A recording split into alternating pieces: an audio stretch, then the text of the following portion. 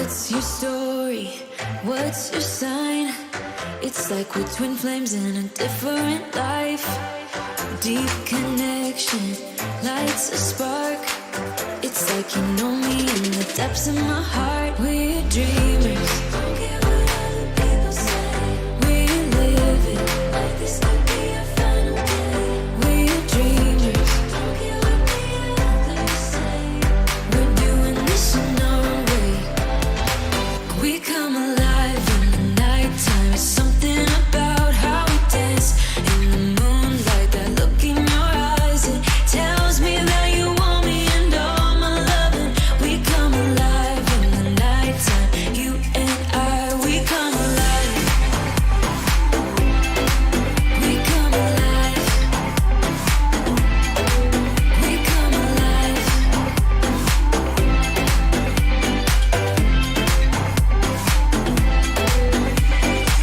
What's your weakness? What's your type? Somehow I wanna know all about you. Deep connection lights a spark. You already know me when we dance in the dark. We're dreamers. We live it like this could be a final day. We're dreamers. We're doing this in our way. We come alive in the nighttime. It's something about how we dance in the moonlight. That look in your eyes, it tells me that you want me and all my loving. We come alive in the nighttime. You and I, we come alive. Oh, we come alive. We come alive. Oh, we come alive. Tell me that you want me. I can see you want me by the look in your eyes. Tell me that you want me. I can see you want me by the look in your eyes. We come alive. We come alive. We come alive in the nighttime. It's something about how we dance in the moonlight. That look in your eyes, it tells me that you want me and all my loving. We come alive in the nighttime. You and I, we come alive. We come alive. We come alive. We come alive.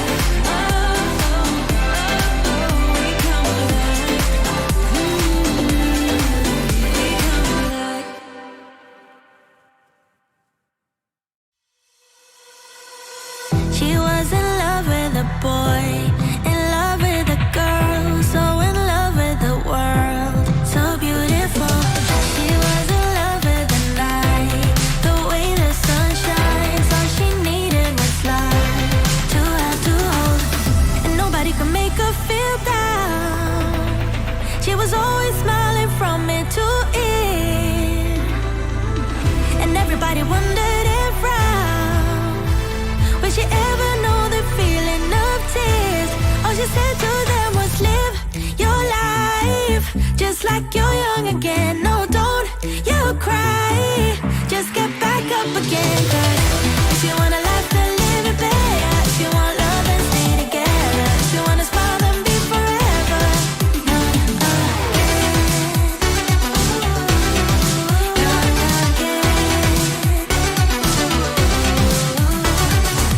She was the curious kind, to hate she was blind, always love on her mind, just come what may. She couldn't quite figure out what fear's all about, so she put it aside all night, all day, and everybody talked about her, said there must be something wrong with this girl. All she said to them was live your life just like you're young again. No, don't you cry, just get back up again. 'Cause if you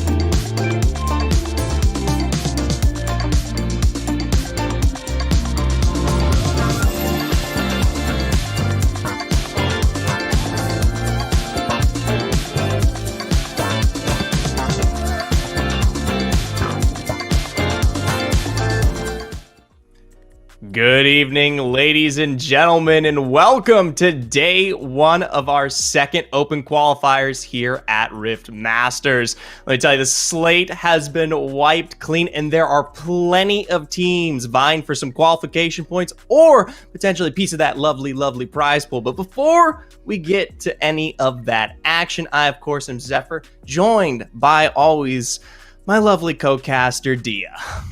Thank you so much, Zephyr. I am super hyped to break down all the teams that are coming in today. All the great action that we've seen on the Rift is already. Last week was a real banger, and I'm sure that we're going to get more of it today as we've got a lot of stacked rosters coming right back at us.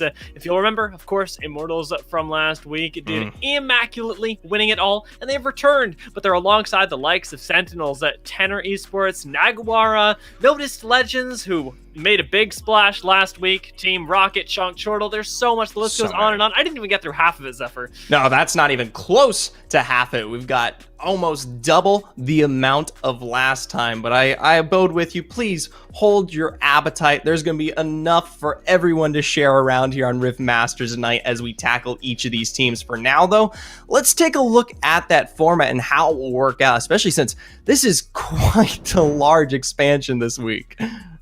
Yeah, right now you can see we're in day one, single elimination.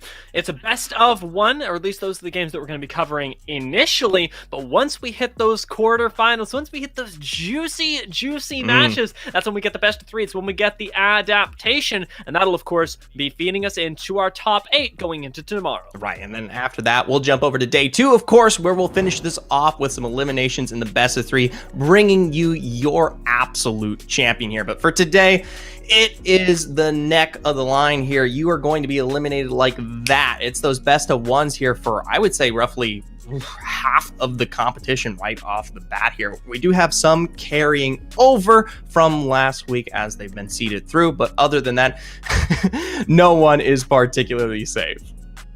No, not at all. Even one game can take the likes of Immortals out. Fortunately enough for them, in their specific case, they've got to buy. However, let's talk a little bit about the money that they stand to win in these next days, because today, you can actually secure yourself some money. You can crack into those top 8 and even get a little further ahead off the quarterfinals matchup, securing yourself up to $250 and setting yourself up to take those 500 home tomorrow. Right, and not just today. Those qualifiers, of course, once you get those points, will convert to playoffs where the big money is to be earned here. Of course, netting you that total prize pool.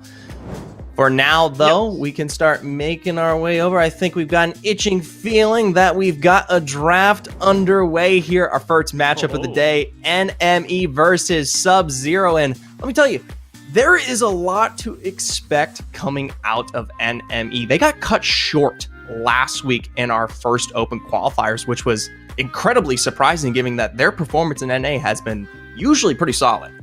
Yeah, this is a very strong roster, and to see them taken out by the likes of Naguara just last week, who did go on and perform quite well, was surprising. But jumping into that draft, they're already starting this one off with a bang. The Galio first pick is amazing to see, and following that up with the Ziggs tells us a lot about NME, specifically that they want to try and play this as a very controlled game, and Sub-Zero are doing exactly the same thing on the other side with that Corki and Zaya wanting to scale.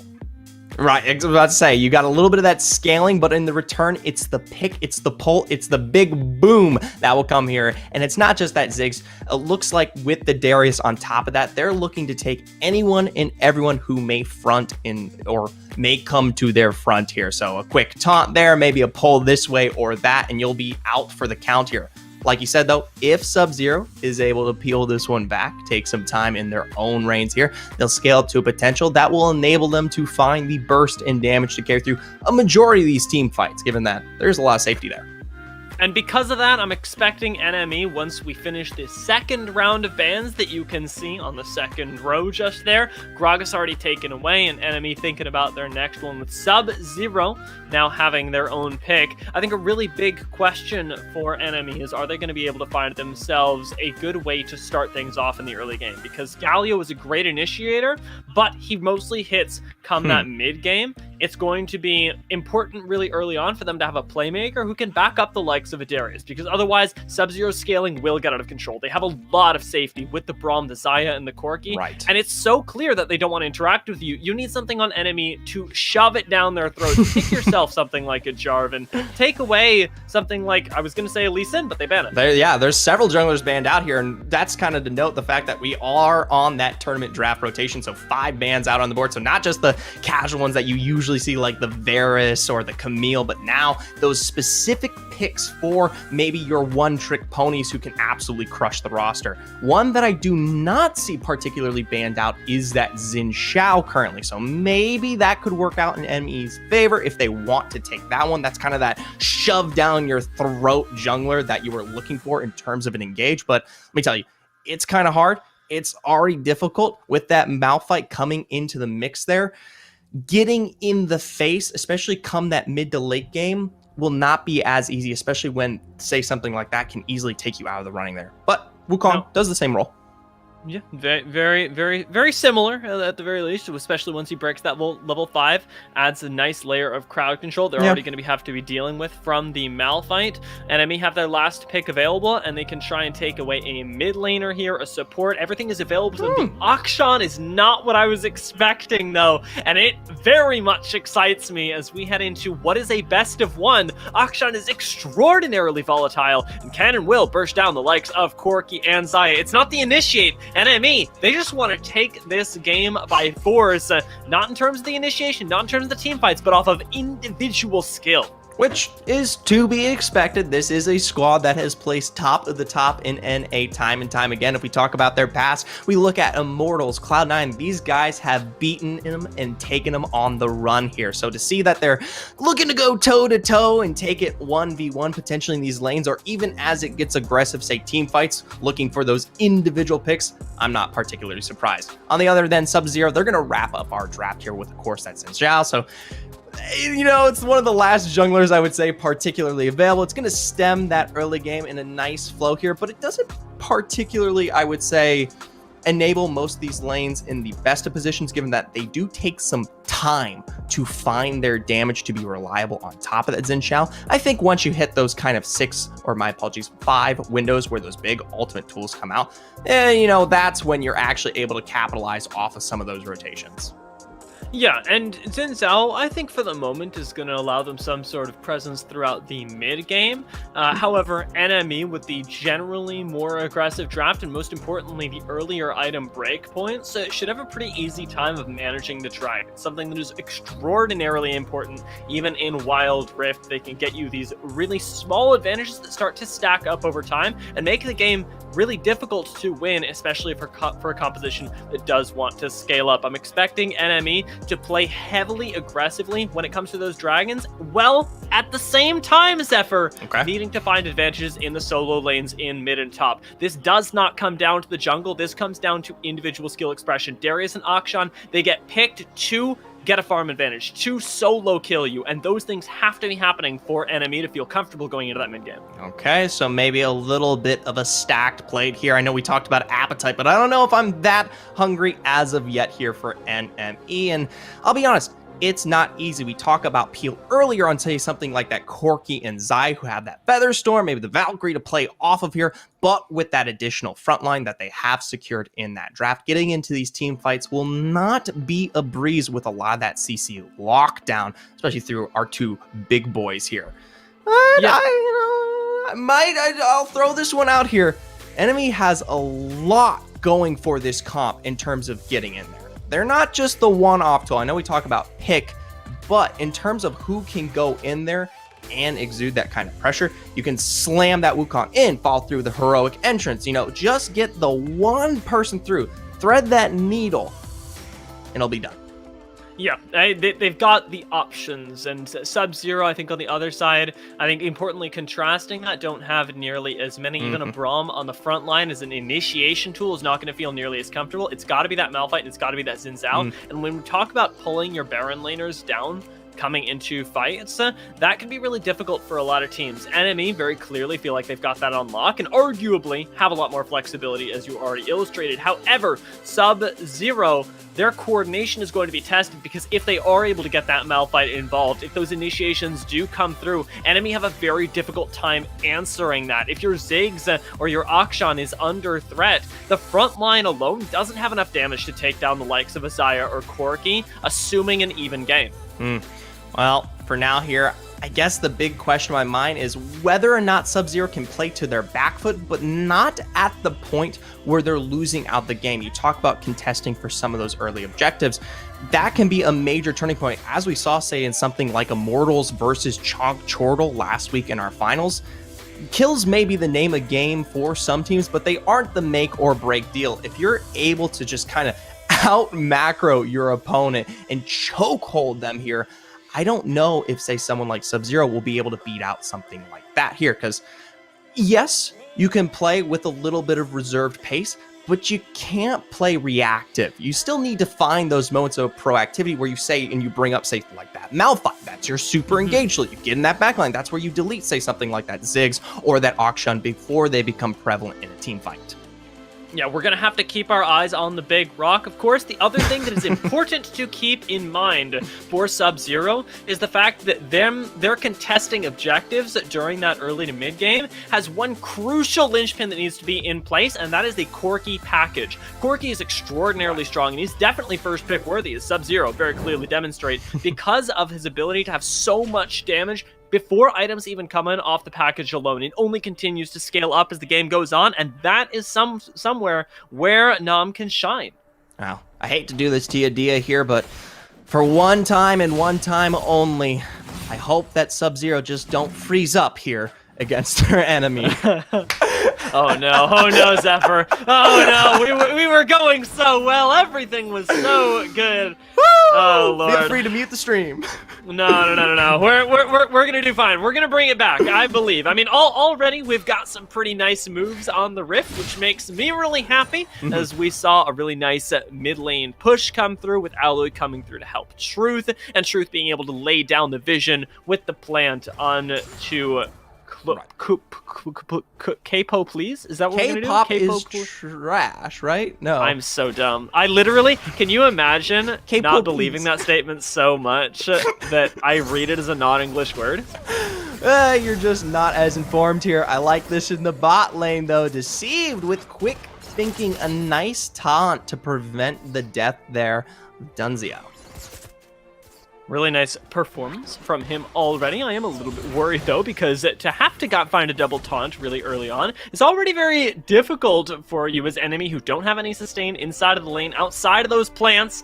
The wards already keeping them out of the river is going to mean that K-pop is trash, or ends up picking up the first scuttle with plenty of lane presence that he shouldn't have had at this point in the game. Nam losing a lot of his already. Ooh, load is keeping me on my toes, but check out Tybe towards the top lane, because that is where the real action is happening. That is where the recall is being forced. Right, able to push back Apex here, but I honestly think that should be expected, especially here for that kind of first 2 to 5 minutes of the game. You're going to see that weak side Malphite for a while. As long as he can pull the trigger on the unstoppable force, I'm not too worried here. One thing I do want to look at, especially as we talk about control, is the vision. A lot is information, but maybe not enough here. They get the early read there from K-pop, but not enough to prevent the death there onto Deceived. The response from Truth is just as quick, though, so that's kind of the enabling that was provided, given that they had such a nice control of that river.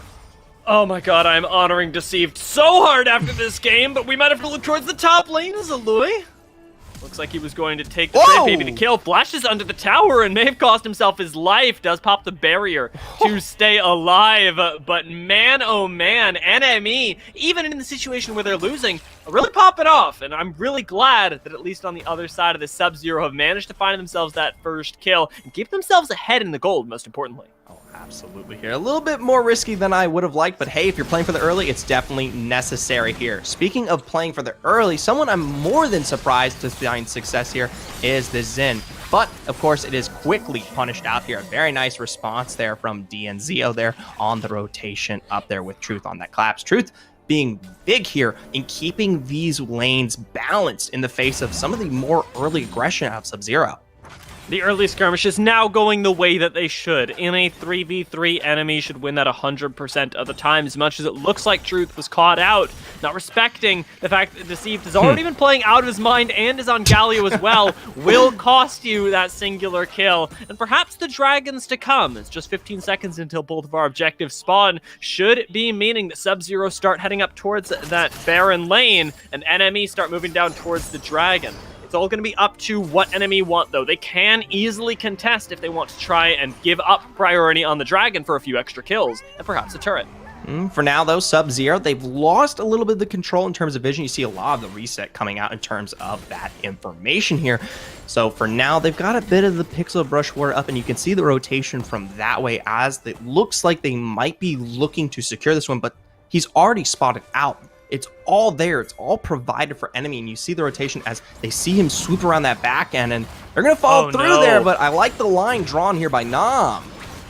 It looks good to save them that fight, but man, oh man, is that a death sentence when it comes to objectives. Not having the package now as both the Rift Herald and the Dragon are up, mean the enemy have nothing to fear, and they can even try and split these objectives. You can see Truth hovering around in that mid lane, seeing if they can harass the Rift Herald while the rest of the enemy starts up this Dragon, actually calling this one off and maybe looking for a fight here.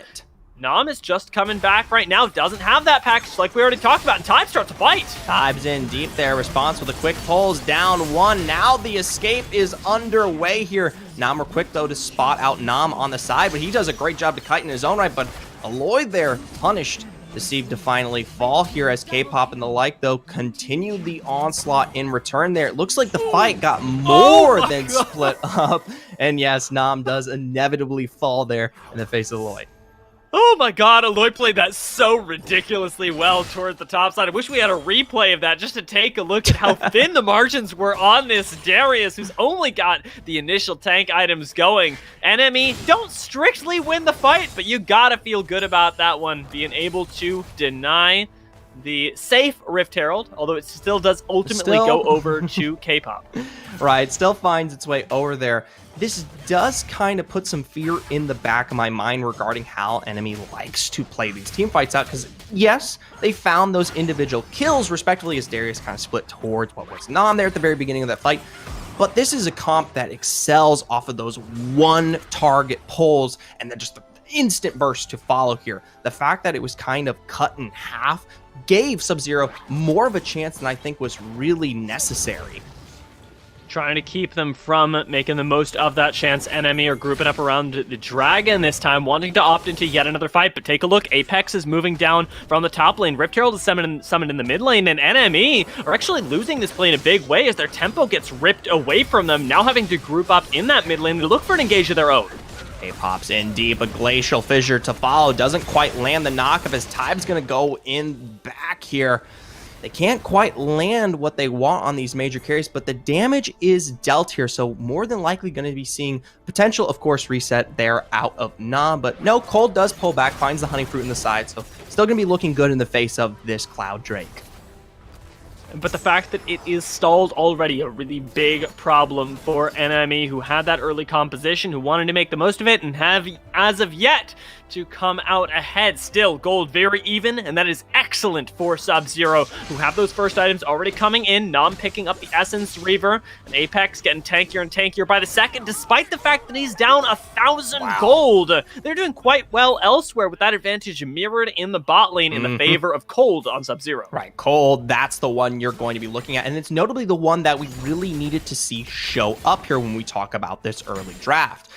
So now that Cold more than likely going to be what is maybe a minute away from that first major item, definitely spells well for this composition, for surviving for what was supposed to be where enemy sets the pace. But maybe they'll return finally. Nice. It's a solid engage by Tybe to find those knockouts, but look at the through there from Nam. Truth over the wall, going to secure that kill as now the cleanup crew is here. Enemy a nice Ruth on the pullback for the feathers here on Aloy. Is now Truth after his kill in the bot lane. Looks to secure some more. A bit of a dash and through in the follow. A forced flash on the wall, but he's looking to commit there. A Noxian guillotine to shut down everyone here on Sub-Zero. The one time that Sub-Zero are not ready with that front to back, they still manage to somehow make the team fight look good, but not nearly good enough to counter the burst and assassination of Truth, who managed to take down Nam initially, swoop in to finish off the rest of the fight that was already going all right for NME. They pull that trigger just in time, claw their way back into this game to the tune of 4,000 gold off the back of all those kills, and the dragon has just fallen. 15 seconds now left on the Rift Herald means it might just be time to fight again, Zephyr. Already time here on the Wild Rift, and we quote the Raven, you might call me Jack Nicklaus, but I don't think Sub-Zero can handle the Truth right now. An absolute explosion here in the mid lane from this Auction, now sitting on both the Blade of the Rune King. And what is that Black Cleaver going to be cutting through? A lot of that front we discussed, supposed to secure this kind of back in the team fight here.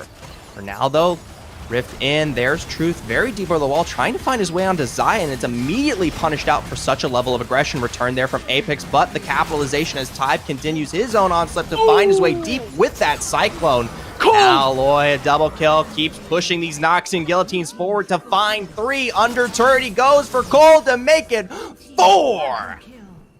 That flexibility in the front line that you talked about early on, Zephyr, it just keeps giving for NME as they're able to find engages all over the place. It looked really good for Cold there, but he's only got the one item. This Xayah is not online yet, and very much Sub-Zero still don't have the game in their control. It's even falling further and further away from it with every fight that they opt into against NME. I think some initial mistakes from NME have sort of baited Sub-Zero into thinking that they should be winning these early fights when nothing could be further from the truth. Nice steal, though. They do find that steal in the end, so still keeping that lifeline, the beating heart, alive here in this first and only game in our best of 1. But now I fear this Darius. I didn't already fear him before, but now I need to take a bit of a rain check here. Aloy can easily walk his way not just through that front line, but anywhere he wants deep. You saw him rush what was Cold and Nam there in that last team fight.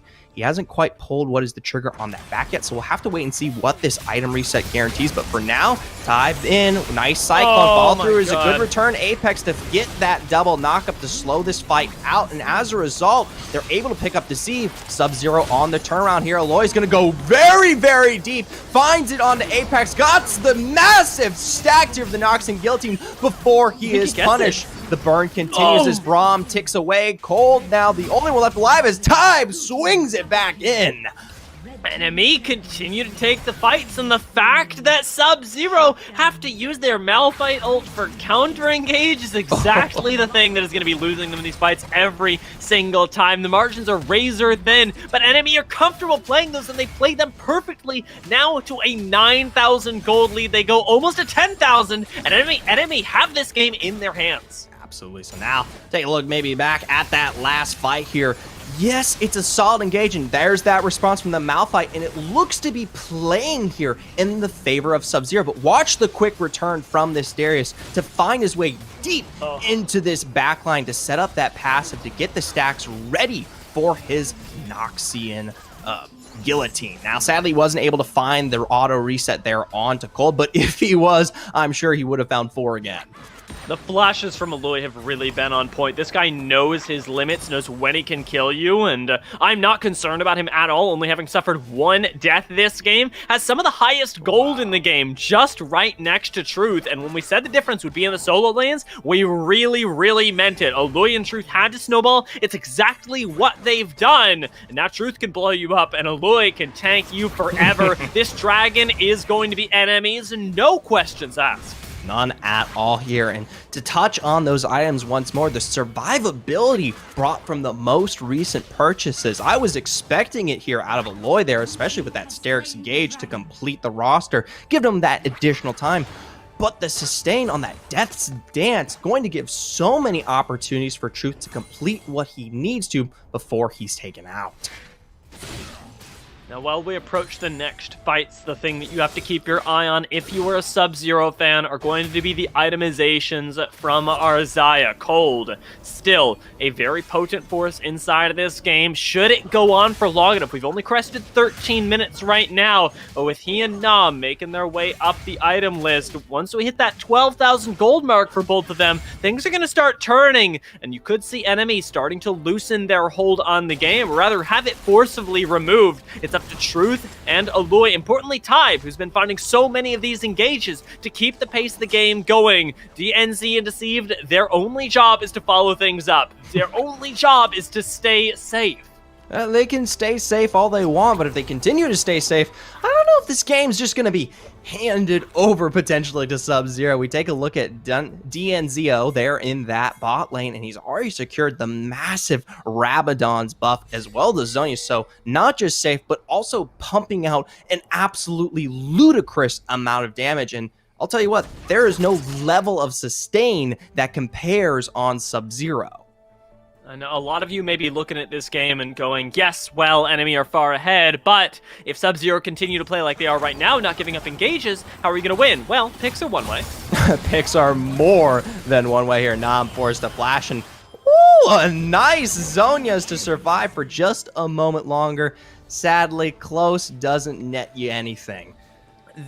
This is the other way, however. After they pick off the Corki initially, you'll notice that everybody moves back up to that top side, threatening the Baron. They find another pick in the bot side, so they're not going to start it up just yet. But when enemy want to end that game, watch for the big purple worm and this big knockup from Tybe. A fantastic cyclone to work its way in the backline. It's going to force Sub-Zero to base here. We'll see what major towers look more towards this bot and top side as they clear up the final tier 2s here on the map. Truth taking his own sweet time up here in the Baron lane, backed up by Deceived. Nobody's going to be able to answer this one right back. An enemy can take their own moment to take a break, reset, move back towards that Baron. Take a look at the top side vision that they've laid out, and you can see that Sub-Zero will have an extraordinarily difficult time answering this one. You can even take a fight into the Baron, but realistically, Baron is going to be the thing that will win you the game. Nam right now holding the package is the one thing that you've got to be afraid of, as he and Xayah, they're the only real ways that Sub-Zero have back into this game. And we talked a lot about that engage in the early game and how, yes, you can kind of play a bit defensive your Sub-Zero, but there's so many routes to take. One of those routes that has come up big is Tybe here. Fantastic every time around. Look at this, another Cyclone to be found. 3 going to be knocked up here as the team now looking to collapse. That's Aloy Deep finding the axe. The Demiturge doesn't quite come down. There's the comeuppance gonna find its way over the wall deep there. A follow-up return as Nam's going to lay down that package, but it doesn't quite have the burn it needs. An NME and an absolute onslaught continue their way forward here at RiftMSTRS. I suppose you don't need the Baron if you murder everybody, and NME definitely had that on their mind since that 10-minute mark where they started turning the fights in their favor when they first got control of what looked like a scary game for them initially. Now, though, moving on to the next round, I think they can do so with a lot of confidence because their mid-game looked nothing short of clean. They were constantly looking for opportunities and were in a position to capitalize on them, with Truth looking for picks on this auction. I think that's got to be something that you consider banning away next time you go up against NME. And even if you don't ban away something like that, you have to respect the top side as well. Lloyd there played strong side Darius remarkably well. And yeah, it's weak side Malphite, but it still was punished in such a way that when it came to these team fights, it was absolutely decimated in a second flag there. So not only did he just win out on the lane alone, he converted it into becoming an absolute monster of a carry here. Enemy had a really good grasp as well of where they needed to win the game. We talked about it really early on, but their objective pressure should always be there. And the fact that they are able to constantly use that to their advantage, even early on, trying to contest the Rift Herald, though, didn't go their way. They had their brains in the right place, saying, all right, we should win early skirmishes. We have early spikers against the likes of a Corki and a Zaya. They run it back time and time again, and you see the experience of enemy really stacking up there. With that best of one, however, they do move themselves on, and I'm sure that their competition next time will be a little bit more prepared for where these power spikes are, because from a third-party perspective, the draft already showed us that Sub-Zero had win conditions that they were not playing to. Right. Someone with a little bit more respect who can stent the bleeding before it gets too worse will play that late game in a much, much different way. We talk about Immortals, Cloud9, the real challenge that awaits someone like Enemy as they make their way through the bracket will come to face here. But I will say, this is a white shirt, and I've got plenty of markers on standby for me to absolutely support the underdog success of Enemy this week around. Open qualifier number 2. They're not down and out already off the board here. They've managed to find their first victory, which is much different and much better than last time around. I gotta tell you, I got even more good news for you. They won't have to go up against Naguara in the next round. However, if they win their next best of 3, they will have to go up against Chonk Chortle. And the fact is that the more and more games that you win, the harder that competition gets. Chonk Chortle being right up there at the tippy top, doing extraordinarily well last week. And things, if you're an Enemy fan, may get harder. We'll have to check back in with them later. Right. Well, plenty of action awaiting us here, but there's plenty of rounds that still have to make their way through here. As for us, we're going to be taking it to a short break as we make our way towards our next lobby. Stick around.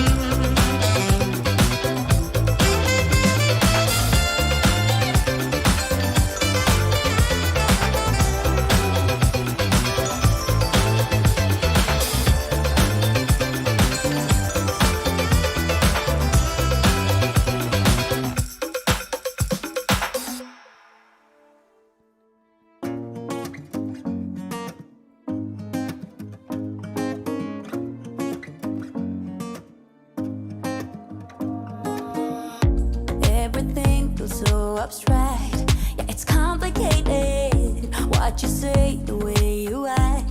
Well, it makes me so confused. I don't know what to do anymore. Can't you just make up your mind? My heart drops when you play around. How can you be up when I'm down? Don't wanna think about it right now. Maybe you just wanna be friends, but there's a fight when we are talking. Maybe you just wanna pretend, but I can read between the lines. Even if I can't deny that all the things you said are hurting, still wanna be with you. I think you want it too. 'Cause baby, I don't wanna be. Baby, I don't wanna be. No, baby, I don't wanna be. Baby, I don't wanna be.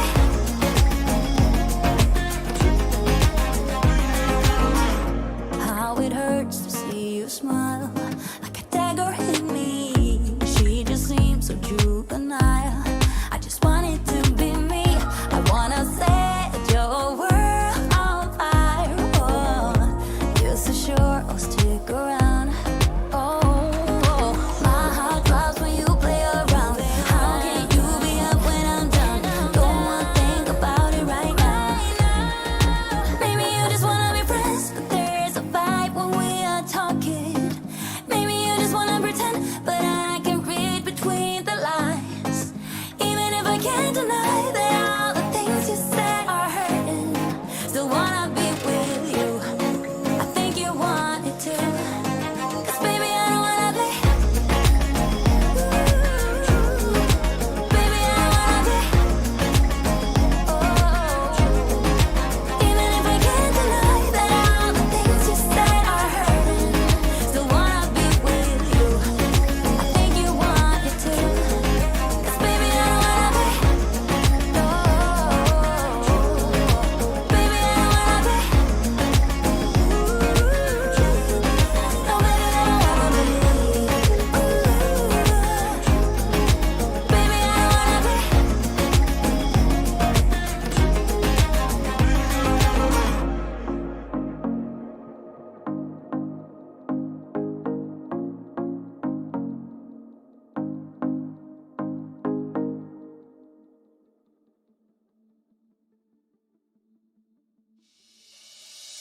I see something, it's coming up on the horizon.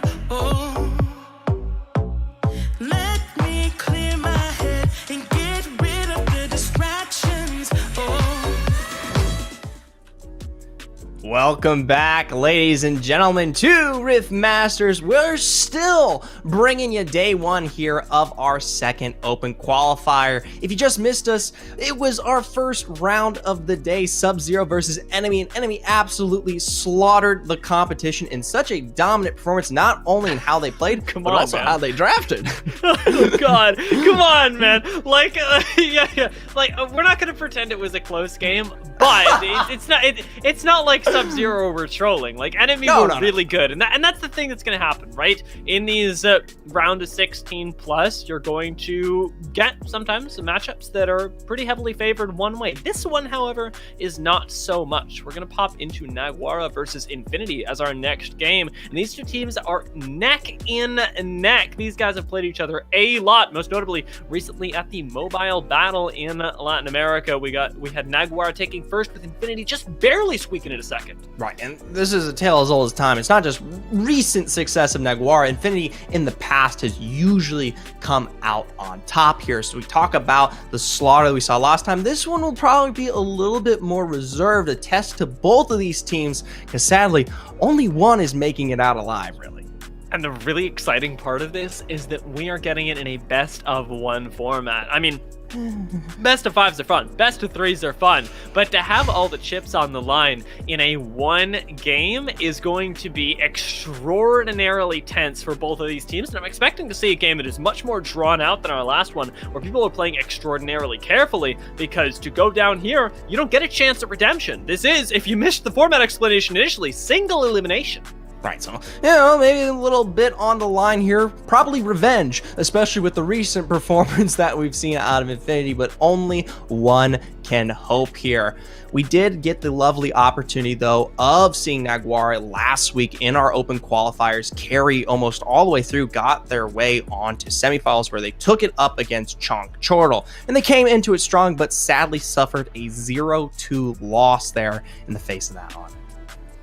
Now, Chonk Turtle did look exceptionally strong, but I still came away with that with a lot of hope for Naguara, especially in the top lane. I feel like they looked really, really strong. They've obviously got a really nice bolstered roster everywhere else. Li Xing looking really good in the jungle as well, but I feel like, interestingly enough, we're going to be getting something that's a little bit more topside focused than anything else, with the Naguara liking to leave their bot lane a little bit more as a win condition for later than anything else. Right, and they have also discussed the fact that their primary carry that they typically like to play around is Sirius in that mid lane. Hitman is that new addition to the team that's come out like a wildfire and has managed to perform super duper well, not just here, but across the board in majority of their tournaments in this last month or so. But before that, it was the Sirius show, all right? That was the ringleader running this Naguara team. So those two alone should be enough to work their action here out on the Rift. But I will say in quarterfinals, they never really were able to get some stable footing and find what they wanted. I think that a lot of that has to do with the disparity between what we're talking about, with the fact that Hitman did look really strong, and yet the roster is used to playing through Sirius, who seems to be attempting a slightly more supportive role. And so perhaps coming into this week, we're going to see a little bit more from Naguara in terms of that mid lane priority, but it's also possible they've doubled down on their top lane win cons and are instead going to try and play through there. There's a lot of questions here, not a whole lot of answers until we get into the best of one and even the best of threes, because Naguara's playstyle is something that's constantly evolving with their changing roster, and you and I know, Zephyr, it's extraordinarily difficult to find a really good balance between two players that both really like a lot of attention. Sometimes there is no right answer. Well, it could be just a really good jungler, though. Gotta give credit to Li Xing at some point, hopefully, and that might just be today here. This place is a realm for evolution in the growth of these squads as they take it out here in what will be not just this qualifier, but the ones to follow through. Either way, there's plenty of draft here on the board. You see those first bands already making their way through. Some heavy presence across the board, especially towards that mid lane. Corki, Ziggs, Aurelia, some heavy picks. As soon as we see that Varus, though, you know immediately what went through the draft. Infinity must know that this was coming. Varus is really heavily prioritized and is a very versatile AD carry because he's got that ability to initiate and dominate the lane at the same time. He scales extraordinarily well. He lays down poke a lot like Ziggs at those long ranges, and Naguara already have themselves a strong bot side that, again, we don't expect them to be playing around. So they can sort of leave that there, say, we're strong, what are you going to do about it? Right, they don't have to worry a darn thing with that safety on their belt here. Infinity, their response, though, will definitely be more than huge here. I'm curious to see if they knew that Varus was coming out, what their direct response is their direct response to it is here. You let that slide through. Maybe you give them something more of a scaling potential in terms of the AD carry so that you have strength maybe later on, even if you sacrifice. What is that kind of mid game in terms of the pressure here? But there's still a lot. Yeah, it's difficult right now. There's also the option for you to try and take the Ezreal and land a roaming support. But the thing is, Naguara can mirror that. You're in a very no-win situation right now. And I'd almost like to see Infinity not even take their bot laner yet. Instead, prioritize the support that can try and take advantage of the Varus lane, maybe turn it around, or draft their two solo lanes with extraordinarily strong picks that are still available. We still got things like the Camille that you can take away, and Infinity have to be considering that. Right, exactly my point. I was about to bring up the Camille here is a major tool that has not been particularly banned out. It can be a heavy engage that can kind of counteract some of the strength that we see in that bot lane there.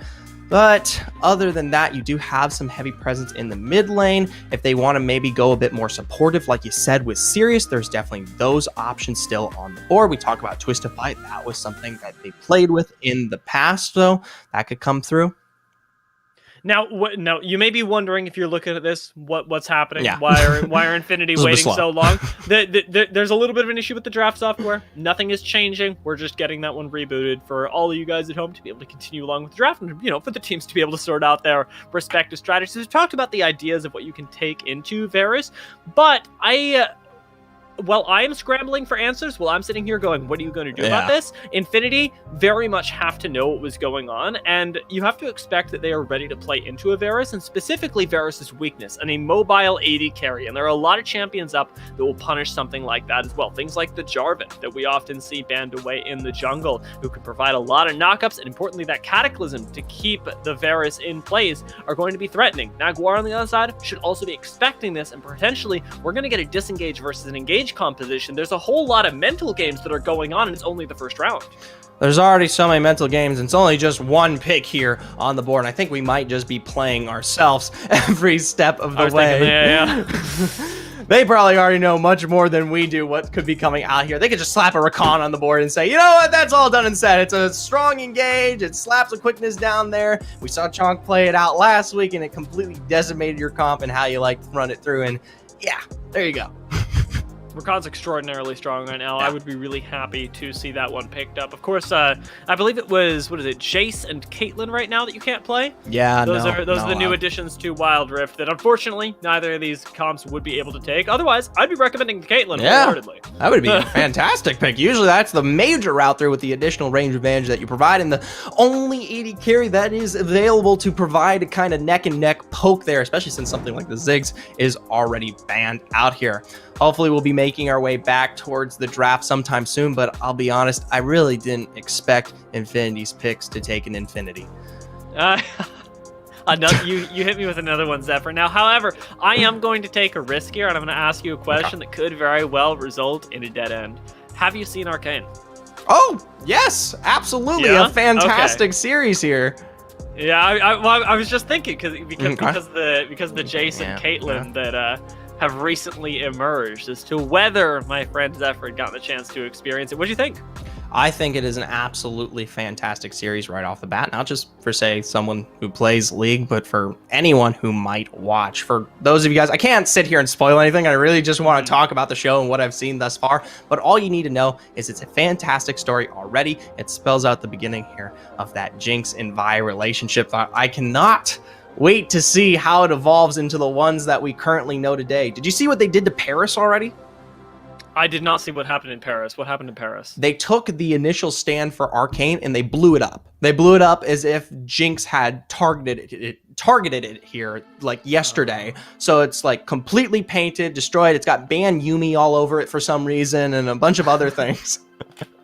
That's actually very funny. I really like the global events, the sort of immersive theater aspect that they're adding to this as well with a lot of live events. You guys can check it out, and if you have no idea what you're talking about, please, God, I share my Netflix account. Go and find out what is going on with Arcane, because there is some crazy stuff happening in the League of Legends Riot Wild Rift universe with all these champions that, it doesn't directly impact gameplay, I think is going to bring a lot of new players in and is going to hopefully start heightening the level of competition. As we get even more players in, we're going to get more experienced players rising to the top. But speaking of rising to the top, we've made our way all the way back into the draft, and our Arcane section must come to a close as Infinity finally will have crested theirs and make their way into the next two picks. Hopefully, maybe it's a little bit quicker this time around before they leave me on a dead end, but yes, it's confirmed. We've got solid engage. We've got a strong top laner to work with that Camille slides through, and it's going to absolutely wreck what is this bat lane,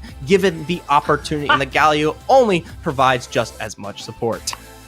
I have to love that we were worried about mind gaming ourselves, and we come back and they do exactly what we said. Exactly the same thing. Heavy punish with the Camille onto an immobile AD carry, and heavy disengage on the other side. This is incredible stuff, and Naguara definitely very aware of what Infinity wants to do, and vice versa. This Twisted Fate, however, is a strict departure from what Infinity already have, which seems to be we want to team fight you, we want to eliminate your AD carry. Twisted Fate, while it does give you some backline access, most importantly gives you split push pressure pressure in a way that Camille does as well, and Infinity open themselves up to another win condition in the form of potentially a 1-3-1. And not just that, this gives the opportunity for some really strong laners to come out on the board. We haven't quite drafted what is that AD carry pick here, but if one really needs some time to scale up, we talk about that Kai'Sa, the Xayah, the presence of TF, especially if you're a proactive mid laner, could be huge here for Infinity. So I'm definitely looking out for that one directly. Finish off the bans though, some major supports being picked out, as well as that engage tool that hasn't quite been secured yet.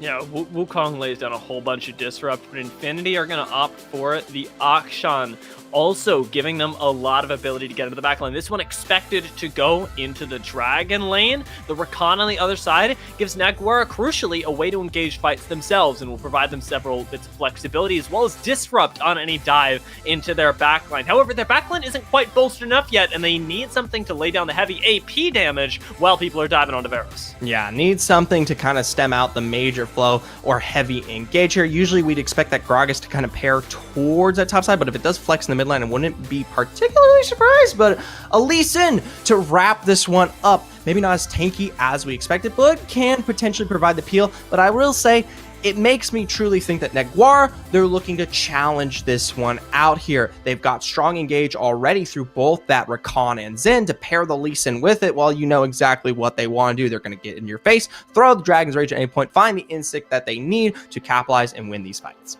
Nice. I really like that Infinity end up going with the, well, you've picked some nice bruisers to go on your front line, so we'll give you one of our own, the Riven.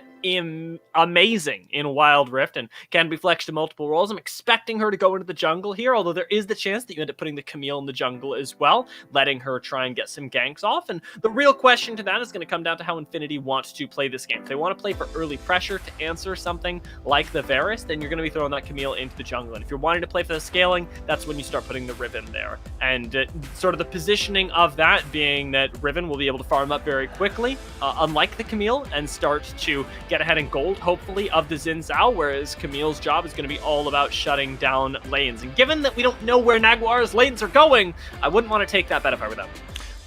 We don't particularly know, but we at least know one thing. It's going to be the early game here. Other than that Varus and Gragas, everyone else is looking to find that certain engage where you want. Now, who it may be on particularly, I would assume that Twisted Fate and Akshan, but there's a lot that prevents them from doing so. A great source appeal, and not only that, but the solid backline engage that can come through at any point through that Camille here. So I just want to paint this picture that it's not so direct for Naguara here. They've gone out on a limb and said they're looking to take it in such a dominant fashion with as many engage tools as they have, but there's plenty in their path that can really split this team fight here. And Infinity have to play with that knowledge, and fortunately have the Galio to deal with some of it. And I think that the really scary thing for me comes with the specific level 5s on Naguara. Once they get those ultimates, every single one of them now is a potent way to engage, CC, disengage, whatever you want. Whereas Infinity, well, they do get several things on the board, things like the Hex Tech Ultimatum, things like the Hero's Entrance for the Galio. The Destiny, relatively impactful, but Riven and Akshan kind of leave quite a bit to be desired in the face of so much CC that is so potent inside of these games. Naguara should be able to take their fights at the level 5, and this should mean that they are, much like Enemy last game, being the ones to take those Dragons and Rift Heralds away on their schedule. And to just kind of touch on it, I would say that Infinity, while those ultimates may not be particularly unique in what they will do, they do provide a heavy source of damage when we talk about Akshan and Riven specifically, right? So if you are able to find those takes on, say, the Varus, which you very direly need so to be on that Varus, then he should explode in a very, very quick amount of time, which would then at least open this fight up here, because yeah, you've got some damage on that Lee Sin, you got some on that Gragas, but overall, it definitely feels like you've got your eggs in that one basket, being that Varus, that everything else can definitely wash if you're not careful. Yeah, that positioning is going to be really tested for Jack Locke. We've already seen him and Arvo work really well together, and should be in a position to dominate that bot lane. I think that the thing they have to be worried about, of course, is once the level 5s come in for them, the chance for it to no longer be a 2v2, but now a 3v2. That's where the positioning can really get punished, and where you kind of have no answer unless you've got Lee Zing in your pocket. Seeing now the lane assignments, though, that mid Grogs that you called out for a source of AP damage was spot on, and Sirius will be going up against the likes of Gene in the mid lane. Well, for now, here it is that early presence, and I could not be more than excited to finally see Varus on the Rift. Sadly, we've been completely dissuaded here as, well, maybe not us, but the teams don't really seem to want to deal with it. So now, hopefully, that poke is just as advantageous as has been described here through, well, I can only assume these bans. Yeah, this is a tough spot right now. Hitman in one as well, so he ends up needing to heal up under the tower. Camille much better suited to the trades in the top lane than the Lee Sin. He used to be pretty oppressive up there, but not nearly so much anymore. This is expected in the mid lane, but I think that what Infinity weren't expecting was the damage here. In comes Yeso, and the fight is on, and unfortunately over very quickly, with Infinity being the ones to take those 2 kills, despite the fact that Naguara started it. And the craziest thing about that is, yes, Infinity, they pull really good priority up on that top side to give the rotation out here to Maltalex, but in the bot side, they don't have that level of priority. Either way, the full team rotated knowing that this early collapse was coming through, and they come out on top being able to read that situation way before it happens. And Infinity played that extraordinarily intelligently, and now, against a composition that wanted to dominate the early game, they should be feeling pretty confident. Both taking the recalls in the top and jungle respectively, get themselves the extra little bit of buying power, and now should be able to continue running the lane, especially in the Baron lane, where Hitman was already having a really big issue on this Lee Sin.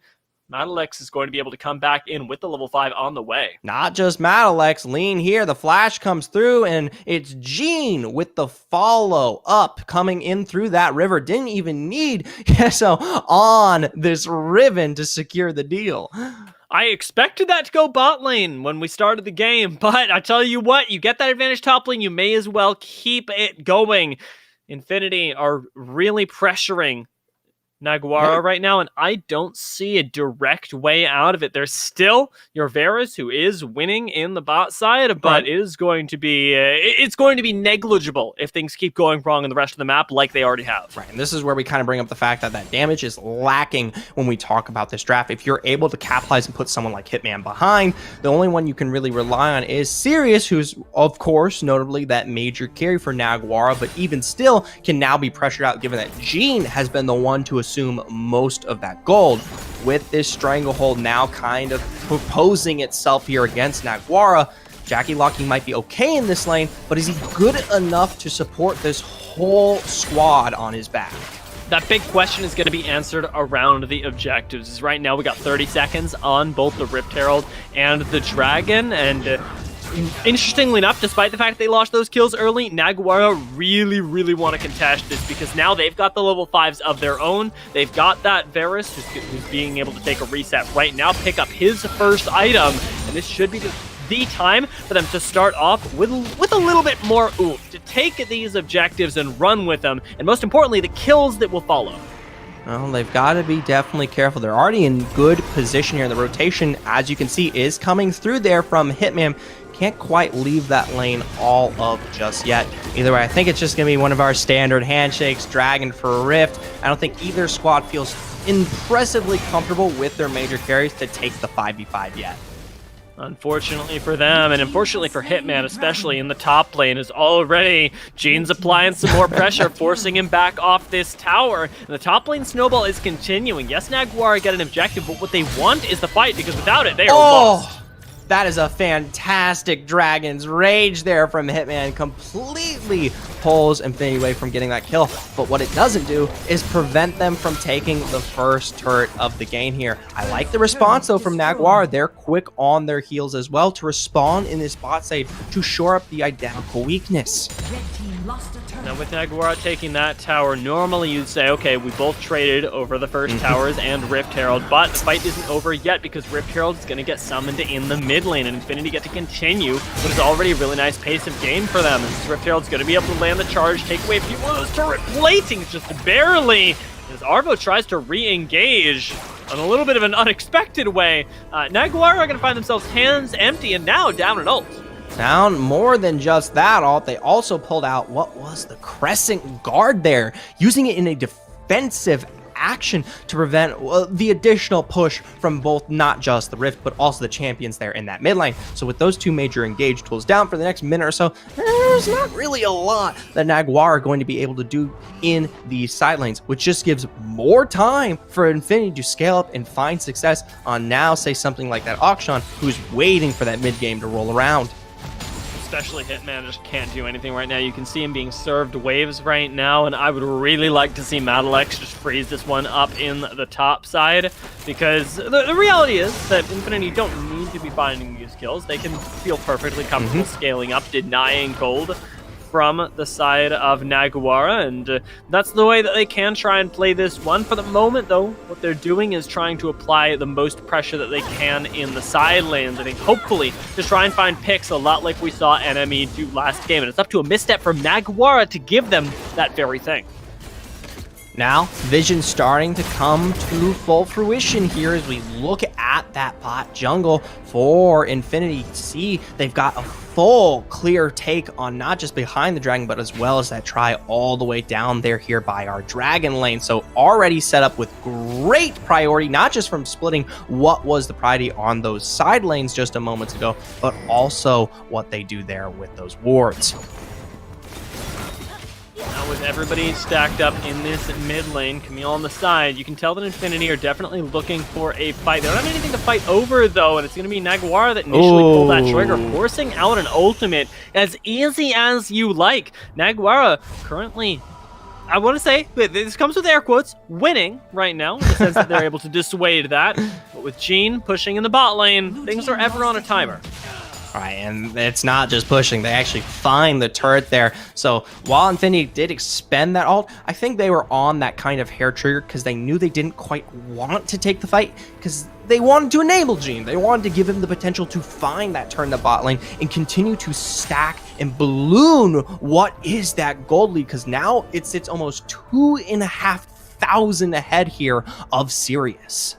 That's the 1-3-1 that we saw coming since draft, and something that Naguara have to be able to address, using the likes of Sirius, Jack Locky to start fights, whether they be in the side lane or in this mid lane. It needs to be happening sooner rather than later, because this comp will eventually get outscaled, and it's already starting to be, even only at the 8-minute mark. Now with 15 seconds left on both these objectives, you're going to be able to run this one back, Infinity. Take whichever one you like, and it looks like it might just be that Rift Herald. Yeah, already on the way to try to take that Rift Herald. You see how they paint that top side and already give themselves the advantage of the vision. Noticeably, it's that it's Camille there from Madalex just waiting on these side waves to pull the trigger and find that initial push. For now, though, Infinity, they're going to pull back. Oh, they've already set up what might be that Death versus Wizard. Going to find the double taunt in. A bit of the Slayers. Madalex is going to keep this, but yes, the backline is being scrambled. The Camille's the first to fall, but there's the follow through, the damage to finally wrap itself around, knowing that these windows are no longer available. Deep goes Hunter here on this Akshan to capitalize, and that's going to be a full wipe here of the Naguara squad. You cannot be letting Akshan through draft at this point. That was horrific, and Infinity, they know very well that they win that fight. That's why they start up the Rift Herald, and as much as Naguara should have tried to fight it earlier, unfortunately for them, it doesn't go their way. Now it turns into not one, but two objectives for Infinity. That plus an almost 10,000 gold lead at this point, just 2k off from it. That's a very, very scary proposition for anyone who's a fan of Naguara. And the thing was, it didn't look terribly bad for Naguara. They pulled the trigger remarkably well to get themselves into that backline, but it was great thinking from Wizard there here on this Galio to separate the fight, quickly split it in half. So while you had such a strong and deep engage follow through onto, say, your carries like Hunter, say, on this Akshan, the damage wasn't there to finish the job. As a result, you saw how quickly it turned around in just a second flat. Once those major windows were down, we talked about the Crescent Guard. What is the chains of corruption there from Jack Locky? There's nothing. They just ran these guys down. I think that one of the really big things here is that unlike Naguara, who need to keep people off of Varus, Infinity have plenty of self-peel on somebody like Hunter, and they've got the Hourglass on somebody like Jean, so you access that backline, and it's not a win. It's just a, let's fight with the Bruisers now, let's fight with the Camille and the Galio, who have the CC, the taunt, and the true damage on top of us. There's not really a way to find a winning fight, as long as Jack Locky isn't the one hitting with everybody else. It needs to be Lee Zing and Hitman all serving people up to the backline of this Varus, who already is struggling for gold. It needs to be the perfect situation, and Naguara just aren't finding it. Right, and the reason why they really aren't finding that is their lack of setup, especially in the face of knowing certain things will occur. We talk about those major objectives being on the board there. They rush into that one with no prior knowledge or vision really playing in their favor. You see how quickly someone like Wizard was able to take advantage of that. You can't have that. And especially when you look at the fact that they've got double Scryer, or I'm dropping the official name here, but whatever allows the revealing of the wards here, they've got double, and they're trying to play around being and having that information clear for them. They haven't been able to capitalize on it. Infinity just using their single red word to be able to clear things out are very, very happy right now with the approaching objectives, with the control they already have over the map, eliminating all the tier 1 turrets. They've only lost one of their own. The next things for them, dotting the I's, crossing the T's, are of course going to be that Baron that we talked about in the first game of the day. But importantly, the picks for them are so much easier to manufacture because they've got the likes of that Galio and the Twisted Fate to join up to put in that last little bit of damage. And the 1-3-1 is really the thing they've got to be focusing on right now. Like picking up that last little bit of gold, Infinity take a short respite from trying to push the state of the game, and now with the resets that have already come through on Madalex, for the one that's coming through on Jean right now, are going to return to the 1-3-1 until we see those objectives back. All right, and Jean, you take a look, he just secures himself not only the rapid fire but the Sheen as well to continue to bolster the oppressive damage being found here out of the Twisted Fate. And it is absolutely absurd. I got to give high praise to Jean. There was a lot of early control that, you know, usually brings questions to our mind when we see the TF pick actually come out here.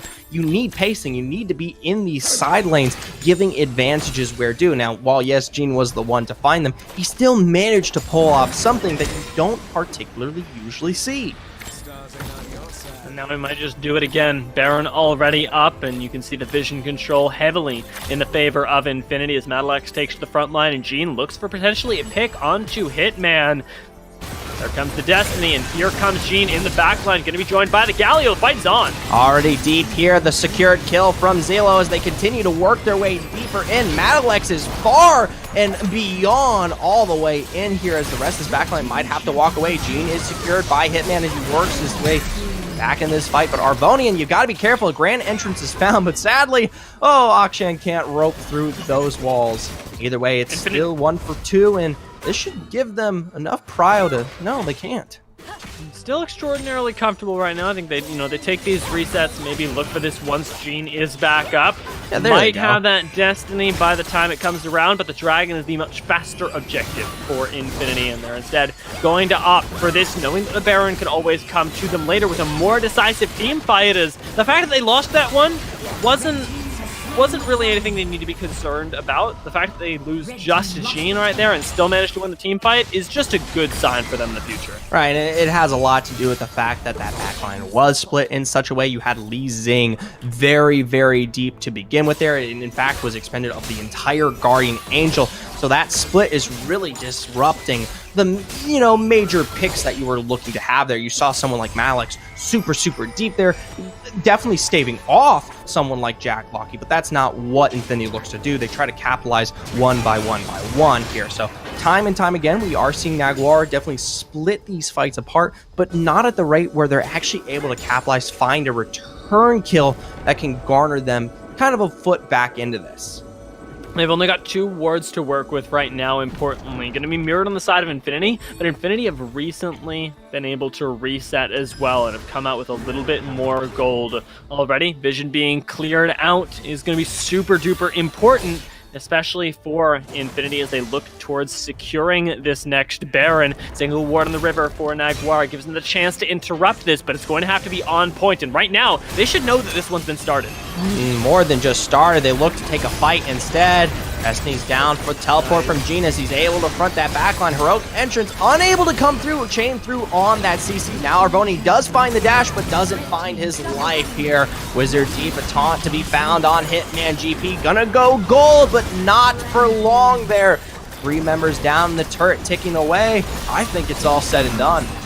This should be Infinity's win. Whether they find it now is, oh my lord, the gold card connecting. Definitely make sure that this is going to be now. There's too much damage to survive. Jack Lucky goes down, and so do the hopes of Naguara. Infinity are going to bash them this time. Oh, a tale as old as time turned out awry here. Naguara aren't going to be seeing themselves forward here, and that definitely bites, knowing that every single qualifier counts in terms of these points.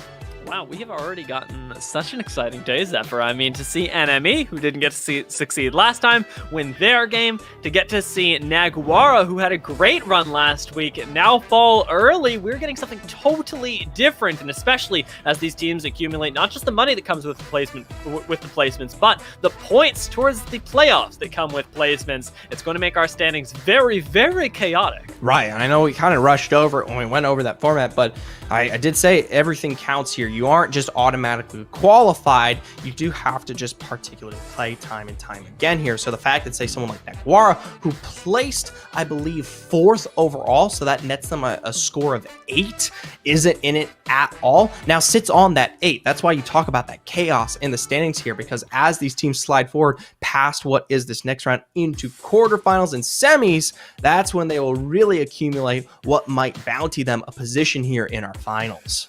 Now, we definitely got to see some of the questions that we were asking before the game answered, specifically for Naguara, about their identity crisis that they're going through right now with Sirius and Hitman, because there were 2 lanes that arguably you could have played through. You had a winning bot lane that was doing just fine really early on, and the fact that neither the Gragas nor the Lee Sin got the attention that they needed to succeed in their own lanes was really problematic. It kept them from being able to capitalize in that mid game, and of course, ultimately, we had Infinity not having those same problems. They very clearly knew they wanted to prioritize that top lane. They threw everything at it, even the mid lane. Right, big props to Gene there on that twist of fate to enable the majority of his team very, very early on there. As for Naguara, in my personal opinion here, I think that top and mid lane pick between the Gragas and Lee Sin, maybe a little bit too much of a setup. Give them something maybe stronger that really enables them to find what they want. I really did. Now with this game being over, we are going to be popping into another one of the round of 16 here. So best of ones are going to be coming at you hard, coming at you fast, and they've been so exciting today, Zephyr, that I can't say that I'm disappointed. I really want to get to the quarterfinals. I want to see the best of 3. I want to see those adaptations. But the fact that we are getting to see now Cloud9 versus RNG is huge for us. More than huge. This is a good one. RNG coming off hot against their win versus Insidious Gaming, now taking up the likes of Cloud9, and these guys are no small fry. We talk about Tarzan, Meals, Griff, the big carries and stars that represent here are definitely going to pose a challenge against the Renegades. Either way, draft underway. As y'all can see, we can start talking about some of those major picks that come through. Not quite our star carries for Cloud9, but that Corki is secure, can be flexed if it wants to make its way either onto Meals or Rift here, but a lot of sustained damage. I'm already missing Tarzan's Lee Sin, as that one ended up going over to Renegades, but they've got a composition a lot like Infinity had just last game with that great backline access, but they've mixed in the Darius crucially for that bruiser power up in the top side, and that's where Renegades seem to be wanting to focus right now. It's up to Cloud9 to capitalize on that, pick themselves a strong bot side if they haven't already, because importantly, Corki can be flexed. Right, can find his way down there, and they got the sustain on Nami, even if that bot lane is strong, to support themselves that much furthermore. The jungle is the big question, though. I know we kind of highlighted very shortly, but Tarzan here, you see those bans already out. The Olaf notably taken away as one to look at. That's something he loves to play through on here, and it gives him the ability to kind of rush this one down. Still, though, on the board, of course, is that Xin Xiao that he has found success with, notably here at last qualifiers if he wants to play through on that. And we've seen it time and time again. It's not just a strong engage tool. It can be a bit more defensive, but it still gives him the pacing he definitely wants. Renegades are going to keep it going with the mobility, with the safety, and with the dive that Kaisa now provides. It's all about backline access for Renegades. And Xin Zhao, like you already pointed out, is really good at being able to deny that, take to the front lines himself. I really would not mind seeing that picked up. But we also haven't seen Jarvan today, and I keep wanting to see Jarvan. When is somebody going to give me my Jarvan, Zephyr? I don't know if it's going to be here or now. I don't think the Jarvan kind of gives it the taste of blood that Tarzan might be working for, but a new face that we have not seen here on our qualifiers is that Lucian. A strong pick in terms of the early damage that can definitely take it toe-to-toe, but the Graves taking a page out of Mortals from last week's finals, I'd say. Wow, yeah, I am impressed to see the turnaround, a very quick turnaround on that from Cloud9. I think they recognized exactly how strong that was for Yikes just last week with the way that you can power farm on it. Unfortunately, it's not exactly the best ganker, so Cloud9 have left themselves in a position where they are relying pretty heavily on being able to win team fights based on positioning alone, and against a Lulu that now gets picked up for Renegades to bolster whoever decides to go in. You can start getting a little bit worried. Renegades definitely have counterplay to Cloud9's gameplay. More than just that, they've got plenty of peel to keep these boys healthy, which I can only, of course, see on that Nami, but in turn, the rest of them, yeah, you might be able to sustain for a bit with the Dominus on the Recton, but those boys are flimsy. And I will tell you, while the damage won't be out there initially here for Renegades, it will scale. It will come eventually. And if you do not have the burst to respond to something like that, you are gone.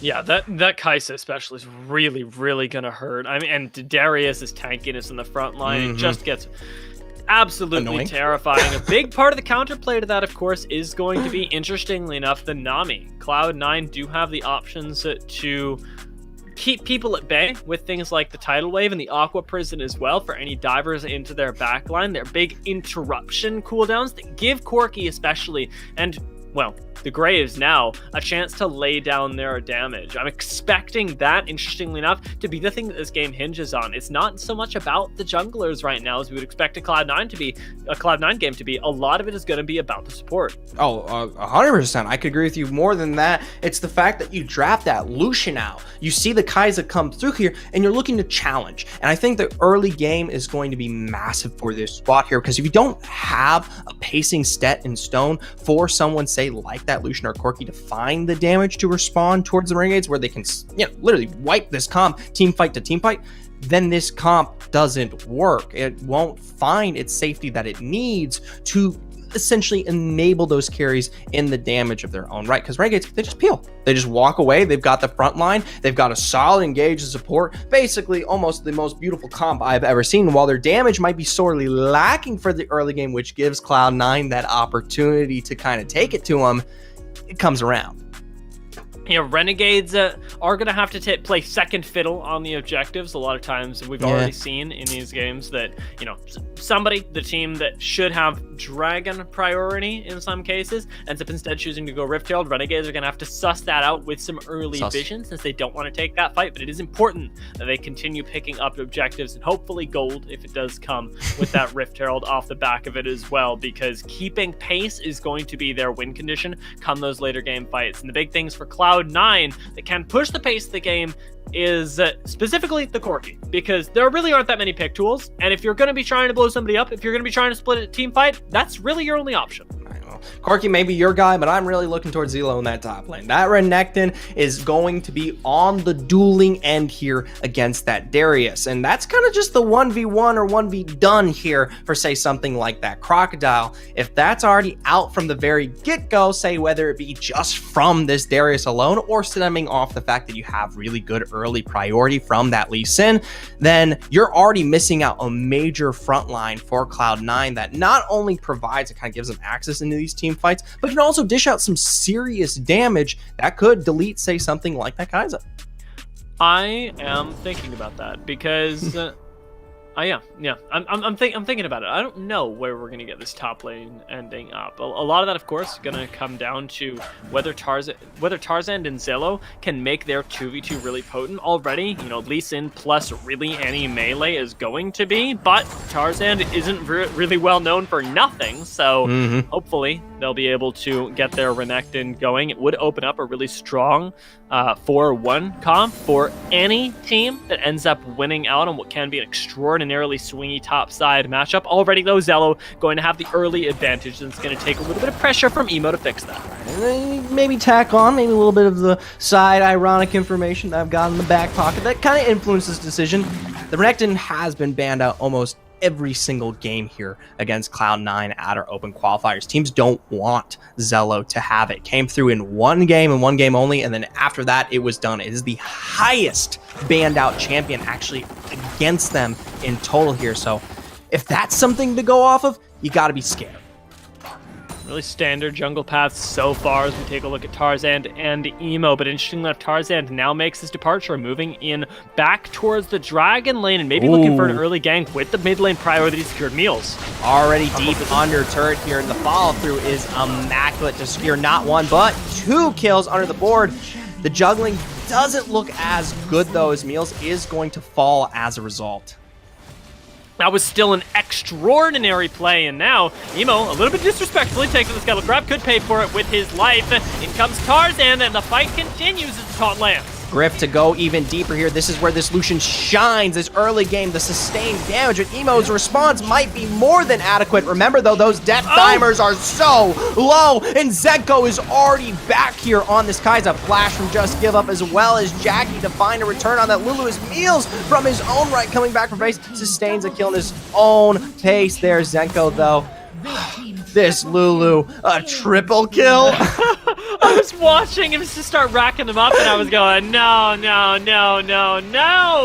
Bot lane, super far ahead, but on an enchanter, you know, you can make use of the gold. It's not where you would prefer it, but you did get 2 kills on Zenko as well, and the advantage is nicely split, with Renegades coming out ever so slightly the better, specifically when it comes to that bot lane matchup. However, mid lane should be run from C9, and that's where they got their advantages to start all of this off. Tarzan and Meals working really well together to coordinate the bot lane dive. They can do again to shut down with the very scary Kai'Sa Lulu. Well, for now, here we return to that 1v1 matchup for just a moment's notice, and it looks like this Darius really putting the pressure down, actually almost looking for a dive, and this might be capitalized on. Gally's going to come through with that heroic entrance just far too late, and with him being stuck in the middle with you, he's also gone. There is some supportal combat happening bot lane, as well as Emo shows up to clean a bit of that one up. Jackie ended up picking up 2 kills in all of that, and Emo now is trying to push in this wave, make sure that his bot lane doesn't miss out on too much. Griff is going to arrive to secure the majority of this wave, but with Cloud9 being able to fare so well into what was an extraordinarily fed Zenko and Just Give Up, I think you're a little bit nervous as Renegades, and Emo on this Lee Sin still really does need to continue putting down the pressure, especially in that bot lane, to make sure that Renegades are coming out ahead, because otherwise you've got nothing. Right, and we talked about that early burst that's necessary to give Cloud9 the pacing that they need to take a team fight and not get absolutely blown up. That's where you want. You've already found a massive gold lead here now on Meals, this Corki, so the penetration damage, the poke, especially around some of these objectives, will be so hard for Renegades to deal with. For now, though, they aren't quite there just yet, and Renegades, though, they play off of a very nice reset on both the bot lane and mid lane to find their way into that first Drake.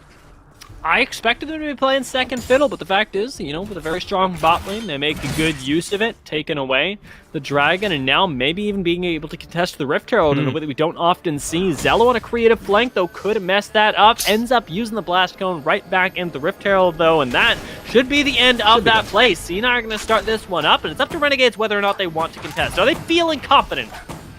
With a back there, though, coming through from this, Darius is going to make this one a 4v5, so I personally would say don't take this one, but Renegade's still sniffing it out. You see a little bit of snipe, that Sonic Wave trying to work its way through, as well as more than likely, yes, it is secure. It's going to be actually pumped onto Tarzan. Pretty pretty comfortable for right now. Tarzan able to visit any lane that he wants with the Rift Herald. That package that put down so much pressure for C9, though, has finally expired. It's up to Renegades to, again, start finding the plays now that that is gone. They don't have any vision on Meals until these minions arrive, and only right now we'll know that he isn't on the roam. You can start playing a little bit more aggressively. There's a lot of tension piling up towards this bot side, and expect that we're going to get a fight breaking out here very, very soon. You got Emo there as well. Both junglers just shadowing, but look at the rotation. Meals here very quickly to follow through. Remember, though, that you have to worry about this Galio's heroic entrance at any given point when you go for a deep dive engage. That really prevents Cloud9 from taking it as aggressive as they would particularly like. I was pretty worried about them, actually, because I thought that they were just going to try and dive that again, and I was thinking the same thing as you, where I was like, Galio is really going to mess your day up. So I'll say nice restraint there. And I think one of the things they can do is try and take a fight to Galio, or try and pull two members up to the top side if they really want a numbers advantage, since it does seem like Cloud9 are ahead of the play a lot of the time. Renegades have done a really good job of answering back, but very infrequently are they the ones to start off something aggressive. And once again, Cloud9 have proven that to us at the top lane. Oh, yeah, doing just that here. It's Meals deep to proxy this wave out. Emo's quick to respond, coming directly from base. If they go even further here, they could chain it through with that Galio. Deep they find a bit of the Sonic Wave, and that's going to put enough pressure down to prevent Cloud9, but it continues to bolster the point you bring up before, the fact that they are constantly on the first foot forward to take these early engagements, and while they're coming up short, it's still nice to see. They pull you into that top lane. Now they can drop the Rift Herald in the mid lane, get that chunk. They're not. Oh, there we go. I was thinking, oh, they're not going to. Strangely enough, but there it is. The best play they could as a taunt comes in. The Dragon's range for a little bit of counter synergy, disengaging. The Rift Herald will secure the first tower for Cloud9, the first tower of the game as well, giving him a nice little boost to the gold lead that already existed. Now almost 4,000 gold in the favor of Cloud9, and it's off of what is otherwise in the kills a very even game. Cloud9 are playing the map. Right. We talk about what was Immortals versus Chonk Chortle last week in our finals. That was a really big take, and none of it came through from kills. And if we talk about pacing, this is the perfect comp to do something just like that. But quick response here. Renegades, it's a double man gank here on that top side. Dominus Suspended keeps him healthy here as the Noxian Guillotine does come through, and finally a response is found. And guess what? It's exactly like I expected. Had to have Emo come up. Had it. That was very, very scary. Zello almost being able to survive that and turn it around would have been awful for the side of Renegades. However, the fact that he doesn't still does give them some hope, as now your top lane has gotten a little bit ahead. We got to take a look at the bot side, though. It's the real win condition for Renegades. This Kaisa that can output so much damage. It's already gotten off to a pretty good start, but hasn't quite been enabled since then, with Renegades really wanting to scale up, it seems. They may not have the chance to do so as we approach this next dragon, and Renegades are going to need to fight if they want it. Well, they're already on their way in there. You see the foot. Oh, finally, yes, they find that ward. I was about to say, if they don't find this ward, that's going to be spelling pretty bad here as Emo goes in. It's a deep dive from Meals to start burning the fight there. Galio's going to split this one up with a little bit of sustained CC, as finally now our carries work our way into the pit. Over the wall, both Tarzan and Griff go, but the follow through from the killer instinct on this Kaisa is monumental. Griff is just barely one auto away from sustaining the kill. Now Meals, who is so far and long into the blue side, will go down as well for a full wipe for Renegades. Very nicely done from Renegades, and the identification of the Corki was exactly what they needed. You take that fight, turn it into a numbers advantage for you, and then continue running him down. It took a while, I will say, for Meals to die, but the fact that they were able to deal with him so well is what wins them the fight, gets them back in contention for the gold, and now secures them the Rift Herald as well to answer back with their own turret. They haven't gotten one yet, and they may lose more members before they do. Ooh, Zello's trying to punish in some way, but he can't quite find it. One thing to note, though, about this team fight that I'm really watching now is Zenko, especially when those windows are down, has all of the opportunity to find his way on this Kaisa to these major carries. They don't have major CC to stunt his rush in any way. That's only the one item on Kaisa right now, but already terrifying on the Rift. Cloud9, I think, recognizing that, try and split the map once more, finding themselves a second and perhaps even a third tier 1 tower. You see Meals pushing up in the bot lane as well. Zello should be able to get away for now. Has a little bit of extra movement speed given to him by Jackie. But any response from Renegades right now is not going to be nearly as potent. Even a push into the top side can't actually finish off this tower without a Rift Herald and a kill. Now they come up a bit short, which is, I would say, more than fine, as they definitely try to scale towards the later end of this game as they shift towards the mid lane. They can throw down the Rift here, get a bit of a response. I'm curious if they save that one out, and yep, they do take priority in this mid lane. More than likely could find a fight as well. This one at least will have the tower going down, but the pit is being split by Cloud9, and Tarzan is coming out ahead. Great kick! It initially starts the fight off for Renegades. Can they win it?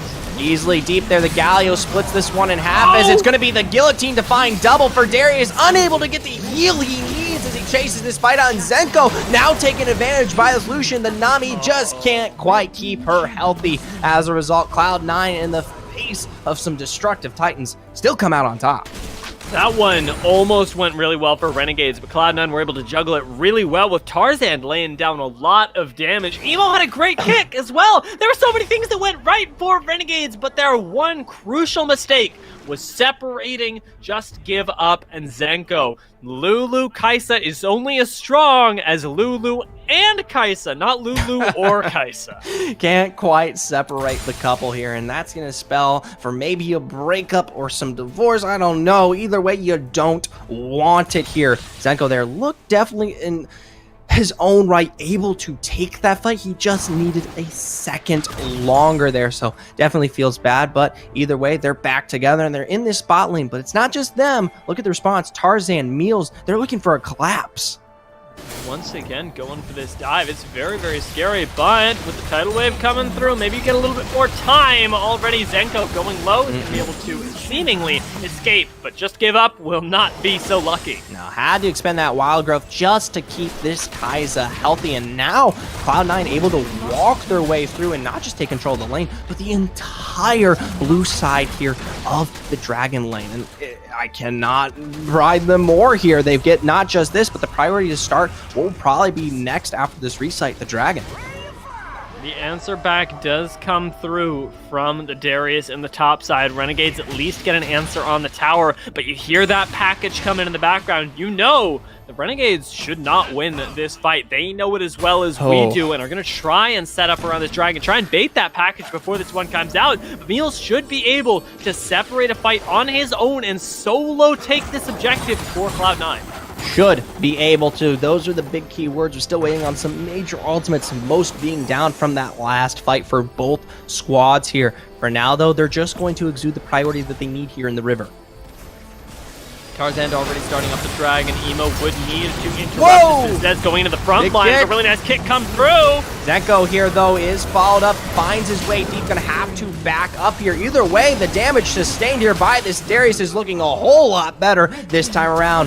Rift, though, still alive, able to pump out his own response here on this Lucian as Galio goes back in. It's not going to be for long. A rampage to ensue as the Lucian and Tarzan continue to find their way into this mid lane, securing 4 members here of Renegades. Tarzan's so scary right now. He's doing so much damage on this Graves. He's able to turn that around so well. C9 have an immense amount of damage. Everybody but the Nami is meant to do damage.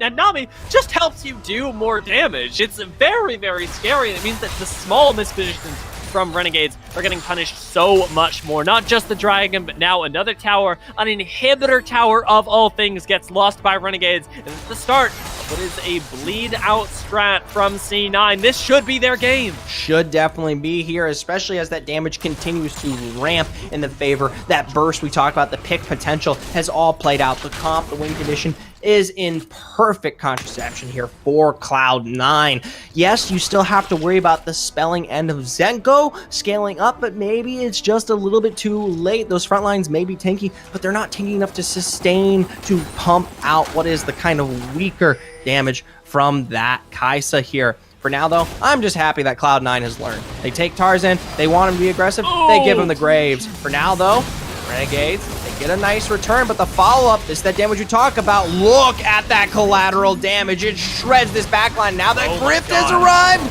it's more than donezo here for the Renegades. Darius, he just can't even step up. He's going to take the fight against Tarzan. Cloud9's got to step up here if they don't want their buddy to die. He's going to try to find the heal, and it's nothing. No, no answer back there. Solo Darius unable to do anything. Cloud9 able to take this game handily.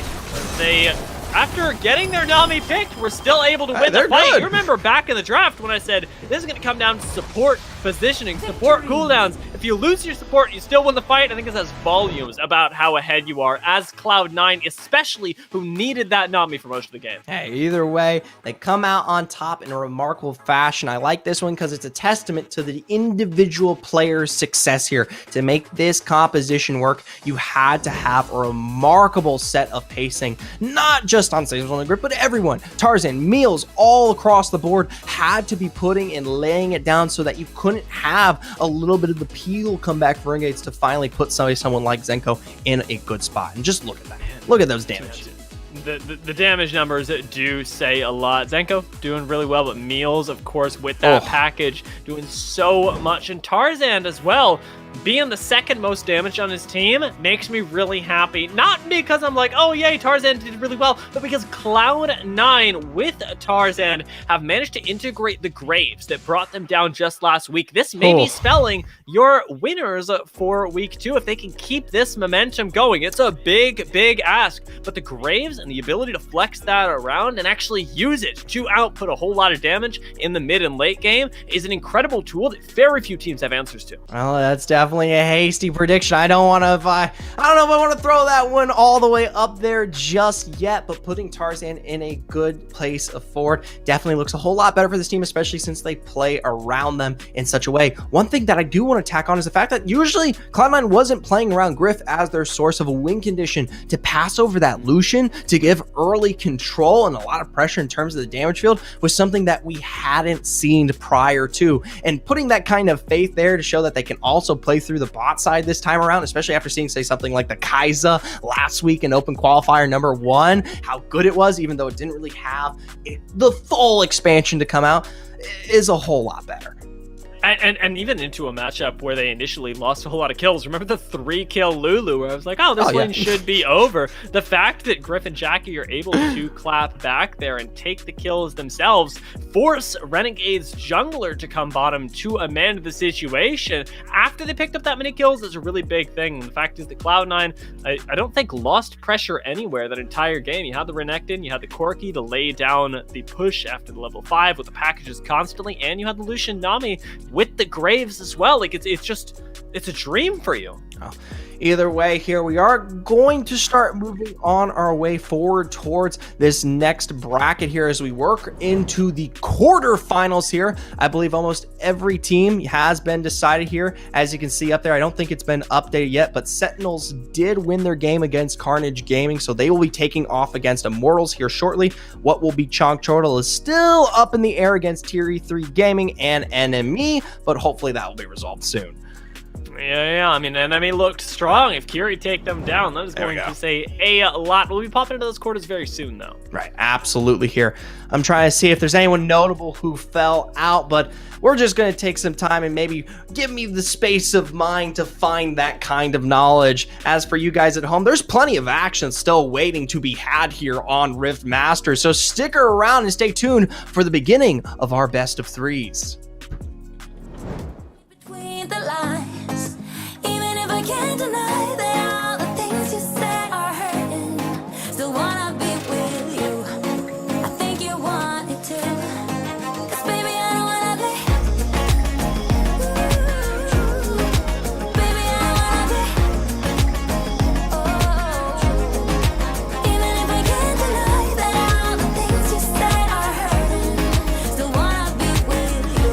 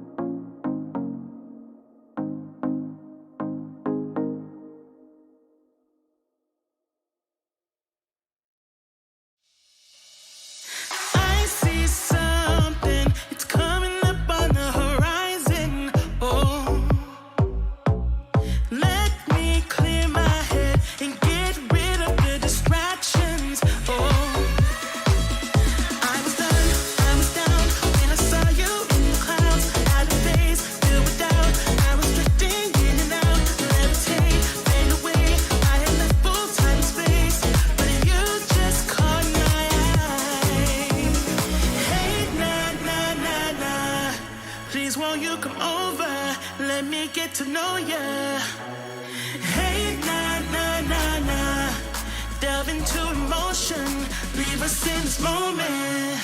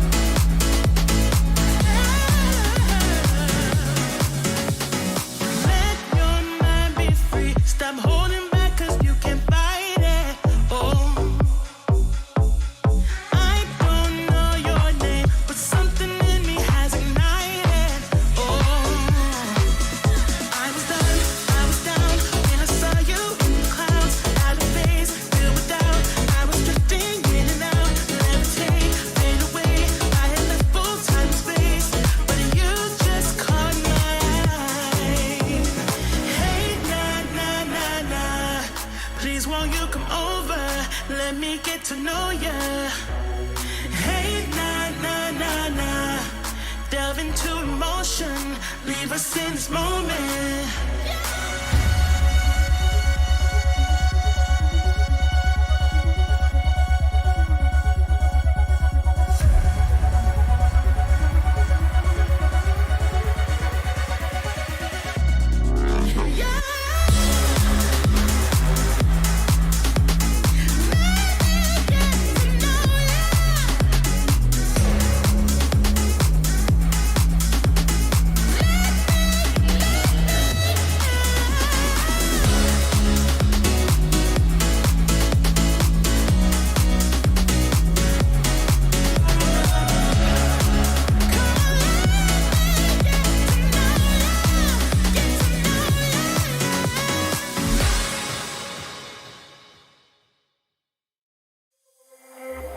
You look at me like I'm crazy when I shut my feelings down. You look at me like I'm different. Still you stay cause you feel something real. Get so lost in my moments.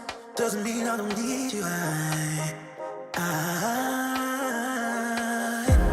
fell in love with your colors. They kinda tell me what I'm thinking. I fell in love with the way we are and the way we lose it. There's something different about us and the reason why we stay. We fly around like paper planes. They never know where we will fall. Nobody can see us. Still they wanna tear us apart. There's something different about the way we are.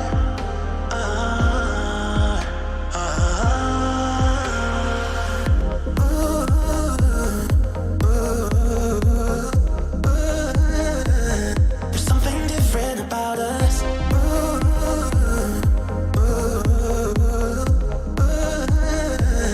There's something different about us.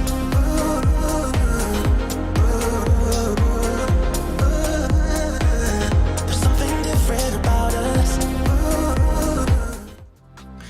Welcome back, ladies and gentlemen, to the Rift Masters. Here we're in day one of our open qualifier number dos, and we've already transitioned. We're already past the best of 32s and the, well, not best of 30s, round 32s and the round 16s. Yeah, best of 32. I don't want to even think about what that might be. I'd have a headache. Either way, it's our second half. We're in the best of 3 section here. These are teams that have now competed over the course of both our first and second round through our single elimination.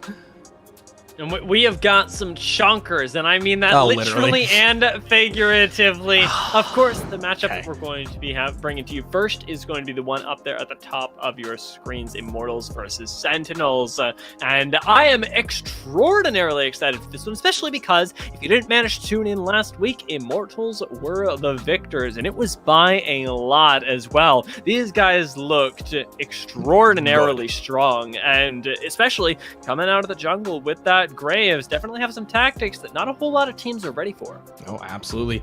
Other than that, we got some other major success. Infinity has continued. NME is still coming through here, even though they faltered early on. And some familiar faces that you might be happy to hear of course, Cloud9, who you hopefully got the opportunity to just see, as well as Chunk Chortle, hopefully maybe making return, maybe some revenge potentially, if they can work their way all the way to the finals. Yeah, Chunk Chortle, another one of those teams with an extraordinarily strong jungler. A lot of these guys have really interesting play styles, especially when it comes to the jungle. You know, Chunk Chortle is being defined as very much needing to be there engaged. Cloud9, it's who they rely on early on. Immortals is their win condition for later, and interestingly enough, Immortals are also one of our only squads that are willing to focus through the bot side of the map. Sentinels may be able to answer that back, but it is going to be a tall order because there are not a whole lot of teams that are willing to, say, commit a whole lot of resources to Dragon Lane, and Immortals are definitely one of them. Right. And I'll tell you what, this is a tough one to begin with. Sentinels has not found major success against Immortals in the past. We talk about the Summoner series here in these last few recent months. Every single time Sentinels have stepped up to the plate into playoffs, you know who's been the one to strike them down with a complete consistency? It is always Immortals. Immortals is the team to deny them their opportunity to make it all the way to the finals consistently. They managed to place second, I believe, in one of the more recent ones, but you know who took first? Immortals. Immortals, yeah. Well, we all knew it was coming, and it's sort of like our matchup earlier today. What was it, Naguara versus Infinity? Yeah, exactly. Head to head. Yeah. We've got sort of parallel storylines here, albeit this one a little bit later in the best of three. Going to give us some really interesting interplay when it comes to the gameplay and the draft, especially as these guys are going to be adapting. I wonder if, based on the fact that they're so experienced against each other, whether we see some of those pocket picks for Immortals taken away by the Sentinels and vice versa. Right, well, if you're talking about pocket picks that I don't particularly want to see here for Immortals, it is that Graves. Get rid of it, all right? Take it off the board here. Do not give it to Yikes. We've seen the power it has beheld. It's even influenced Cloud9 to start picking it up in their own right. But past that, there's some other picks that I'd like to take away as well. Get rid of the Senna. That is something that you don't particularly see very often, but either in the hands of both Charm or if you want to throw that on to Gume in a flex pick, has also provided very well for Immortals in the past, and it's the reason why it's the #1 most banned champion against them. I mean, you talk about Charm, and I think you also got to start thinking about the Rakan. Immortals have already taken away the Galleon that he was playing. We know that he whipped out the Nami last week as well, but that Rakan made a big splash, and Sentinels have to be aware of that. They're ready to take it away themselves or answer it, which is the really scary thing.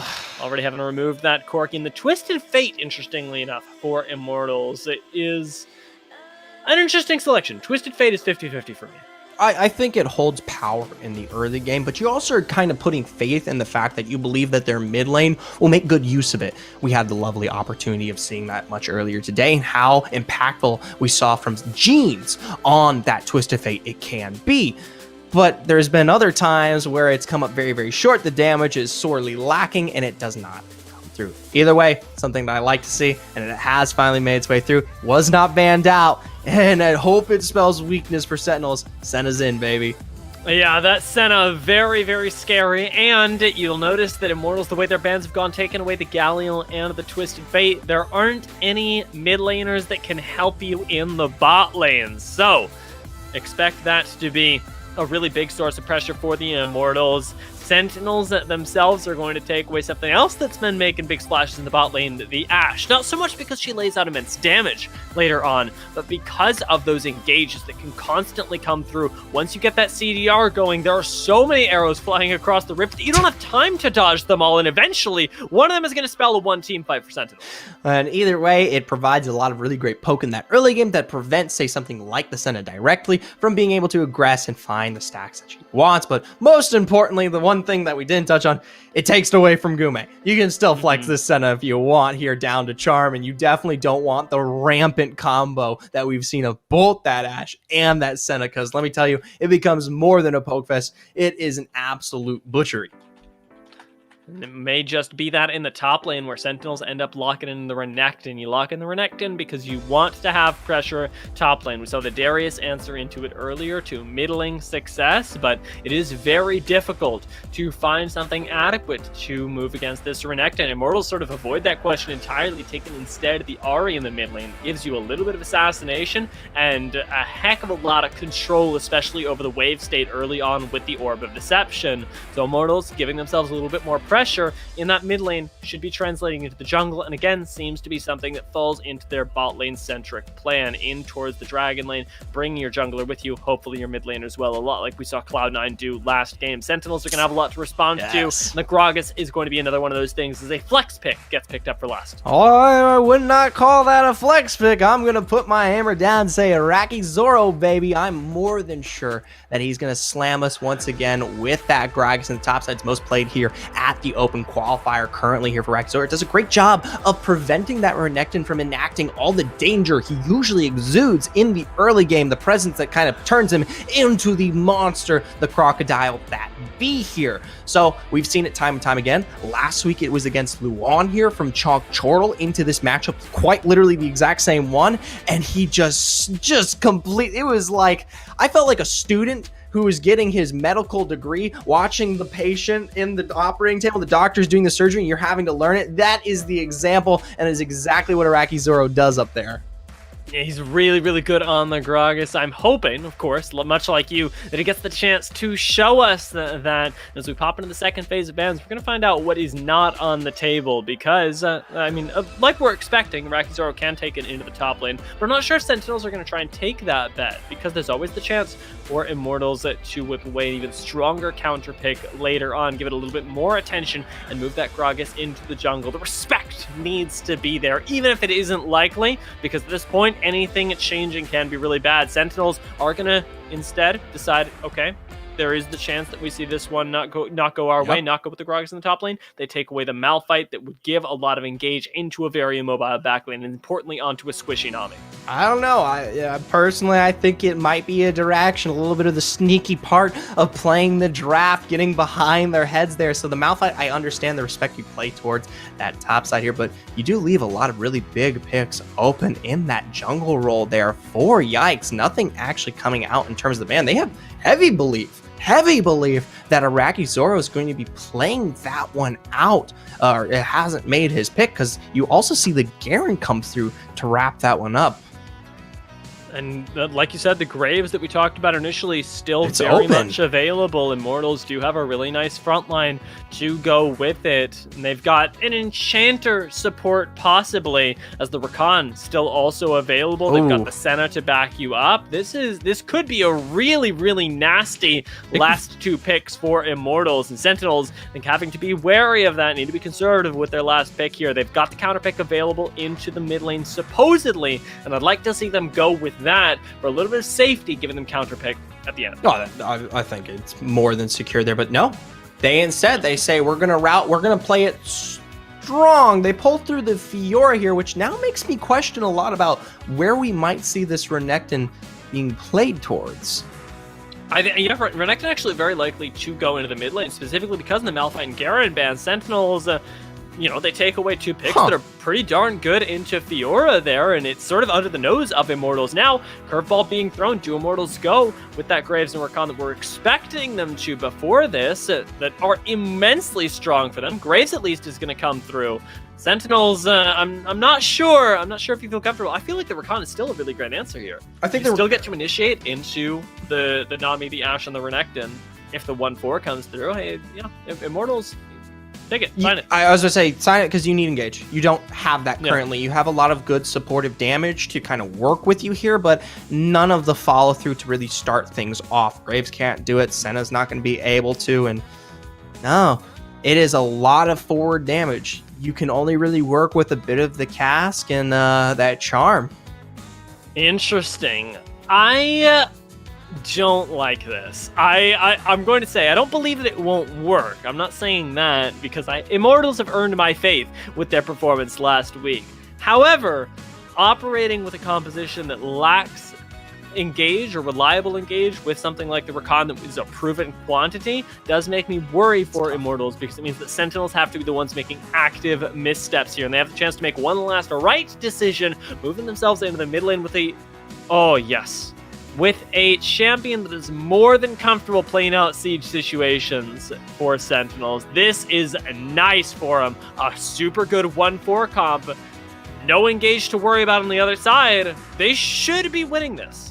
I definitely hope they would be. That's a lot of pressure to pull through in that mid lane. But now it brings up an even bigger question. The pacing of the jungle for Sentinels is abysmal. You are not going to have a lot of opportunity to make the impact that you want here into any of these lanes. So you're kind of hoping that they get the job done themselves. On the other hand, Yikes, of course, came through with that Graves, which we ourselves have peddled many times over through and through. And while there isn't the particular CC to set up the kills for these lanes, it can still be just as dangerous if we find, say, what is some of those reverse ganks. You come through on the back end of these towers, go for the major dives. It can be just as potent. Absolutely, and the team fights are going to be pretty iffy for Sentinels, especially because of the Immortals team composition and the amount of damage that they have, where Sentinels don't have nearly as much tankiness for them later on. I think once we hit the 2-3 item mark on people like Graves and Xayah, even Senna, Sentinels are not going to be able to walk up, and that should start worrying you if you are a Sentinels fan. However, the most important thing is that Sentinels need to be the ones to be able to engage before that item break point, and a lot of that is going to come off the back of their bot lane. It needs to be these Ash arrows that are landing for them, and the deletion to ensue with, be it the Tidal Wave, be it the Aqua Prison, be it the Renekton Stun, be it the Mega Inferno Bomb, whatever it is, it needs to be a 5v4 in the late game, for mid to late game, for Sentinels.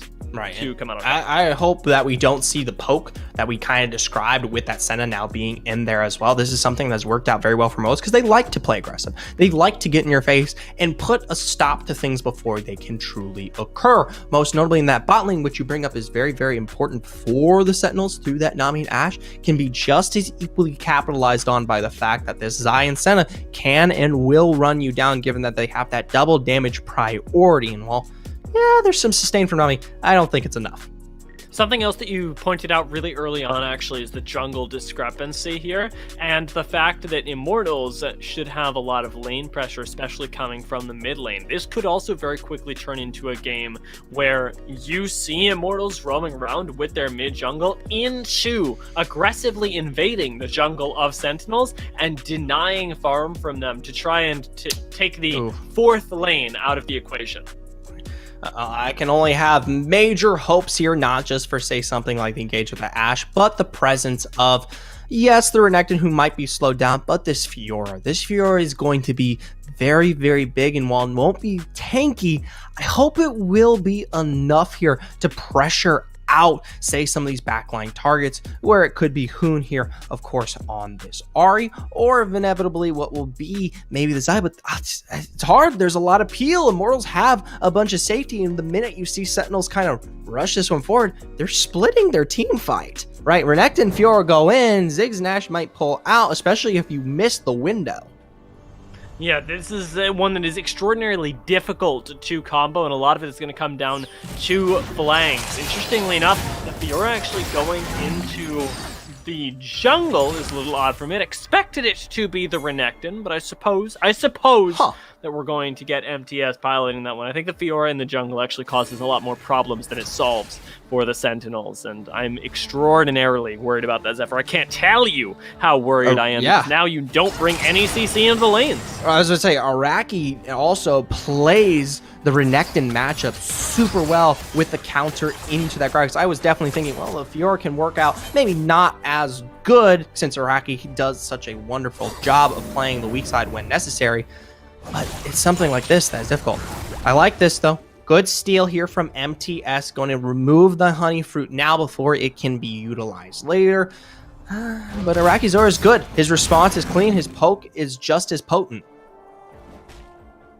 It's not going to be a problem for him. Gragas has plenty of sustain innately. With the passive and MTS, I will say getting the additional gold from the Honeyport is still not bad, but the fact that it's being used for the sustain as well is not inherently a poor thing, but pretty worrying when it comes to this matchup specifically. Being a manless champion, he will have a little bit of an advantage in the early game before those first backs start to come through. And Iraqi Zoro pushing the wave away from him is exposing himself to some ganks theoretically, but with the backup of Yikes, in fact, in all the stronger position. Good knockup back there, and this is what you talked about in draft. Without the presence of a high-paced jungler that can clear these camps and really work out here, you see Yikes swoop in so quickly to take that one out. Now, a gank towards this top side. MTS taken super duper low, going to be forced to dash up, but Hoon is here as well. Might miss that charm out, but is going to be able to force the flash. MTS leaving the safety of his tower there almost goes down, and may as well have, honestly. The 400 gold, yes, is really important, but the fact is that in the lane, you don't feel any better, and even still, oh lord, you can't dive with the Fiora in Dragon Lane. That's just not happening. That's gotta feel bad here. We already talked about the lack of presence. You see what you can use to really engage here with this Fiora, and you see the dive, and it doesn't work out here. The damage, the pressure, look at it. It's just too much in this bot lane. The poke is so consistent, and it's gonna award Gume not just one after that Fiora, but now 3 here in the face of Sentinels. Don't do it, Sheesh. Don't do it. He's thinking about going in on this. I think he dies right now. He does end up flashing and almost taking down Gume. Good route. Immortals. Oh, Lord! They're not going to be able to outplay that, but man, that was close. That was... Sheesh.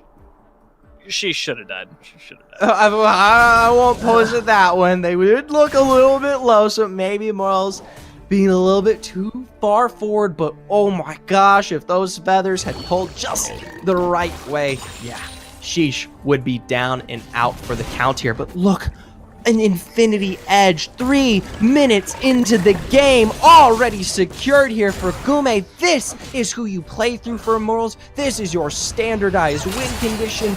It's already bad. You just don't get to lane anymore. Rest and beginnings have to back up. It's a good thing that they have the level 5 to try and influence some other lanes, because bot lane is super duper over. The minion wave melting in front of Gume right now, and it's just on time as well, as Rift Herald and Dragon both spawning. It's going to give Yikes plenty of time to set up for an objective of their own. Oh, for now here, rotation up towards this top side. A bit of a contest. Is Sheesh going to take it toe-to-toe against Iraqi Zoro? You've got beginnings there to sustain this one out, keep the fight rolling. A nice tidal wave, but a big flash over the wall keeps this one safe.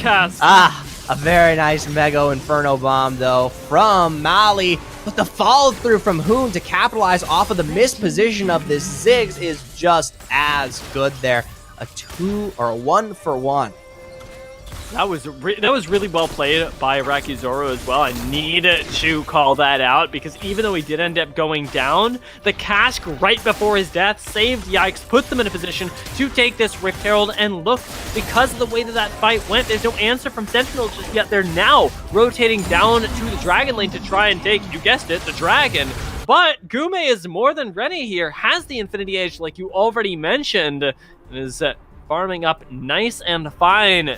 Be ready with his team to contest this objective when Immortals eventually rotate down here. They better burn this one out quickly here, because Immortals are hot on their trail. You can see Yikes already stepping up there, able to spot out Molly on his rotation through from the mid lane. That's actually going to prevent what I believe is that initial take that they wanted here. Either way, Mount secure. They do handshake this one out, but Immortals does still kind of fall through with some of those early kills, putting them 2K up.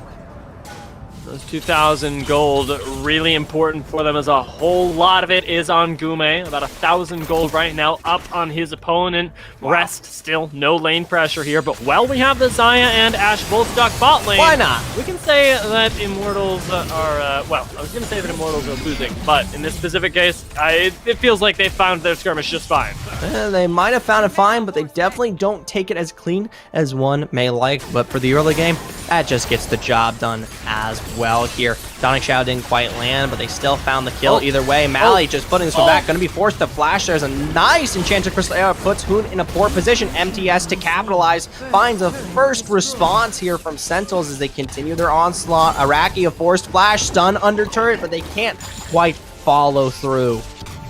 This is exactly what you have to be worried about, though. That Enchanted Crystal Arrow allows Rest to participate in the game, while Gume cannot. It means the Sentinels should have small edges in these fights that they would not otherwise, given how far behind their bot lane is.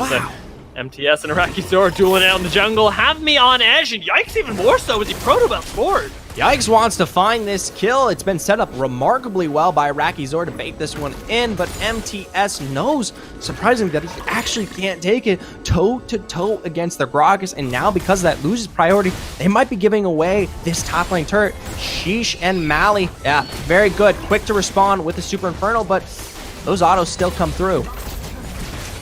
Stop the tower from going down for Immortals. They even brought Charm up to make sure that they're safe. And now, with 2 outer turrets going down, they've got 1 more fight to take, and it's where Rest has been farming up this entire time. This Ashe stayed even. She's helped everybody else across the map, but now the map is gonna start coming to her.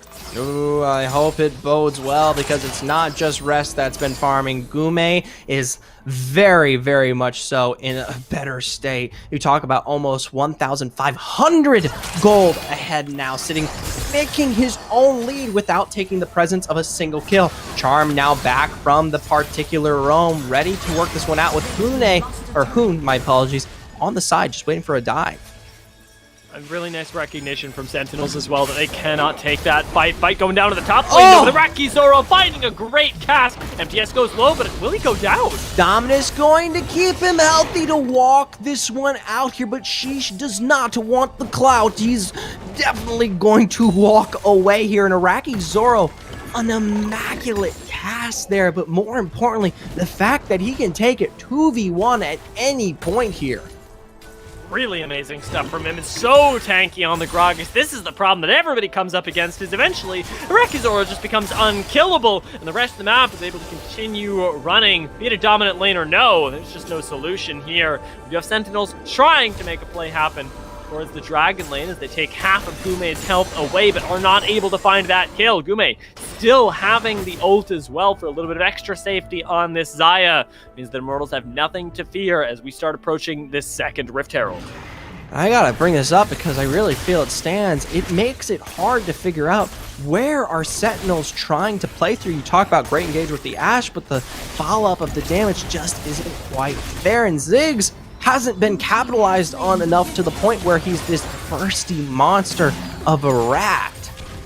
The one thing that Ziggs is going to do really well, though, for Sentinels, despite the fact that he doesn't have that much income yet, is stall out the game. And that's so useful for them, because otherwise, Immortals would be ending this one right now. The fact is that with this Ziggs able to clear minions from a distance in any lane, sometimes multiple, using that ultimate, the Dragons are going to go over to Immortals, but the lanes will be kept in a decent state for Sentinels to continue farming up, getting gold onto the likes of Mally, and importantly, onto the likes of Sheesh and MTS as well. I don't know if you just saw it. You speak highly about that Ziggs, but he definitely thought Immortals was quick to take on the Dragon. Azrael through that Super Mega Inferno Ball, so a major tool no longer available here. Now going to secure, of course, Immortals now their first Dragon of the game, but a consistency here among their control of these objectives. We do need some help in the bot lane, though, as Gume backing away now makes short work of the wave. MTS is going to show up to try and make sure that Rest is safe, and Hoon gets to continue walking around the jungle. Immortals, though, they are just buying time, finding picks until this Baron comes up, because Baron is the one thing that they can use to mitigate Molly's impact on the game, to stop Sentinels from being able to stall this one out. And with a few minutes still left on that one, the fact is that Immortals, as much as they can apply pressure, they shouldn't actually be able to win the game any more than they already have. They shouldn't be able to take any additional towers at this point. Right, it's come to a resulting halt here as the game definitely lulls out, but that doesn't count out the fact that Sentinels have been prone to a few hair mistakes this game and around. As they continue to assume farm and play through this jungle, you can see how Immortals have done a very good job to control and keep that information into play. but not this kind of information. Sheesh, quick onto the hunt there. my Nice God. Feather Storm, of course, to dissuade that further presence. And What? I don't know. That's a bit of a tall tale there. I don't think the Challenger's duel was particularly necessary. Now Sheesh might just punished out. Fantastic, though. Rest with a beautiful arrow, and Yikes is going to fall as a result. Yeah, that arrow is the constant global threat that it doesn't seem like Immortals are quite ready for. I will say, I agree with you, the overcommitment on Gume was a really big problem. But now will it continue to be one as he wants to try and take a 1v1 with a Renekton, and it doesn't seem like MTS is too interested in taking him up on that. No ult available for Gume. He has to approach it with a little bit of caution, but seems like all is going to be well. And again, the game sort of stagnates as Immortals do not really have anything to do if it's not finding picks on those overextended. They've really got nothing to pick up. That is completely fine. I would rather them do nothing than waste away giving over free kills in a lead that they already maintain super well here. You see that bot pick up those sustain. A quick mortal reminder there for Gume to stunt the sustain from not only MTS, but Sheesh there with that Blade of the Rune King that has been picked up. Rest has got the ult back up again. Watch the picks that can come through between Enchanted Crystal Arrow, Iraqi Zoro already. Perhaps the Big focus, dive. although there are a lot of people coming into this bot lane. Will Rest be getting to be able to survive? Charm unable to find the initial route here, but it doesn't matter. Rift Herald going to be thrown down, making good use of this objective. Quick follow through though from the Sentinels. You gotta be careful. She's on the side. There's that Enchanted Crystal Arrow into a massive tidal wave to find 2 right off the bat. Yikes to follow from a final auto is now Gume finally stepping up to the fight. Able to find a nice take there as Hoon does secure a little bit of spacing, but Sentinels overall, they take this one. Sheesh kind of plays like a monster right there. Does a lot of damage on the Fiora and gets a great riposte in the middle of the team fight, but it's all set up from the rest of the team. Rest and Beginnings laying down so much CC. And Sentinels are right back in this one, at least for now, as Hoon's unable to clear out the mid wave, and instead, this second tower of the game for Sentinels is going to go down at the 13-minute mark, just as this Baron hits the Rift, and when Immortals needed the control the most, Zephyr. My apologies there. I didn't quite catch that last one. That's okay. That's okay. It's been. I'm just really worried about it. All right, the end of the story because I was hoping that they would have control of the game at this point. They would be able to take the the Baron, but losing control of the game right down in the Dragon lane there makes it really hard for them from now on. And, it's the picture we're painting. Well, you know why they have such a problem right now, and it kind of bites, but it comes back to that draft. You pump a lot of damage in this comp, but you give them no tool to really kind of give them their proactive nature. Yeah, they can try to find a split, maybe a dive under some of these turrets, but they don't have engage. They don't got engage like that. A big tile wave, a big arrow, enough to sustain a kill. And Immortals just can't be splitting up like that. They know as well as anybody. They should know better than anybody even the power of the Ashe. And right now they're not playing with that respect. Instead, playing, hoping to get the respect from the power of the Graves. But around this Dragon, Sentinel's positioning really well. And with the Ziggs, they're laying out so much poke that Yikes almost goes down. And MTS is going to finish the job. Ooh, maybe not though. It's a good charm there from Hoon to prevent the Crocodile. Sadly, though, no love for the Dragon instead, and as a result, that's going to be that Inferno. But a quick response there is Iraqi Zero. That's the knockup is necessary. But Sheesh is just as quick on that backline to sustain a kill in his own right, and he's going to swoop here if they're not careful. Dawning Shadow is going to keep this squad healthy, put some shields on the board as Gume continues to shred, but look at the burst out of Mali. Rest a flash forward and another bomb, but Gume's there to punish. Charms up if he needs to heal. Flashes forward, actually, instead. Isn't able to get the root with the repulse coming in response, but there, finally, the damage is down. Ooh, overextension after overextension in that fight. Immortals somehow, some way, end up at least having it even, but it looked awful for them to start it off. Mali is super farmed up at this point, cannot be disrespected, and this is an assassin Fiora the likes of which I have never seen. This Baron is a 50-50 at best, and at this point, it's what the game is all about, is these fights over the big purple worm that are coming to a head, and eventually these these team fights are going to have some really long consequences as death timers continue to extend. Right. Getting into the more punishing point of the game here and now. Sentinel's looking far a lot better. Comes back to the lack of engage. We did get to see Iraqi Zoro kind of turn that on its head. We didn't really discuss the presence that this Gragas does have. It's more of a defensive tool in most cases, but if you are able to keep out those single target picks, it can be enough. You just have to make sure that those major windows, like we talk about with the Enchanted Crystal Arrow, that Tidal Wave, are down. In the face of a major objective, that usually isn't the case, though. Iraqi Zoro needs to be the front line. He needs to be positioned in front of everybody. It makes things so hard for Immortals right now, who very clearly aren't comfortable with it just yet. Iraqi Zoro walks through the mid lane. He'll provide a nice front line for the likes of Charm and Gume, but even with the small ward that Immortals have right now, they cannot actually get vision on the Baron. Sentinels are setting the trap for them with, lower the Enchanted Crystal Arrow going wide. Well, that's something I did just discuss. If your major window of engage is down here, this kind of gives Immortals a bit of a chance. But look, that cooldown is just absurd. Already halfway over for rest. What am I saying? It's already going to be back up by the next fight. The basic ability, it's like 20 seconds at this point. There's nothing that you really have to worry about. And already, Rest is ready to start yet another team fight. This is the power of the Ashe, and Immortals know it. They gave it up, and now they're going to be able to find their victory into it. Iraqi Zoro now in the position to tank up any engage, has the backup of Charm as well. With this Renekton on the flank, do Immortals collapse now? Oh, they could try to find it. Sen in his own right, though, could easily come through on the backside and capitalize. But I just want to touch on this. You might have picked it in the jungle, but it still provides just the same way. Sheesh over here looking for the split on the Fiora. 3 items already and is a monster. The fact that Yikes is able to come in, clean up some of that farm is really good for them, but Immortals still are the ones being pulled around the map and just now have the first bit of aggressive vision in quite a long time. They need to take this Baron in order to have a way to to have a way to group up in order to take this game, because if they're trying to play the side lanes, we know that Sentinels are going to win, and without the Baron, you just can't group up as Immortals because the Ziggs will clear you out. Well, I definitely feel like this might just have to wait, though. No Baron. It's going to be the Drake first. This is the bigger one that has much more of an impact, and you can see that from Hoon off the reset, getting in position right on bat there. They don't have vision, but the arrow still lands. Tidal Wave down. A Super Mega Inferno Bomb's going to take your carry out. Cask pushes Sentinels away, but Charm, Hoon, they're already super low.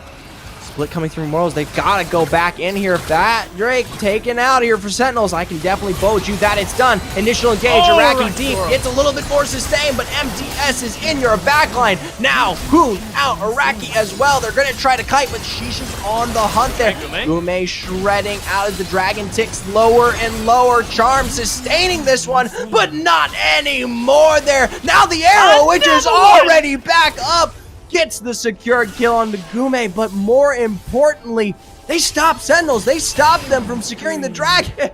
This is so nasty to watch, though. Immortals, despite their best efforts, after you hit it with an Enchanted Crystal Arrow, it is over for you. Mali is able to follow up with so much damage. Yikes, looking for the steal right now, but it's gonna, Lord, go in much too early. He's at least able to pick up the one resulting kill there, but it's gotta feel bad. This draft has come out to be an absolute nightmare for Immortals now that they spend themselves into the late game.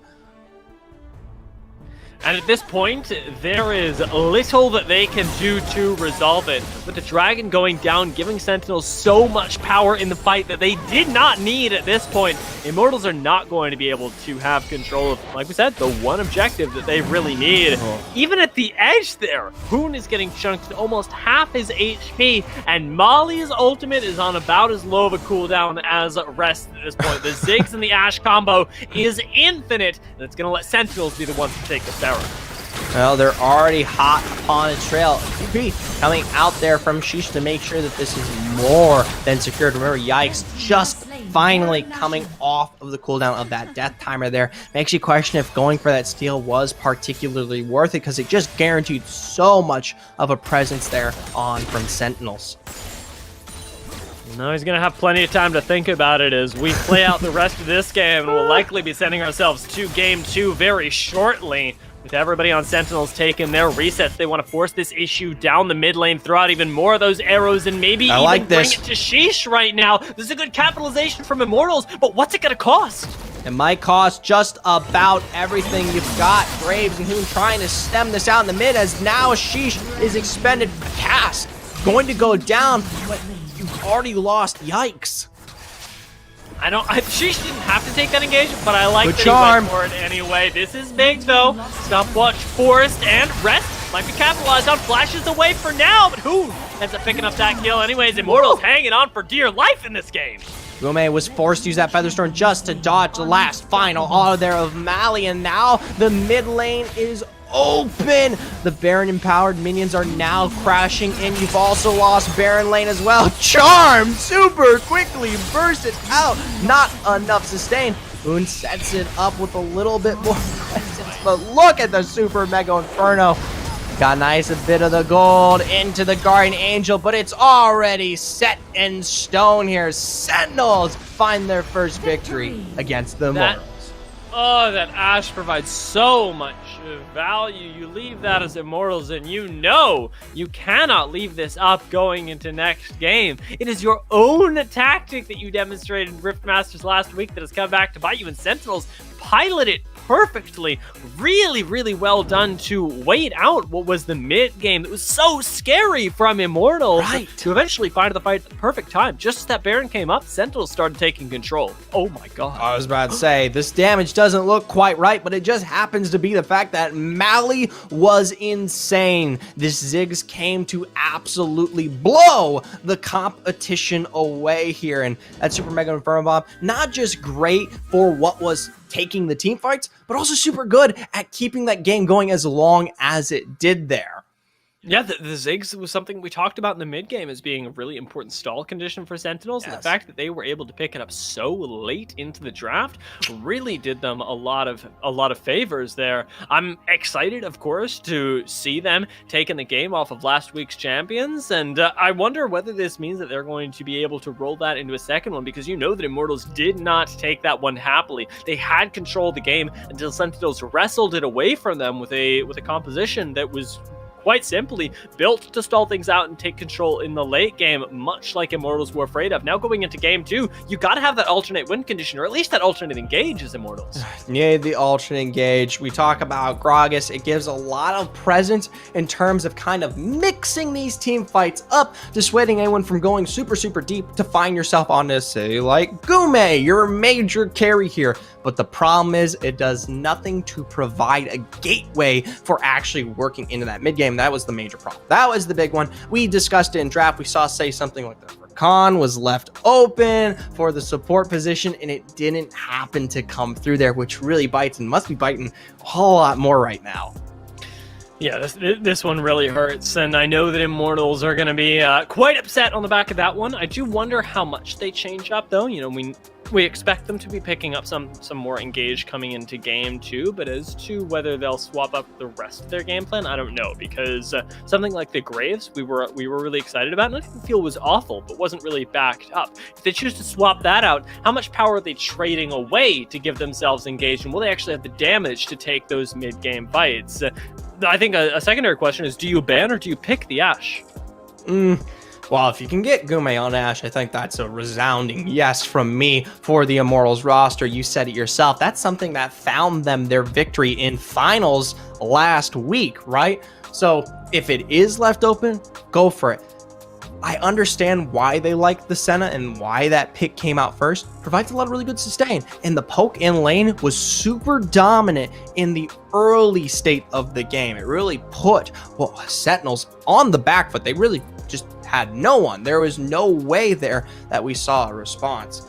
But the problem was that eventually scaled out of favor, and then it didn't really matter anymore because you didn't have the tools to capitalize and finish out the game. I was really happy that we got to see an extended game as well, because you and I were talking about the pace of the game being very fast, and I think that with these two teams being very, very neck and neck, right? With the amount of history that they have between them, we definitely see that tension start to build up throughout the game, and both teams knowing how to manage it very well. I think maybe Immortals losing a little bit of their cool in that mid game with some overzealous picks do need to take a chill pill when it comes to recognizing they do have control of the game and when the tempo is theirs, because they could certainly feel when it wasn't, when Sentinels were the ones pulling them around the map, especially with that jungle Fiora that came out of nowhere and honestly looked really good. Very clearly a practiced strategy for Sentinels, as it is a suboptimal pick in the jungle. However, Kama in this case looked pretty darn good. Yeah, I was able to split it one up. Well, either way, you offer them one pill over here on this side. I say the other, put them out there with more aggression. It was good enough. The early game looked absolutely electric from the Immortals. It just needed a little bit more of that extra. I feel like a broken record, but it's the one problem. It was the one problem that took Immortals away from victory here, and it could come through any lane.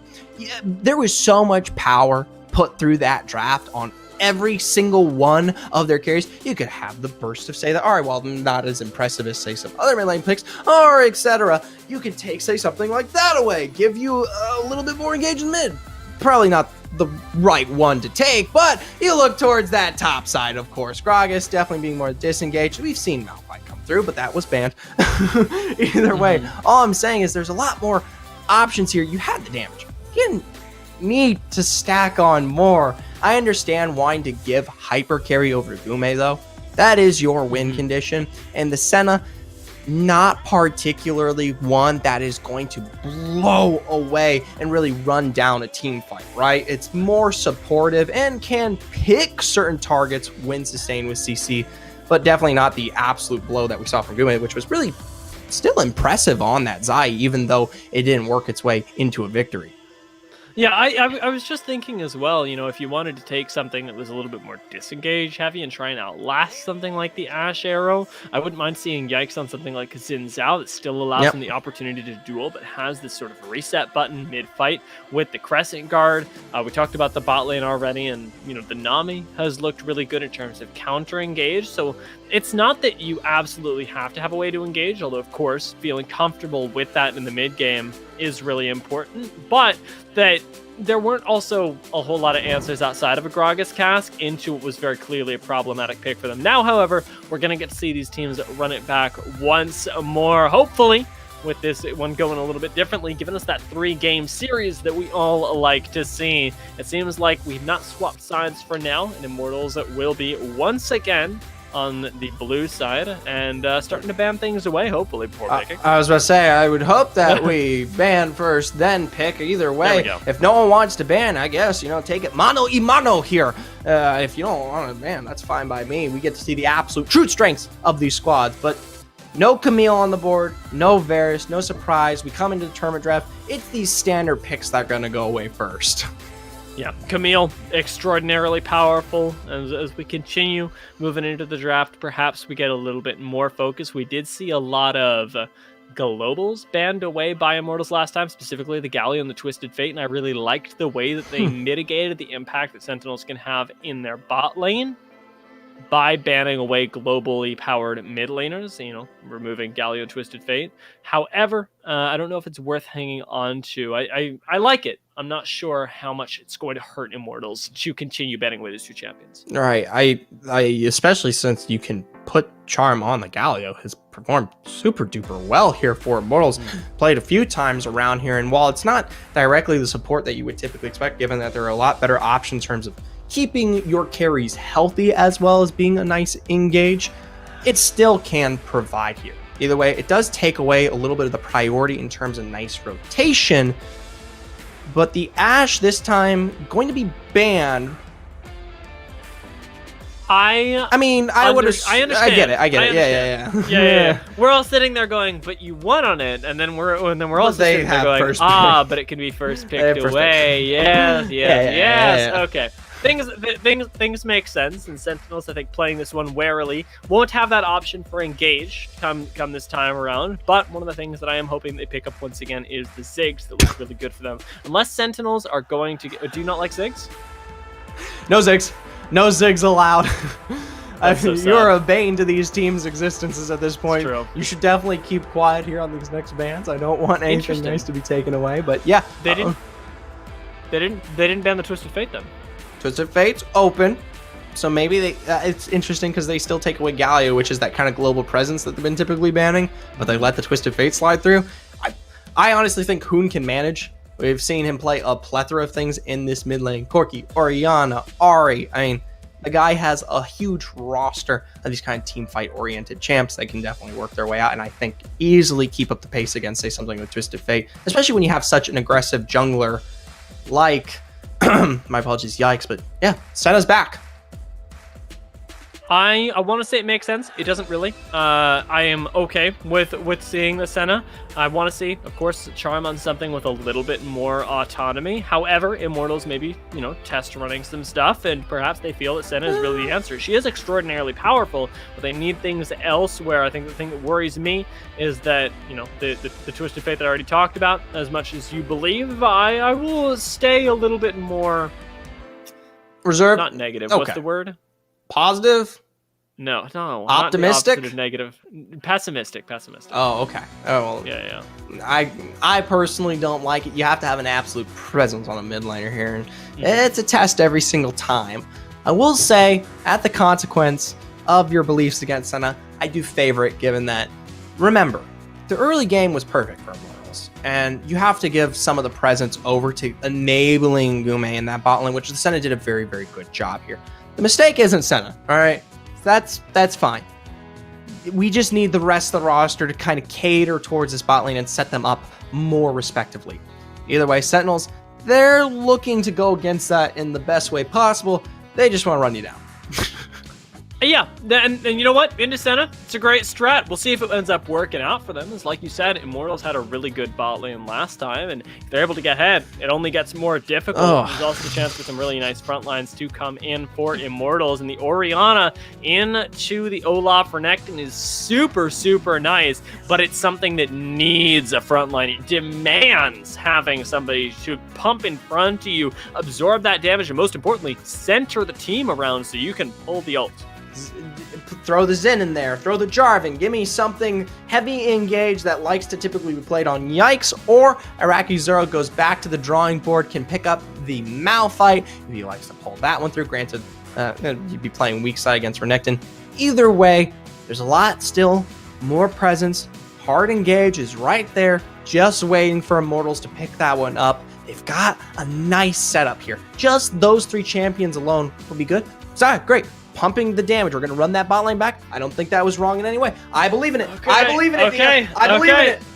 Okay, you know what? I see that you believe in it, and I respect you, and honestly, Immortals did look good. It just makes me wonder whether we're going to get the other two stepping up now, or Yikes and Iraqi Zora going to say, okay, fine, I can't be the carry this time, and actually, get themselves on Gotta something take your lumps.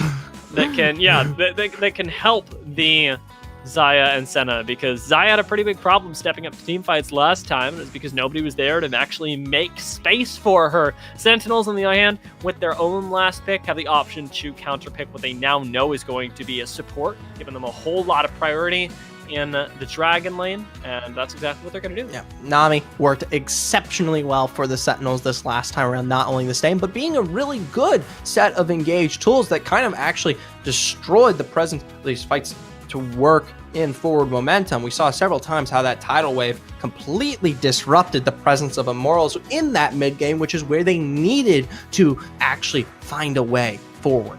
For now, though, seeing some repeat bans that Twisted Fate is going to work its way out, especially since the mid laner hasn't been picked. So no surprise there. There's still some wonderful takes left available, but Sentinels, of course, they're quick on their own response. They're getting rid of any possible tank engage tool that could be available.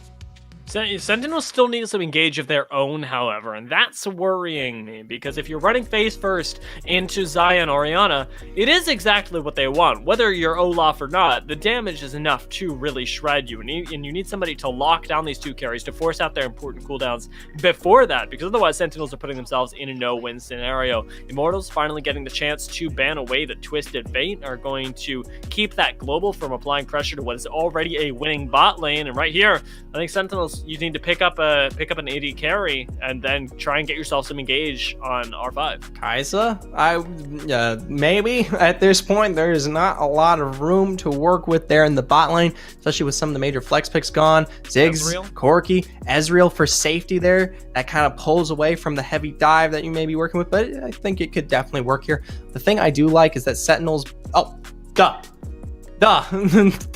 Completely forgot. The Akshan's still available. Yeah, no, that makes complete sense there.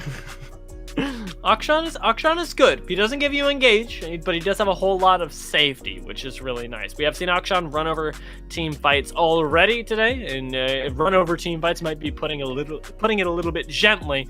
But as to whether he actually slots in compositionally, I don't think he's answered Sentinel's questions just yet. Immortals, on the other hand, aren't giving themselves too much engage either with the Gragas, and still need Yikes to take that one for the team. He's not going to, but it's okay because Lee Sin is still a pretty darn good pick here. I think something to mitigate. It's not hard engage, right?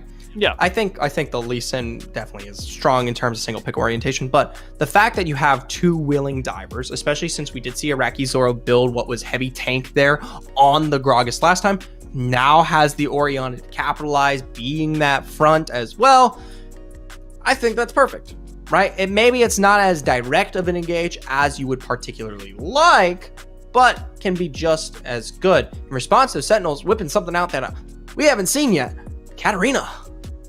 Wow, okay, so Sentinels say, no, we absolutely don't want to engage. We're gonna maybe counter engage you sometimes. We're gonna throw wrenches in your plans. Katarina is a very, very strange pick that you have to be extraordinarily comfortable on to make work. This is not an easy champion, and I am not by any means underestimating Sentinels. I'm not saying that they cannot play it, but I'm saying that it's a very high barrier to execution and something that a whole lot of teams don't get the time to practice coordinating around. For Sentinels, it seems like their win condition when it comes to fights, when it comes to the late game, is to split up Immortals, because in a straight on front to back, Immortals should win 9 times out of 10. Right, I think the engage looks better, so this time around, they can easily wipe this one out if Katarina tries to dive you at any point. There are so many tools to response, and you can't forget, besides one of the best peeling AD carries in the game, you're never really going to exude that pressure that you want there onto Gume. Now, Hoon is a different question there on that Orianna, but you still have to take things like that into account when we look at your dive. Giving seconds away like that to your major carry is just enough time for you to, go bye-bye. And when we take a look at where the Katarina is expected to be, of course, in the mid lane, I got to think about how we're going to get that going. Because, let's see, Immortals, right? They should have relative control of the push in the mid lane, and ideally, you're able to match that Katarina as Orianna, at least until level 6, 7, if she's gotten ahead, if she's able to clear some waves with the help of an Olaf, then Sentinels can start moving around. So she shouldn't be getting kills before then, unless you're getting Olaf visiting your lane. Immortals need to recognize that, and hopefully get Yikes to support the Orianna in the mid lane as well, lest we see this turned around, because you remember just a few games ago that we had that really early dive where you get some jungle support, and you end up pushing in your wave, moving down to Dragon Lane, executing a dive. That happens for Sentinels in their favor. They get that Katarina snowballing. There's no end to the suffering of Immortals. Now, the problem I will see with that one there is the fact that Lee Sin will come online a whole lot later and can orient towards these lanes in a much better fashion than I particularly think Olaf can do so. Right now, once that Ragnarok's online, it's a bit of a different question, but he's still more of a team fight oriented champion to capitalize, given that he doesn't have super hard CC to work with, and nor does Katarina, right? So while you may find a little bit more presence in that lane if Immortals are quick on the response there with either Yikes or a good respect is paid by Hoon, I don't know if we'll be seeing much there. We're gonna have to see rotation. We really will, and it's going to be about who can play the map better right now, because if you are trying to tear people apart, as Sentinels are trying to do to Immortals, a lot of it has to do with proactive rotations, and I think making use of the Akshan as well, the fact that he can sort of pop up out of nowhere, go invisible for quite a long time, and try and help out his team surprisingly should give Sentinels an edge, but again, I would caution them against trying to pile up into one lane, because the front to back for Immortals is going to be how they win. It needs to be flanks for the likes of Renekton, for Olaf, splitting the attention, making sure that the ball, especially for Orianna, can't be the thing getting the most value for Immortals, because Hoon alone can win a team fight if he's able to find 2, even 3 members inside of an Orianna ult. Right, and then quick follow-up damage, it's done. Well, either way, I would say it's set in stone at this given point here. There's not much left to break down regarding these two compositions here. I'd say Immortals, just wait it out. There is no need to rush, right? You yourself said it's the flanks that are going to win for Sentinels, and in that sense, for my mind, the only thing that can prevent Immortals from winning this one out is they put the cart ahead of the horse. You've seen them time and time again where they will substantially engage without appropriate knowledge, right? And that's where I think this composition from Sentinels will truly shine, because that's when you really get the opportunity to split this one out. Longer this one goes, I can't favor Sentinels, I think, with the longer. That makes sense to me. I do think that Immortals should get themselves ahead early, but we're going to see a decision-making like which we haven't seen before. With the Lee Sin pick for Immortals, you're giving Yikes, somebody who normally plays the Graves and plays off of engages from others, the chance to be the one that makes things happen in the early game. A lot of times we see Yikes able to put out some good pressure, play for zone control. However, in this specific case, he's also got to be the one that is actually finding the engages. And if you're looking at last game, and if you're thinking in the minds of Immortals and saying, okay, perhaps Yikes was somebody who was frustrated by not being able to pull out the engages when they thought, because they hadn't drafted it, the Lee Sin can do that, and he can do it a lot earlier than a lot of other champions with the kick to serve people back to your team, to make the team fights that much easier for Immortals. And Yikes is already somebody who we know can mechanically execute. I mean, you toss your mind back to the Elder Dragon fight just last game. The fact that he's able to pick up a kill in a 4v1 scenario should tell you more than enough that he is able to handle his Lee Sin. More than well, an ability to handle his own Lee Sin. I can give him praise on that one as well, even though we haven't seen it yet here at the Open Qualifier. Well, at least not our eyes. The information that we are provided that we have not seen it. So definitely a welcome sight. Maybe he's taken some lessons from Tarzan in the meanwhile. For me now, I guess I will stem this one over towards a prediction, because at this point, that's what I've got here. A prediction that says I think Immortals will take this one. All right. More than likely here, I feel like we will see the same route of game one. I think they will accelerate there in that early game, but this time around, they will have the tools that they need to close this one out more efficiently without being pressed back in such a rate. I mean, the Ziggs is gone now, right? I mean, you don't have such a heavy clear. You don't have the ability here to push these fights away because, you know, they don't have a tool to engage. That's my vote of confidence. I like it. And you know what, Zephyr? I'm comfortable taking the other side here. Not because I disagree with you, but because somebody needs to do it, and I'm going to be that guy. Sentinels absolutely have the tools to dismantle a team fight, especially against Immortals with a relatively squishy lineup. You get somebody like Elisa in that front line, and he can and will be blown up by a nice stun, a nice bubble, and that'll be resets for Katarina galore. It'll be Akshan bringing you back into the fight, and even if he's not the first one to die, you still got Sentinels and their ability to split the fight by using something like the Olaf, who nobody has any answer to. You look at Immortals, and even with Gume and Hoon being able to lay down immense amounts of damage, if nobody's actually actively peeling for them, if nobody's in that front line, they're not positioned perfectly, Olaf is going to create space. It is going to split that fight naturally by pressing his ult and running at you. Yeah. You have to back up. There's no way around it. If Immortals are on slightly different pages, if 2 people are going forward and 3 are running away from Olaf, Sentinels already won the fight. Oh, I don't know. I think that's a tall tale to behold, because you have to prey off of not just splitting these fights, but also finding good pacing in that early game to put your carries in the place where they can shred and tear through some of those carries. I think everyone is on the same mind here. That Katarina is something to keep our eyes on. Not just how she performs lane, but how she rotates, how she carries through, because it is such a make or break, feast or famine, in my opinion, champion here for Sentinels. But for now, I think we finally will be making our way towards that first game of the series, and we stand at opposite ends here, my apologies, second game. I'm confirmed. I can count to 2, ladies and gentlemen. Hopefully 3-2 as well. We'll learn that one later here. That's a fun little number that I haven't made my way onto understanding yet. But either way, 2 Titans stand at the face of each other here, and who knows? Sentinels haven't found victory yet against Immortals. They've come out time and time again, and it's been Immortals' game here throughout the Summoner series in these last couple months, and maybe tonight will be something different.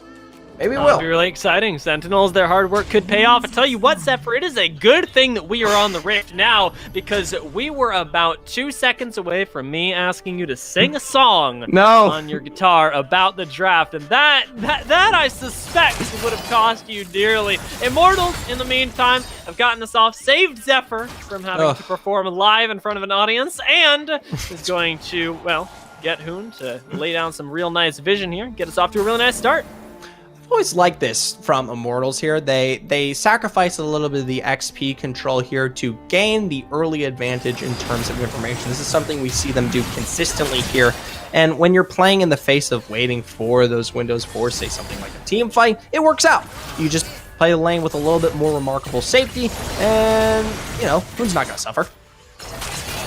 It should be absolutely fine. The Orianna has some nice range to work with. Rest, however, in the bot lane, not going to have nearly as much fun, because as much as you try and pick something that'll work later, the fact is that early on into the game, the Xayah and Senna lane is going to be absolutely unplayable for you. Plenty of sustain coming through from Charm, plenty of damage coming through from Gume, even if he's not nearly as fed. These junglers, though, as is tradition, showing their faces inside of the mid lane, will get push started for Sentinels. Remember, we talked about this. We'll see if they try and use that towards Dragon lane. Well, they might not be pushing it towards Dragon lane, but Sentinels, you see the rotation there. They're going to make sure, yep, it's a handshake on both of those respective Scullers. Wave's not in the greatest of positions here to capitalize on, say, something like Iraqi Zoro, but I'm not really looking for Sheesh to make his impact. On the other hand, Yexi, yes, Wave's pushed in. Look for the dive. This is exactly what I need. Okay, Sentinels needed to be the ones to do this. Now they're the ones on the receiving end of it. So we'll see how this one plays out for them. Can Rest and Beginnings get out alive? Flash. Beginnings is in a position to do so. It seems like Rest manages to position well enough as well. As he ends up expending both summoners and gets Immortals quite low. Yeah, at some point there, sadly, we did not get the opportunity to check it out. Immortals did not come out on time and did look like they actually tried to find their way into the dive. And yes, as you bring up, they do blow that flash onto Rest, but it's at the expense of almost potentially everything there. Had a hair second short up the way of Sentinels. I think we would have seen a capitalization from Mally, which would swing this game in, well, quite the interesting direction. Level 5's getting hit, though. This is going to be big for both sides, especially for the side of Sentinels, who now have the opportunity to run it down at you in that Dragon lane. Up in Baron, MTS is, as expected, having the run of this. Again, Manaless champion against Iraqi Zoro on the Gragas. Does have the advantage. Beginnings, though, rooted. Look at that. Look at that. That's why you picked the Senna.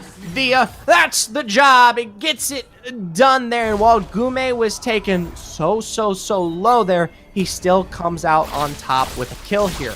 Now, his lack of presence in lane, I wonder how much Rest can kind of build upon that. You take the ADC out of the equation, and he's actually going to be able to shore up that gold more than you expect. One of the great things about having a Xayah Senna lane, however, is that no gold is ever wasted. You're never giving gold over to your Braum and going, well, he's just a little bit tanky, right? It's just 2 ADCs just vibing in the bot lane, getting themselves nice and ahead. Gosh. Gold basically even now, but a little bit more on Senna, never hurt anybody. However, with the little 5s unlocked, Mally's going to go aggressive, see if he can perhaps pick up some nice poke onto Hoon, who with the shield, is having the time of his life. Yeah, he's having the time of his life, but it's not one of the best. Going to be forced back. Actually, they both will here, so neither really coming out on top. It is a nice reset to at least put the Ludens there on the board for Hoon, start setting that one up. But I will say this is the slowest I've seen both teams on the take for both major objectives here at 4 minutes. Usually they're more than well and prepped in advance, and you've already got one side taking care of business. We've got to appreciate the fact that on his back, Hoon was able to pick up a full Ludens. That is massive for his team, as Farman really well in the ranged versus melee matchup. He's taken full advantage of that, and now is the strongest person on the Rift. It puts Sentinels in a little bit of a no-win situation when it comes to which objective they start first, because starting one against an Orianna is always going to be scary. And I'm very interested to see how these team fights play out, right? This is the mistakes that were bred in game one now coming to resolve themselves. And there is a lot of pressure that will be pushed down from, say, either MTS or Sheesh here on this Olaf, which can be the really deal breaker, like you brought up, that will split these fights here. So I personally want to see if they can work this one back in their favor. In the face of, say, a defeat that was kind of at the expense of the comp, find their own win. Rest does really well over in the Dragon lane. However, Immortals do manage to claim this Rift Herald. Can they win the fight now? Good kick. It's a very nice kick. It's the first kill sustained for Gume, but there's the response. You've got Sheesh in with that Ragnarok, but it doesn't last for that long there. Kill is going to find its way over to Charm, and it's going to be the 2-for-1. Oh, no, not that. It's 2 for 3. Never 3 for 1.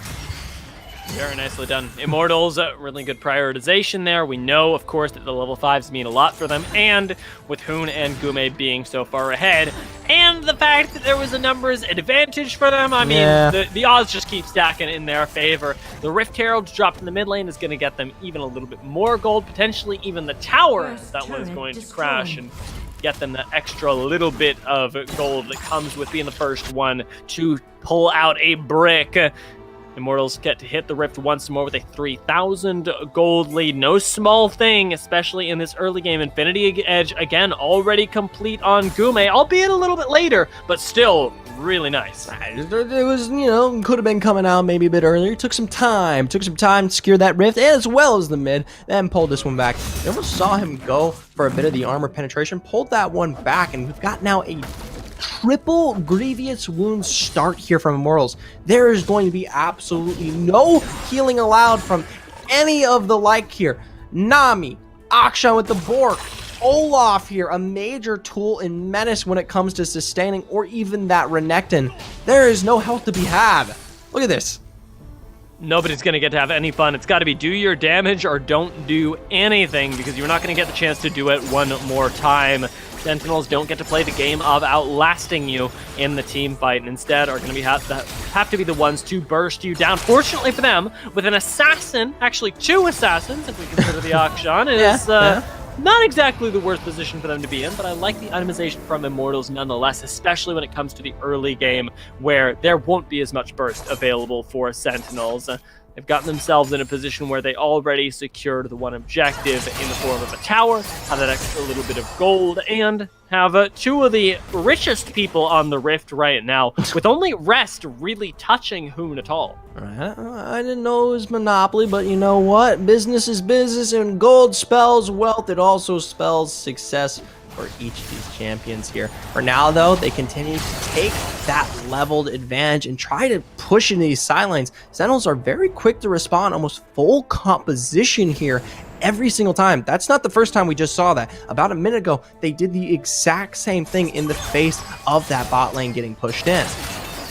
Immortals are getting the chance to play real nice stuff here, being themselves the one to tear the map apart. There we go, the engage comes out, but as the spectator cam pans away, we know that nothing came of it. Rest was able to get out to safety. I like seeing that effort from Yikes, though.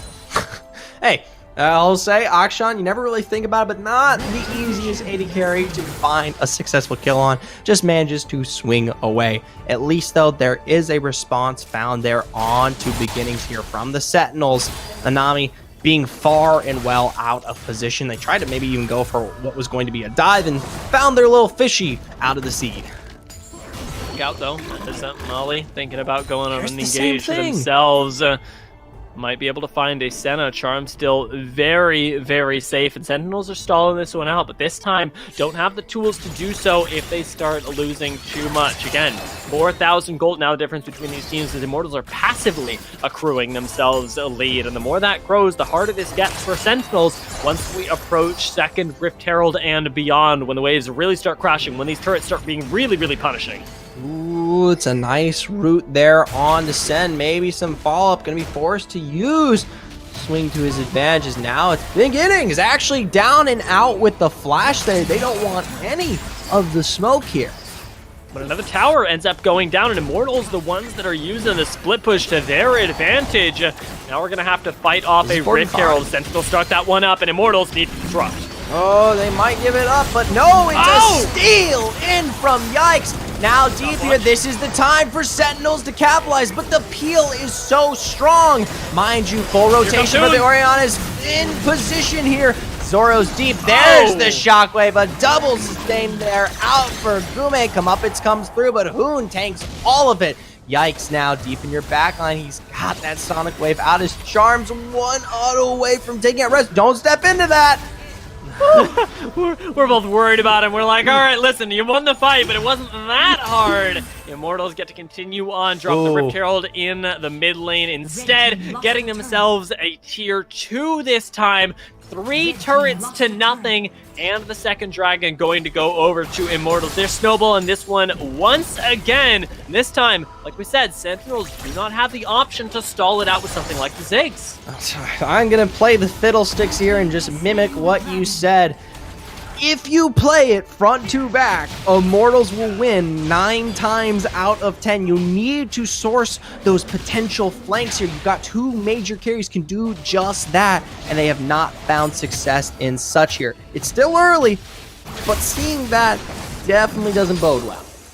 No, it's worrying for the side of Sentinels. If you're a Sentinels fan, seeing your team 8,000, 9,000 gold behind at 11 minutes is going to be tough. But don't worry, you got Rest and you got Molly starting to come up on the items, and there's a chance, there's always a chance. Things like Katarina and Akshan get the chance to pop off in fights, especially the later this one goes. Akshan especially is going to get a lot of value. Oh, a big 3-man gank towards the top side here. Arakizori is a little bit alive for longer with that Dawning Shadow. But you have to remember, this is response. You just found a kill there on the Mali there on that bot side.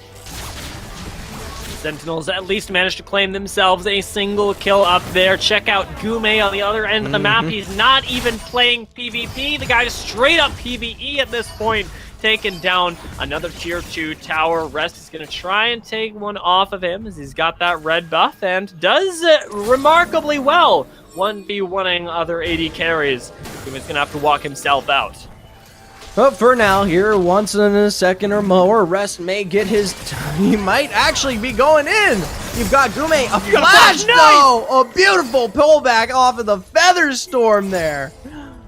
That was a game of chicken, and I know with the feathers it makes it sound like a pun. It isn't. That was immense patience from Gume on the feather pole, and Rest just a little bit early on his own flash. It's the thing that loses in that 1v1, but it is so big for Immortals to know that they can confidently side lane against the likes of an Akshan. Oh, they can do more than just that. They might be able to take this one. The wave's cleared out, so maybe I'm putting the cart ahead of my own horse here as that wave continues to crash, looking for some of those subtle resets, especially with Baron now being 15 seconds away here. But I'll tell you what, Immortals, look at the control that they have had over both sides of the jungle here for the last, I would say, minute to 2 minutes or so. I mean, this is crazy. It is insane how much this game has changed. I mean, we take a look at last game, and Sentinels, at the very least, were able to keep control with something like the Ziggs here, and it's just Immortals all the way, and they're constantly pushing in these sideways, constantly pressuring even the tier 2s, and that's without the likes of Rift Herald anymore. Like you said, Baron is the next objective, and Immortals don't even need to take it. They're just finding fights. There's the big AH from Iraqi Zoro. The cows are out to the field, but not for long there. Gume with the first one, the follow-up from Iraqi to get the next knock-up to sustain 2 here for Immortals. And now with your bot lane gone here, they just go for Baron. There's nothing to stop them here. It's a huge numbers advantage. There's absolutely no way that Sentinels get the chance to contest it, especially with Sheesh not having flash right now. You're just 2-manning the Baron. There's nothing that Sentinels can do about it. Big advantage goes to you, and big pressure across the map as this 1-4, 1-3-1, whatever you want to call what Immortals have been doing, can continue unhindered. And the craziest thing about it's not even close to the same time as the next Drake here, so Immortals have all the time in the world to reset, find what they need, and pull all the way back towards this Infernal. Sentinels are definitely worried right now as they can see this second game already far and away not in their favor, more than 10,000 gold behind. The likelihood that they will pull this one back is approaching 0 the more and more we go into the game, especially with this Infernal Drake on the horizon. Immortals can play this one front to back. They can go at you aggressively, and there's nothing that you can do about it at this point. The one thing, the one hope that you have is that somehow this Katarina, with her meager items, is able to turn things around for you. That Katarina should have come online a whole long time ago if you wanted to find success. For now, Rakizoro, we've seen this one 1v2 can sustain for as long as he wants, especially when he's building as tanky as he is. For now, prevents most of those backs here, and Sentinels, they don't have a lot to defend because of it. Oh, Immortals are going to start taking down inhibitor towers, already having taken one, having secured a second. This is a permanent disadvantage for the Sentinels, but don't worry, guys, it may not be for long, because Immortals are going to end this game real soon with Yikes going and actually hit the Nexus. There goes the last team fight. Oh, a big root to be found there from Gume, and I don't even think they need to find these kills. A flash over the Nexus just for show here as Immortals find their way on to Game 3. That is scary stuff. Sentinels, I'm sure they had a lot of confidence, but the team fights go exactly as we predicted. And the thing is that Sentinels really, once they start getting put behind, have no answer to the Immortals draft. And it's really clinical from that point on. The engage, be it there or not, really didn't matter as much because Immortals just kind of got to walk at you and Sentinels didn't have engage either, so wherever you weren't in danger of getting picked off. I think that is fair, but I will say I personally like to imagine that there was more engage this time around compared to Game 1, which definitely works out into the favor of why Immortals find them, because that's the one mistake that I really think was the linchpin here and why they didn't find that initial victory. Turn that around. Gragas, Orianna, it looked good. Maybe not as direct as maybe say someone like you wanted, but it was there, albeit just a little slow. The Orianna looked really good as well. I liked that pickup for Hoon, as it gives him a lot of presence in the team fights, but also a lot of consistency inside of the lane with being able to shove out the wave. I think that it kept down a Katarina that was otherwise a really worrying X factor, and Sentinels now, I think, need to obviously take stock of what happened in that game, because you can't have it happen again coming into Game 3. You are on the verge of sending yourself onwards through this tournament, onwards to the semis, but the fact is that Immortals can stop you right here, right now. You already got to taste 2 games in a row of what they can do in the early game with no signs of Sentinels correcting. Yeah, at this point, it has been a weakness 2 times in a row here, and we have to start looking at what that can be done to fix here, because this one was a proof of concept of whether or not Immortals actually had the ability to find success in a game alone, given the tools of Engage. Now we can start taking a little bit more of a biopsy regarding the Sentinels in that particular early game, and I honestly don't think they drafted for it whatsoever there. There was not a lot to give them support to sustain through that. You play towards a lot of the team fight with, say, something like that Olaf, and by the time he's already ready to go and you're capitalizing on, say, some of these objectives, you've lost 2-3 members here in some of your side lanes, notably that bot lane. And you know when you give up the Xayah and the Senna that you're not going to be able to win the bot lane. There's just no answer that you have. There's nothing that Immortals are letting through right now, and that's the really worrying thing as we approach the next draft is, do you have to start taking some of your bans that are already very well directed and start giving them over to the Dragon lane of Immortals? Because if you don't, they're just going to pick up that Xayah and Senna again, at the very least the Senna, and make things extraordinarily difficult for you. I'm glad that we actually got to see it again. As much as I was sort of a poo-pooer of the strat, Zephyr, they made it look real good. Looks really good, doesn't it? I told you that first game tainted your opinion, but it still came back to bite. And this time around, simply because you didn't get to see it fall off, you know? Isn't that crazy? Yeah. Either way, we work our way into the final game of this series between the two titans themselves, as I like to refer to them, and the bans will be huge here. I particularly want to look towards the Immortals and see if they try to take away anything that has been plaguing them here recently. That Senna is a big factor in a lot of the success for most of these other squads. Or my apologies, I meant to say Sentinels. Sentinels here, I'm looking for them to take away. For now, though, doesn't look like the case. You know, with these teams having swapped sides, I think Immortals take an interesting strat here, or can. Sentinels now have the opportunity to play this a lot like Immortals and try and take the Senna and Uno reverse card them if they want, but not sure based on what we've seen from Sentinels if they're comfortable with something like that. Immortals are going to need to be the ones to now take the power picks that they get and even play with the idea of not banning away things that they think that they otherwise should, to put Sentinels in a really tough position when it comes to B1. And we can revert back to that last game and pull away some of those first pick strong potentials that definitely should have no place here on the Rift. We haven't seen it yet, but the Varus hasn't been quite banned out yet. I would not like to see that staved over the way of Sentinels, giving them a bit more of a power and strength to poke out this bot lane through the chances to kind of put Gume on his back foot. As hard as that may seem here, given our experience with the Immortals, is still a potential out of the Sentinels. So definitely want that one. Another presence that came through, there you go. Another presence that came through that I was not too happy about was the Ziggs. That held a lot of really good control here, and now that they're switched sides, I don't think it's going to be that big of a problem here, but I could still work to see Immortals getting rid of that as well. And Immortals now, you know, like you said, with the Ziggs, have the option Ziggs, Galio, or TF, all three things that they've taken away previously. I am expecting it to be the Ziggs, especially because of the way that Game 2 went as opposed to Game 1, and the really big impact that Ziggs ended up having in the way that those two different games played out. Very clearly a stall power, and the roaming that comes through with something like the Galio or the TF, I don't really think you need to be worried about as Immortals, because by the time we're hitting level 5, the lane is over. I'm noticing. I hope Sentinels pick Ashe first. They have first pick available here. Immortals could ban it out, but that's a big response getting rid of that Xayah here. Not many tools left available in that bot lane. Immortals are kind of left with options that would have to scale for that late game. And there you go. Okay, so the Ashe is removed here. This leaves open a lot of potential now for the mid lane to come to fruition for the Sentinels. They have free pickings if they want to do so. Granted, counter pick, they would be given away.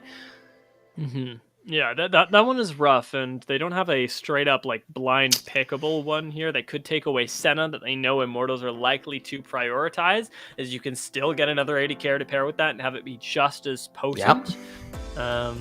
Sentinels, right now, I think that the Ziggs there, well, there we go. There you go. I think that the Ziggs is a really nice one because it gives them the opportunity to stall out the game in a way that they had in Game 1 that very clearly hurt them in Game 2, not having that.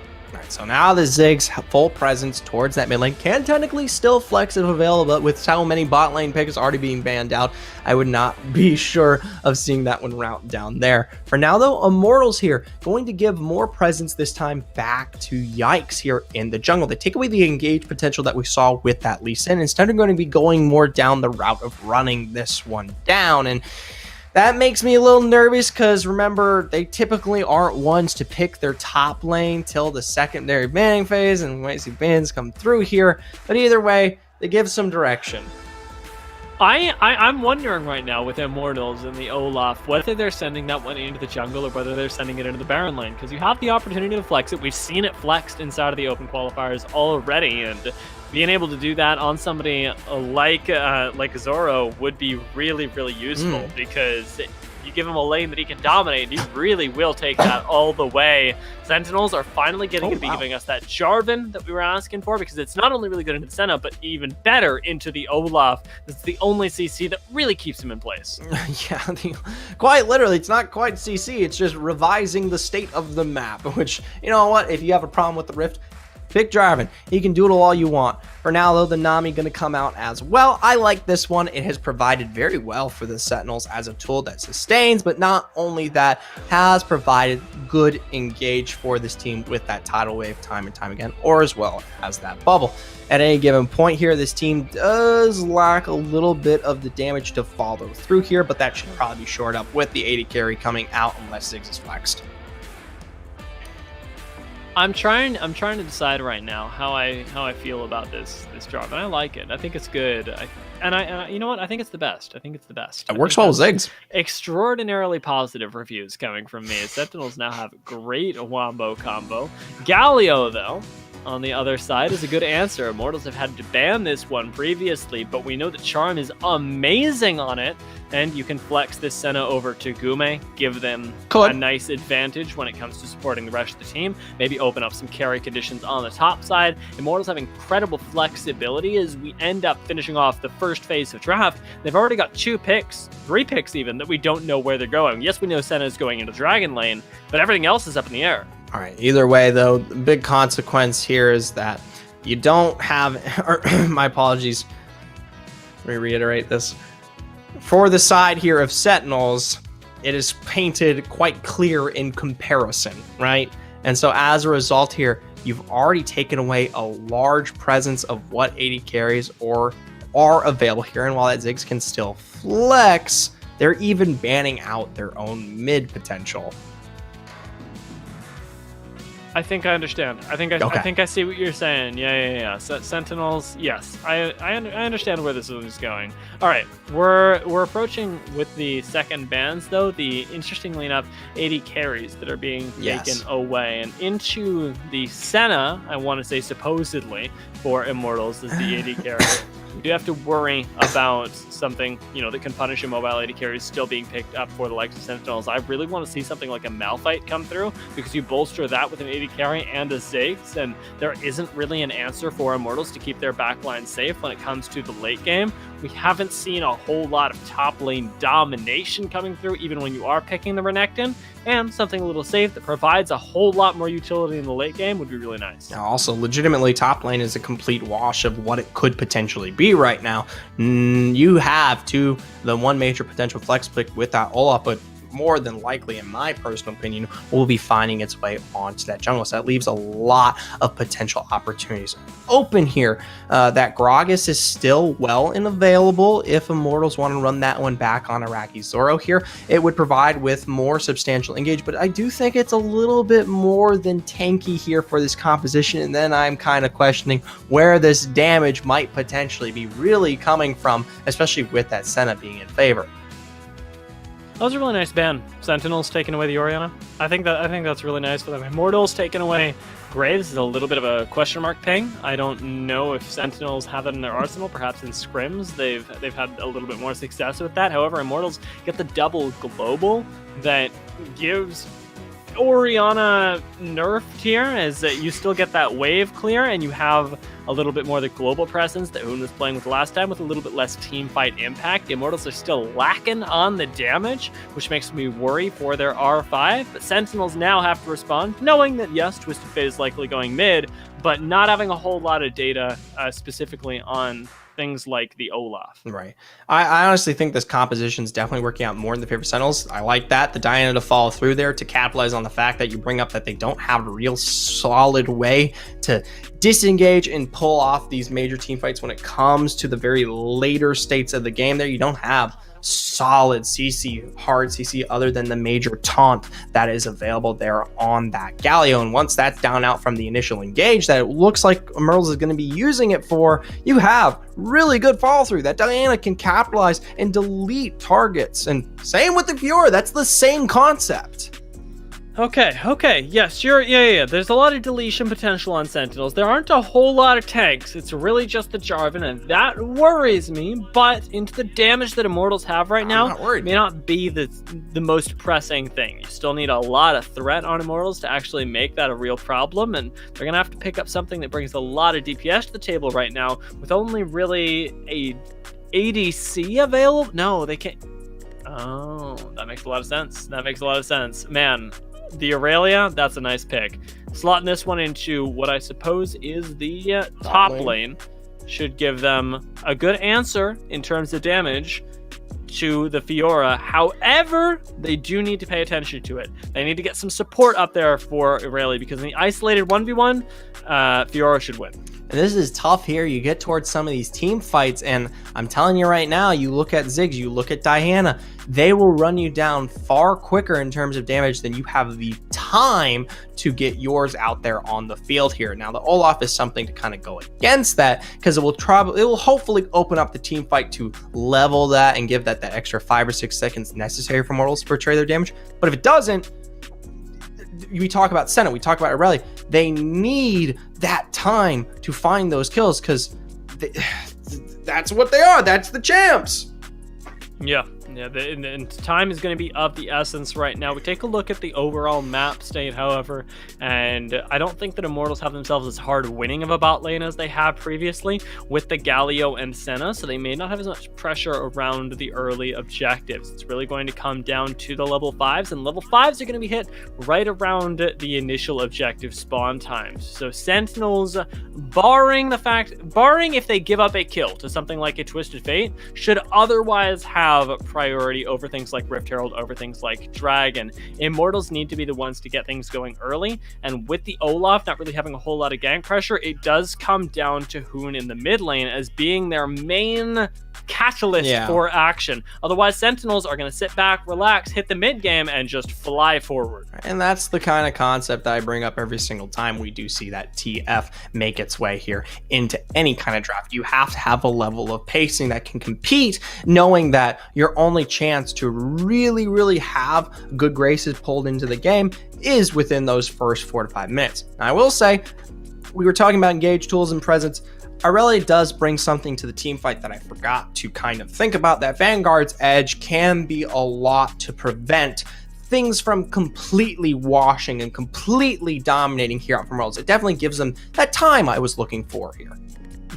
And the slows that are going to be applied lets them peel back and are going to be really nice for specifically the Senna, but I still do worry for somebody like Hoon, who will struggle to output consistent damage until the 3rd or 4th item even, whether we actually get there. Right now, well, we're just starting it off! Immortals here, they want to take it early, a massive, almost 5-man taunt, I believe, but nothing more to follow through there. Some big heals expended, as well as the barriers down and out already here. Charm has been playing Galio for 15 seconds, and he already has a 5-man taunt. This is why I wanted to see it picked earlier for him. This is why I wanted to see him on something like the Rakan, is because this man does not slow down on the engages. He might be fantastic to engage with, but the following through with the damage is the biggest question on the board that we brought up through draft, and that right there is kind of the consequence. You don't really have anyone to shred or deal in. I know it's like literally the first 30 seconds of the game, but it's something to bring. Interestingly enough, bringing this up again, Sheesh has taken this Fiora into the jungle, leaving MTS on the Jarvan in the Baron super lane. Crazy. This is a very unique strat that I've only really seen Sentinels pull out, and as to whether it's good or not, I think it remains to be seen. However, it does give them some really nice dueling, and in the jungle against the Olaf is going to feel a lot more comfortable than something like the Jarvan. I mean, you know what? You said it yourself. You can just take off in the mid game, and it should work out front to back for Sentinels. With that in mind, you don't particularly have to look for ganks with that Fiora, and a nice rotation down from MTS can be warranted at any given point here. We've seen him pull it out before. Immortals already noticing that the bot lane is not going nearly as well for them, are getting shoved in right now, giving a nice bit of pressure over as we get Sentinels pushing in their own mid lane. They get the chance to start a fight off onto Immortals, turned right back around by Yikes. Ooh, they turn this one right back in as Mally goes in the lower end, as Beginnings here is quick to respond to sustain this one out. Rakizor, though, once again a Bioptic there, up in the top side, completely able to decimate. Of course, what is that Jarvan? You don't typically expect that Jarvan to have real true dueling capabilities, especially into the face of, say, something like that, Irelia.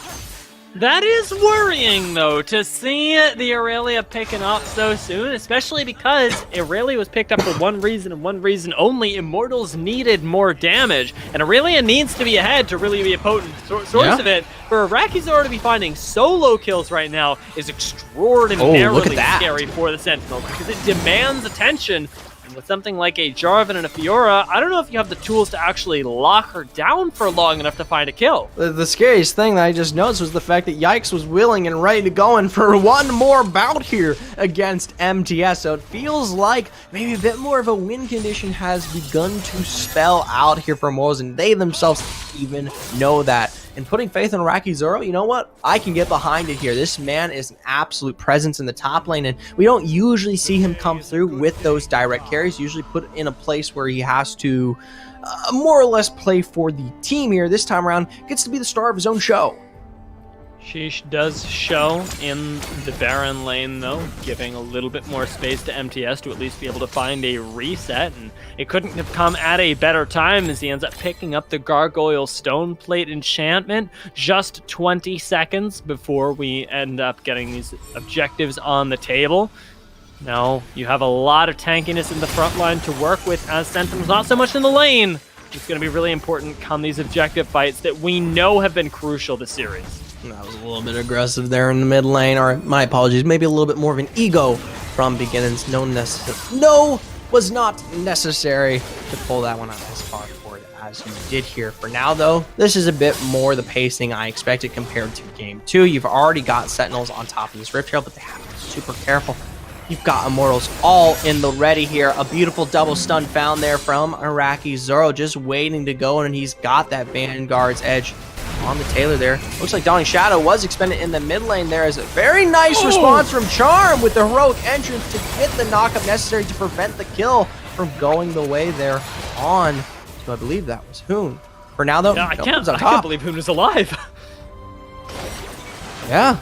Well, I don't know. Maybe not for much longer there. Finds himself far too deep. Response coming through from Zoro as the rest of Immortals step to the plate. They find not just one, but two there for stepping in for the capitalization on the Hoon. Now, that one was worth absolutely. Yeah. Immortals do get to turn right back onto the Rift Herald, however, and with MTS in the area, Cataclysm available, can try and steal this one away. Destiny up for Hoon means that he gets to get re-involved around this fight quite easily, though, but instead it's going to use it to move in towards the Dragon lane, getting a little bit more pressure there, and maybe getting Immortals the 2-for-1 special. Right. If you've got pressure in the Dragon lane as you take the Rift Herald, and Sentinels aren't doing anything about it, we might see one of the only times that we've gotten to see this today, a Dragon and Rift Herald for one. Right, able to take maybe both potentially there. Yes, you've got Hoon putting priority, but the response is relatively quick from the Sentinels here. I don't think anyone's looking for Dragon as of just yet. I'm curious if we may see Iraqi Zoro on some sort of rotation here. But for now, the poke, the presence of, say, something like Rest is doing a really, really great job of putting these lanes not only in priority, but also poking out what is supposed to be Immortals getting into this river. Rest Ziggs is so scary, man. Like, I look back on game one and I just shiver, and looking at this game as well, you can tell he's already warmed up. He is ready to go on the Ziggs and is causing problems left and right. Charm, open for some right back, is looking for an engage that would be devastating onto the likes of a Ziggs. There's Zoro. Mobility. Immortals, they got plenty of time here. They got plenty of people to come down to try and claim this dragon, and they're likely going to have to take another fight in order to do so. Are Sentinels ready to actually wrestle this objective away? Once again, they foot around it for just a moment's notice, and now resets coming through here. I would not advise Sentinels, but they need to step in here and clear at least some of that vision available, knowing that these resets are hot, or maybe they don't know that here. Either way, to play around Sheesh and get rid of the majority of that take would be very nice. With Immortals still waiting on this they know break. this. Sentinels are going to be the ones to start this. Immortals want to take this fight, and Sentinels are putting themselves in a really risky position. Perhaps the long wait has been a bait from Immortals, and now can Sentinels step up to it? In comes that Destiny. Where's he going? Yikes Pops in. right into the front line. Hoon has to flash away, but absorbs a lot of cooldown. That's a big response there. His carries are forced to be taken back there. Follow through from Molly straight onto Zoro there with the Grand Duelist, but it's Charm who's deep, preventing the majority of Sentinels from really enacting what they want here on this Dragon. Shisto back over the wall, stun, knock up the follow through. A Dragon taken for Immortals. His Yikes is over the wall. Remember, he doesn't have Ragnarok. but no, Flag and Drag is able to find its knockup. That was so close to both junglers going down, but instantly that Rift Herald gets dropped because Immortals know that Sentinels must reset, and it means that they end up getting the first tower of the game. They get the first dragon of the game. They get the first Rift Herald of the game. What aren't they getting, Zephyr? They get a little bit of everything there, and now they can finally rest at ease, pull this one back to their individual lanes, and you gotta question, there's not a lot Sentinels have come out on top of in response. You continue to funnel the gold exactly where it needs to be. We look at some of those major damage carries, especially Iraqi Zoro up in that top lane. Being able to play that top wave as well as the fight, super well. That's now put him almost 1,300 ahead. Charmed though, maybe in a little bit of trouble. No, he's good. Got back up on the way, holding on to that tower. Charm fears no man, and is going to be able to hold on. With that tower still standing, keeps Immortals from giving up any undue pressure, and importantly, lets their win con walk right back into lane. With Guman Charm able to hold down Dragon Lane, it gives so much pressure to Iraqi Zoro, who still at 2-0. Needs to get a little bit further ahead. You want to keep this snowball going. You want to keep this Aurelia scary. 2 items, never enough. Right, 2 items not enough, but the Trinity at this point in the game is definitely something to be warned about. That just finally came and is on its way back here, and it's no surprise that you see Iraqi Zoro willing to take any fight necessary. With that next Rift Herald alive, this is where I expect this one to play out. I was thinking about the 2v1 there as we saw Sheesh moving up towards the Baron lane. Instead, Destiny, maybe even in the mid lane, could be real scary, but instead, it's going to be moving down into the Dragon lane to find another kill for Immortals. And there's a heavy engage there found by Yikes, more than deep than expected. Finally, that Cataclysm going to put in the work against that Ragnarok to find that kill, but Iraqi Zoro is quick in his own feet to get that Vanguard's edge on all 3 targets here. The first kill found there onto Rest, as well as one more expended there onto Sheesh. Oh, over the wall, MTS must go, but a flash will follow through either way. I respect the moves, MTS, I really do. He had me going for a second there, but Immortals, not to be stopped. They're going to be able to turn on to this Rift Herald, a 4,000 gold lead already, and this one is going to be going all the way. They've yet to lose a tower, but this Rift Herald is more than surely going to get them a second one. You know what? Okay, I had my doubts. Regarding the Aurelia, but I have my doubts no more. Zoro puts that into an excellent job for it. For now, though, we take a look about this replay here, and you can see how quickly he's able to capitalize. Yeah, Zoro being able to chase you down through the minions as well is deadly. Taking a look back in towards the Dragon lane as well. Charm has been holding on his own, by the way. Whoa. Going to lead us into another fight. Ragnarok already burned, however, for Yikes. Puts him in trouble. I like the heroic entrance, though. Going to keep him safe for just a moment's notice longer. Puts Charm in a good spot to get the taunty knives in as Zoro sustains. It's the bubble, though, that might prevent him from living. And no, the team wasn't quick enough to respond there. Either way, though, with Hoon and Gume finally up and the flash coming in from Hoon, he's just barely able to sustain what he needs off onto Sheesh as I think Rift might crash. No, unable, not quite one more time. MTS not able to get involved in the fight either. Doesn't get that Cataclysm with the Flag and Dragon. Immortals get to walk out scot-free. Yes, they lose 2 crucial members in their jungler and their Baron laner, but they end up getting yet another tower, and the respawns are going to be in time for them to contest this next Dragon. Are Immortals going to lose an objective? I don't know about that one. They've got a little bit of the control back on this division, but the split of where they are right now, well, never mind. Destiny's still a thing. I can understand why Hoon's up there here. Either way, I'd like to see them a bit more in the river, especially with that being so direct on the board.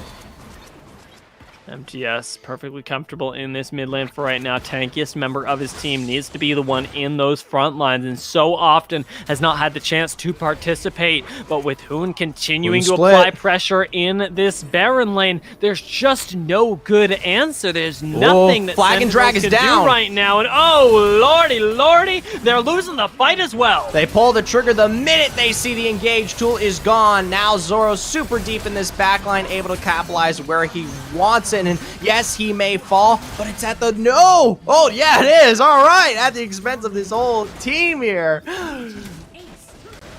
with everybody coming up, with Hoon able to join in the fight. You get the wave crash top lane, you get this next dragon. Immortals have yet to lose an objective, and they just keep winning these fights. There's nothing that Sentinels have that can adequately address a member of Immortals if they're not bursting them down. If Araki Zoro isn't being removed, if Gume isn't being jumped on, let's take a look at this again. I mean, the fact is that Araki Zoro starts this fight on his own and is able to survive for so long that everybody but Molly dies on the side of Sentinels before he goes down. We got to give a little props to Yikes there. He was the one to pull the trigger, I will say, and Niggly finding the Ragnarok and first kill there, I believe, on the beginnings in the midst of that dragon pick, seeing how far and out of place they were, contesting for a bit of that vision control there. So once they knew it was not only just the major engage tool being down, but also the numbers advantage, of course, Immortals pull that lovely trigger.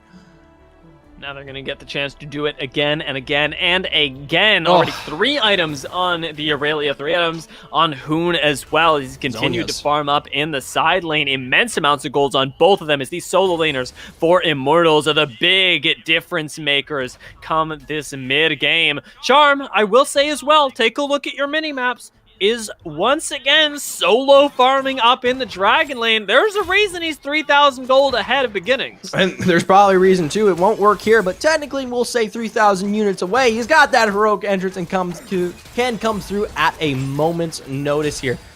For now, he routes this one back towards the mid, just waiting for the potential. Oh, no, they spot this one out so quickly. It's an immediate destiny. We'll see if Mally can follow through and get on top of Hoon as he runs into River there. There's the initial dash, but a good stun in response prevents the final damage from taking out this Twisted Fate. In the mid lane response there, a heroic entrance to get Galio back in to push the numbers advantage into Immortal's favor. Ragnarok is sadly down and Sheesh is able to sustain through the zone use, but there's Araki Zoro. There's that Aurelia we've been waiting for, and there's the sustained kill all the way on to MTS and even further under turret as he chases down beginnings.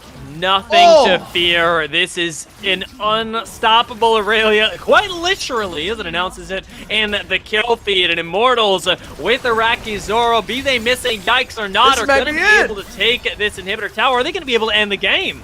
Able to walk this one down. A major team fight now on the favor as Immortals will be finding their way forward into semifinals. Holy moly, Zephyr, they make that look so good, and they do it again. Not once, not twice, but 3 times in a row. They're able to take control of the early game in totally different ways. Sentinels have fight back. They've got some scary stuff, but the thing is that that you're always able to start the game at an advantage as Immortals, and so whether you lose or not is much more due to whether you're slipping up or not. Right, it's those little mistakes that'll come back to bite, or in fact, the draft, which was the main reason they didn't find success in that first game. The thing I love about this one here is we discuss so often how Immortals are the Gume and Charm game. We talk about how incredibly important this bot lane is as a win condition for this team, and it was just as strong. We saw that Senna in the present still come through with the Galio being heavy engage for his team. But this time around, it was Araki Zoro. He still finds success in the top lane, but like I said much earlier on, he finally got the opportunity to take full stage front and be his own star. The most impressive part of that as well is that he was able to do it completely on his own. There wasn't really a lot of investment started to get this Aurelia going. It was just the solo kill that started happening. The rest of the map was going on their own. Immortals were doing fine, and also Araki Zoro was a monster. It's crazy that they're able to trust him to that level and he's able to execute on it. I'll be honest, man, I have my heart out for that man. I hope he's listening somewhere because he's absolute perfection in the top lane. He is a tutorial to any pro laner out there who wants to find success up there, because it doesn't matter if he's playing weak side. It doesn't matter if he's playing strong side. It doesn't matter if he's supposed to be the one to carry upon Immortals on his back. He gets the job done, and he does it well every single time. Really amazing stuff. However, Zephyr, okay. We've got so many games. We have so many games, Zephyr. All right. Well, that being said, Dia is correct. My excitement leaves me a bit flustered, but hopefully you guys are in your own state of sanity. Either way, we make our way hopefully on to another quarterfinal here. It's going to be a lovely best of 3 action. I believe we'll be taking it to, let me just make sure and confirm, Oh, we're going to go to Chalk Chortle Enemy after this break.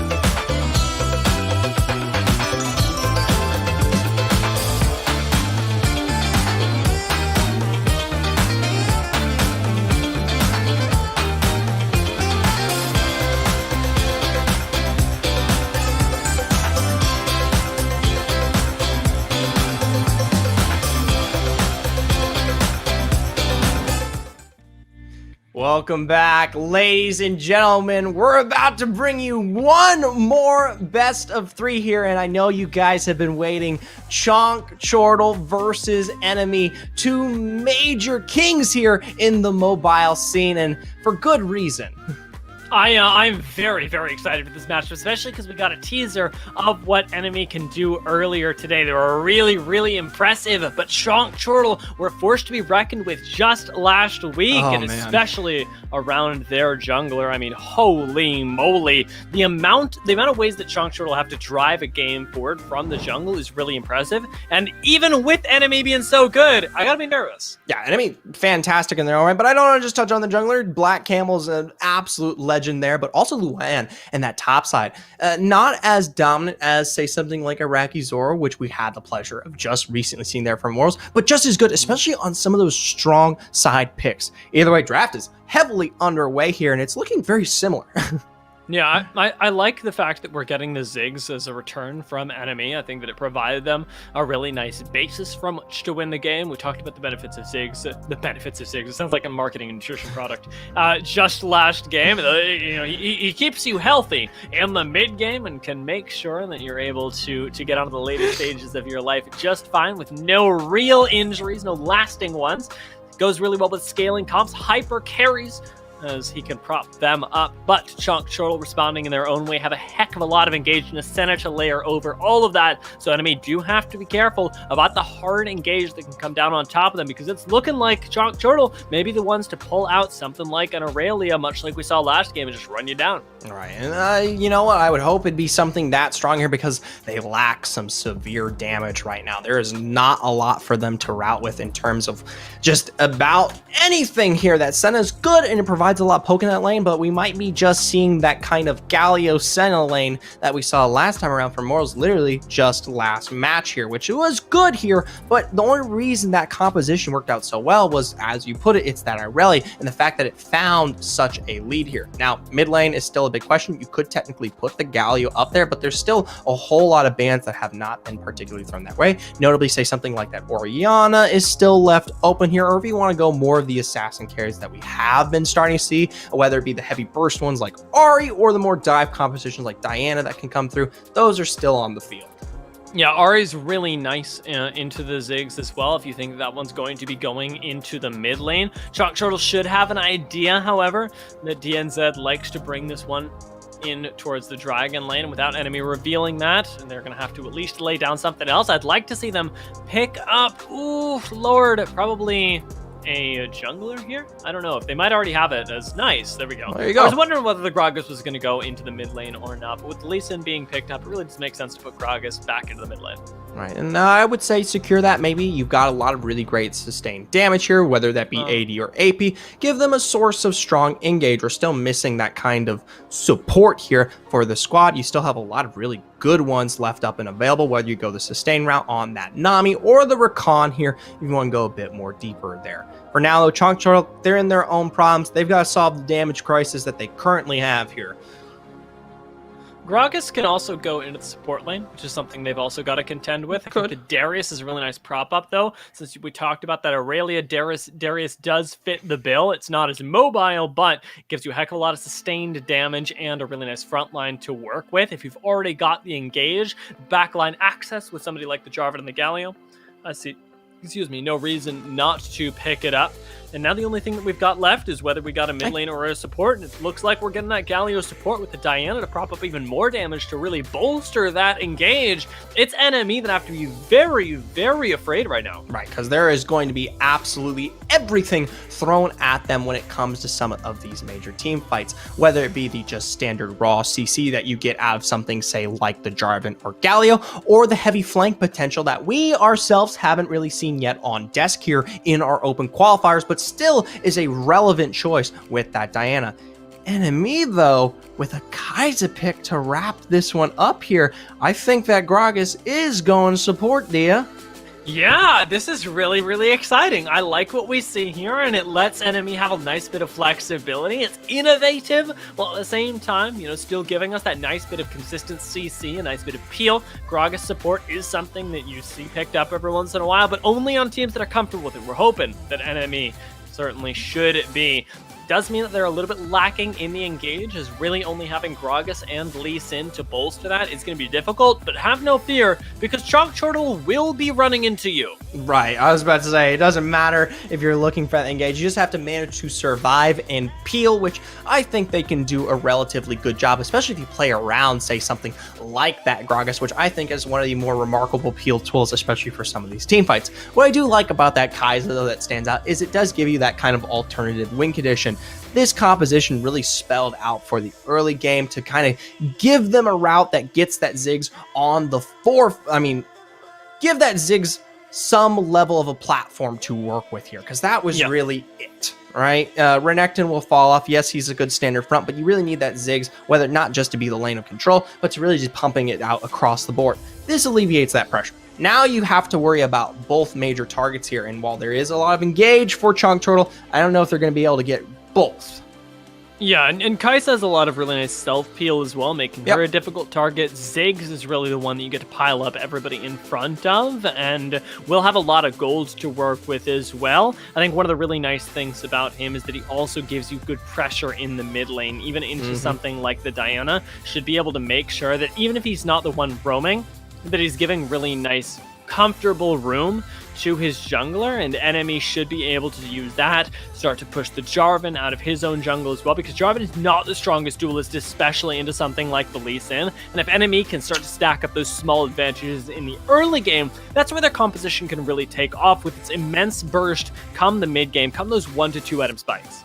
Well, I really look towards this Diana then, because out of all the picks that are available for Chortle here, it's the only one that really stands out to me, being able to enact vengeance upon those major carries here. Because yes, you may be able to front a bit with that Darius, but I don't think it will ever find its way when we talk about the peel that you just bring up here. So capitalizing and not only putting that Diana in a good foot, but also giving her the routes available around some of these major objectives, or whatever team fights happen where they will be absolutely crucial here for Chortle.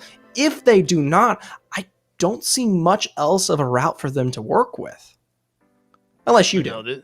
No. I see exactly what you're saying. Chortle do really need to make their engages work. They've got a side lane win condition if we want to pay attention up towards the top side. You know, Darius into Renekton can get you somewhere, but Darius is not the most potent split pusher, and it really does come down to whether they can make these engages work. A lot of this is going to come off the back of Camel as well on the Jarvan, and we know from watching their games previously that spiritually, he is the person that pushes the engages forward. When Black Camel goes in, everybody goes in, and the same is not true for anyone else on this roster. So watch the Jarvan, because of course it's going to be giving us an idea of where everybody else is at. Chortle without him are a little bit of a spear without a tip. Right. And you know what? If Camel is the tip part of the spear, then I guess maybe Luan is that wooden stick part, I guess. I don't want to count out this Darius just yet. That's what I really want to say here, because I do think it's a tough lane. I am not going to put too much favor into the Darius here, but I will put favor into Luan. I really do think we've seen consistency in the level of strong topside play here. Not typically a weak side laner in any sense of the right, will take it to you toe to toe. The only person that was ever able to put a stop to that level of aggression was Araki Zoro here from Immortals. Whether enemy will do the same here is a major question still left up in the air, but seeing that they've made it this far today, I think it's a valid one. Yeah, the Renekton is a really good start, but it's not the end. You still got to bring that Lee Sin up, and you've got to be out pathing at the same time. Enemy have to be the ones that are pulling out unorthodox plays early on, because they've got the Lee Sin who wants to get these plays going around the first objective. And if they're unable to do that, with the minimal lockdown that they have in a lot of these lanes, or rather the minimal lockdown on demand, that's where we can really start to see Luan unleashed onto the map. We're going to get the chance to see that right now, though, as we hit the Rift. For the first time this series, Chortle taking on Enemy. Only one of these guys will go on to the semis. Enemy didn't make it there last time. Maybe this is going to be a new story written. Yeah, Enemy didn't quite work into, I mean, I believe, correct me if I'm wrong, they've already found a bit of qualification points for making as far as they have today. Yes, so I believe they're sitting at, if they even lose here, 6 points, which isn't terribly a lot, but it's better than 0. It is, and it's better than a lot of the teams that managed to pop in today. I mean, we had a lot of squads, and the reality is that only very few privileged ones are accumulating enough points today to make it into the playoffs. Of course, Immortals having a really big advantage compared to everyone else, but you're going to get a chance to put your name on the board. Chortle already pretty comfortable as well, since they've secured their points, not just from last week, but from this one as well. Luan laying down the hurt in this top side is going to be a really nice start for them, as it means that top side is at least relatively comfortable with Tide and Truth both laying down the pressure in the mid lane. We've got that ritualistic sort of rotation of the junglers to try and get yourselves some pressure. Seems to be the ever-present problem in Wild Rift. But this time around, they don't switch for Scuttle. They go both down to the Southern River. You see the Fat Cat engage there on the time, and it's quickly followed up. First blood found there on to Camel himself. Now rotation to behold here from anybody. Good double taunt down. Oh, both flashes are now to be blown.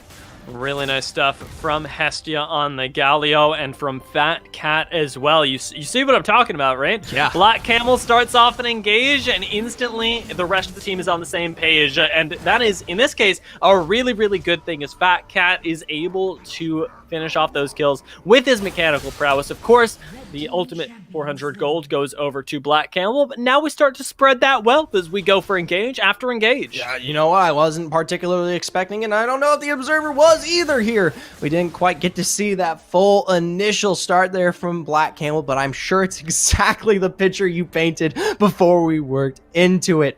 For now, though, playing off the back end of Camel is great, but we do see a bit of the gold stray awry here towards the top side. That Renekton did come out on top here, and for all the praise that I did give towards Luan, he was able to do it alone. Yeah, it is worrying as well to see Aloy able to come out to what is a pretty darn significant, almost 1,000 gold advantage so early on, and it's the one thing that's keeping this gold basically even at this point in the game. With the level 5 now in, Luan's at a pretty severe disadvantage, level 6 even, as there's a whole ult available. He's got to be careful. Available for Aloy. Luan could go down. Luan could easily go down here. It takes too much poke in the face of that wave being so out of priority there, and I understand Black Camel. He's just trying to pressure as much of these lanes as possible there here, but Aloy easily spotting this one out. Dominus down, a nice Cataclysm, but Luan's gonna be forced to flash as a result. Either way, kill secure. Oh my lord, so close though, playing with fire, and he almost got burned. Aloy being baited in there has got to be furious at the way that that play just went, because Luan was hard losing this lane and now has been given a lifeline. He's still down about 1,000 gold. Darius is not safe yet. Black Cleaver into phase right now. But Black Camel is the one that comes out on top, picking up another kill, and again, able to spread that wealth as he picks up a Black Cleaver of his own. Right. Yeah, clear of his own. Pacing's good here. I'd like to see that now transition towards this bottom side. It was a few sustained kills here off of their own rotation here into the river, but nothing as of yet to put them in an equal footing for that damage. And you have to remember that Ziggs is going to become a problem at some point, so you have to shore up that weakness somehow here. Time actually shows top lane, which is interesting. It means that they, of course, want to secure this Rift Herald, but it also gives Chonk Chortle the chance to respond in their own kind. You see the pings laying down, and now the Rift Herald started. They want to fight this one, despite the fact that Luan is at a severe gold disadvantage. Oh, that's a good route to follow up there onto Aloy there, trying to stack up that final and fifth stack, and he's going to be forced to flash as a result. Actually, almost all of them are straight and up over that wall, and meanwhile, Fat Cat keeping the Rift Herald low for them to turn back around and get this one in their pocket. Black Camel's got the smite, secures that, and now turns his attention onto where Galio is incoming. Let's see how this one goes, as the re-engage may just favor enemy. Hestia with good taunts there to enable his team, and while yes, you do see Luan and Nori go down, you have to remember they did secure the Rift at least. 2 kills for the one, though, does make us concerned, especially with DNZ up in the top side and able to maybe even secure them the first tower instead. There it goes, and just like that, enemy are the ones that come out to a gold advantage off of a play that was started by Chonk Chortle. They can and do win the fight, but it costs them big. And the saddest part why that fight goes the way it does is the fact that they don't quite have that damage yet to take out targets. So the re-engage was a full 5-man here for enemy, and now it might just be a solid engage here onto this dragon. Fall through deep there, and oh my god, the minute that fight splits in half, Chonk Chortle is one to falter. Fat Cat low, Truth over the wall to secure that last auto, as Luan, yes, finds nice response here in his own right. It's the bit of the burst. Able to flash away from last auto, but you can't flash out of the super mega inferno bomb there. Gotta feel bad. NME, wow, what a clap back, and Chonk Chortle, for all of their commitment, for all of their straight run at Aloy, being unable to finish that kill also opens up their backside in a big way, and Nori is the first person to die. That is always going to be disastrous, but we're going to have to run it back again! Bestia's in there, and they find the Nice. steal as a result. But at the expense of the steal, they're both going to go down for such a hefty engage. And Nori, now being heavily out of position, might be down and out as well. The exhaust just slowing, and it's enough there for Truth to walk forward and pick up one more. 3,000 gold of a disadvantage. Another tower going over to NME as we speak. Ooh, Lord, they're not actually going to be able to secure that one as DNZ not sticking around, isn't going to be able to finish off the tower, but still a tangible advantage, and perhaps even another one as the stun comes in, and Luan just can't play the game. What a good cast. It throws Luan back, and the Gargoyle Stone Plate's going to keep him a bit healthy, maybe healthy long enough for Black Camel to come through. Flag and drag, knock up onto Aloy, and while the Guillotine Aloy doesn't get the initial kill, he's still able to find a response. Ooh, Luan again, though. He always is playing on these margins and on the Darius who's behind of all things. Normally you see that be a lot more conservative, a lot more, I'm going to sit in the side lane and pick up farm, but this guy just does not stop. He's constantly creating opportunities by baiting. I am more than impressed here. Black Camel, though, an absolute legend in his own right. And you don't discuss, we haven't discussed it yet, but due to some of these ganks and team fights, maybe hold the thought. Nope, they're safe here. I would be surprised if they walk back into this one, but Tide may have to say otherwise. Either way, they're forced back, and they're going to lose priority of the turret.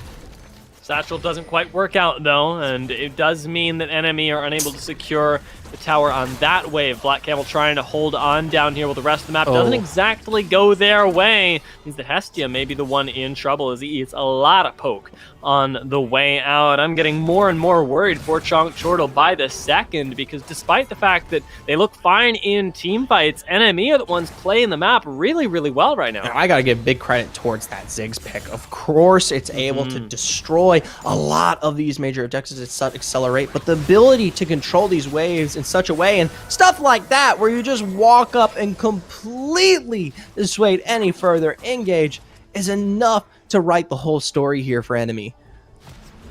31,000 gold right now means the favor lies in enemy's hands. They've got first spawn on the Rift Herald since Dragon took so long to go down. They may just start that one up. They've still got Truth rotating up, but the fact is that any fight that goes off without a big wombo combo from Chonk Chortle, enemy should be winning. Right. I will bring it up. DNZL very far forward there. I know he's out to poke there, but could quickly be capitalized on if found out of position here. For now, though, he was eventually able to pull this one back here, but I don't know. Chonk Chortle might have just leashed it. It's a big engage, and it does find its way there over onto Deceive, but the follow through from Fat Cat deep into the back line is enough to put all of enemy super low. First kill sustained there as it's going to be Deceived out. That's it. They just walk away. They don't quite get it. Instead, they lose that Rift Herald as well. Good kick from Tide, but a little late for the fight. Means that NME are going to lose their first tower of the game. This one going down to another really nice play from Chonk Chortle, but playing the margins, they are razor thin right there. We almost see Chonk be the ones to lose the fight, but that cask crucially being the thing that determined whether or not NME were going to be able to continue it. For now, though, Chonk Chortle are going to take this little lead that they found and continue to pull pressure, not just over on that top side, but as well as this jungle there. Black Camel on the runs there, as you see Deceive step up. Gets a little bit of that extra vision, but there's no way this Gragas is catching this boy. Now, at this point, he's going to be clearing out waves in the mid lane, returning to the Dragon that is now the focus of enemy. They started this one last time and had it stolen away. We've had a lot of control of the objectives from Black Camel, but perhaps this time enemy will be able to take the advantage as they don't have a gold advantage anymore, but still have that Ziggs that is laying out a lot of damage with the Rabadons complete. Oh, and when Black Camel's that low, there's not much you can do. Truth in deep, killer instinct, but he's taken low and immediately decimated there by Fat Cat. That follows through with the final triple, and as the rest of Aloy and Deceived run away, a cast doesn't quite hit Hestia when you need it to. As a result, 4 members are down, and Chonk Chortle, well, they pull Dragon. Well, looky here. We get the wombo combo landing. Fat Cat goes absolutely massive, and NME, all that lead that they had, all of a sudden means nothing. Now they're the ones down 4,000 gold, maybe even a top laner as Aloy figures out that he does not want to tango. Chonk Chortle seem like they're pulling this one back, and it is just in the nick of time as well. With the 4,000 gold lead, they're going to be able to reset, but it is nobody's game just yet. Do not get me wrong. This is still, NME can still find this with a long enough fight. They get down those kills with the Ziggs. Truth misstepping was the big problem. Right, Truth stepping up there was the major point that kind of turned that one in, especially the fact that it was the Killer Instinct expended at such an accelerated rate. But the more apparent problem that I think will become bigger as this game goes on is, while yes, you do have that Lee Sin, the rest of your engage isn't as solid, especially when compared to Chonk Chortle here. They continue to follow this one up. A large heroic entrance going to get the knockup onto Deceived as Nori is taken low, but the final auto doesn't quite land as necessary from True. Aloy is there to finish the job, but remember, they're there as well. Fat Cat to step up one final dash, and with 20 seconds on the board, I think Chonk Chortle might have just found this one. I think they certainly have. A little bit too much bloodthirst there from NME means that they give up a few too many kills this late into the game. It's only the mid game, but it is enough. And Chonk Chortle will send themselves to the 1-0 right now. NME looked like they had that for a little while, but they lost control at just the wrong time. Yeah, it's a bit of a shame too, because even in the face of something I bring up like that engage, you still had scaling potential. You still had that Zig slowly coming online, wrecking havoc and becoming an absolute burst of damage, as well as the Kai'Sa. That would be very hard for Chonk Chortle to reckon with. And you can see it right there on the board from those graphs alone that, yeah, it was already a problem. Yeah, this Ziggs was really difficult to deal with, I think. NME, losing control of a few team fights at the end of there. And specifically getting them engaged on was the biggest part of that. Because, well, we did have a Kai'Sa go astray in the fight around the dragon. I think that definitely the thing that was the last mistake, we'll say, is the fact that DNZ was a little bit too far forward into the bunches and bunches of engage that were just for him. Yeah, that was something I touched on when they were trying to contest around that Rift Herald. I know you've got DNZO trying to kind of pull the poke out of this Ziggs, and it's the reason why his damage is so high, but you take a risk, especially when you're playing into the face of, say, something like that Jarvan, which in a moment's notice not only has the flag and drag to capitalize on, but also has the additional ranged advantage of that Cataclysm, which we very much got to see there in that final take.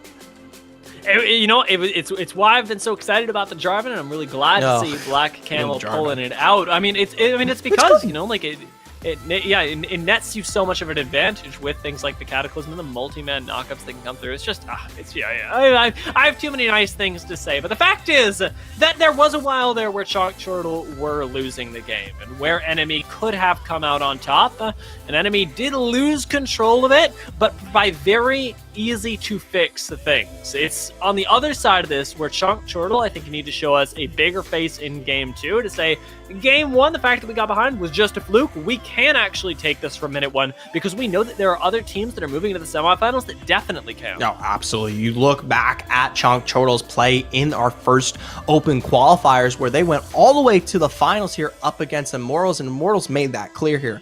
Any silly little mistake will be capitalized on, and they will continue to run you down there. So this is not only a kind of testament, it is a learning lesson here for Chonk Chortle if they want to continue to find victory in the face of trying to make it all the way forward here.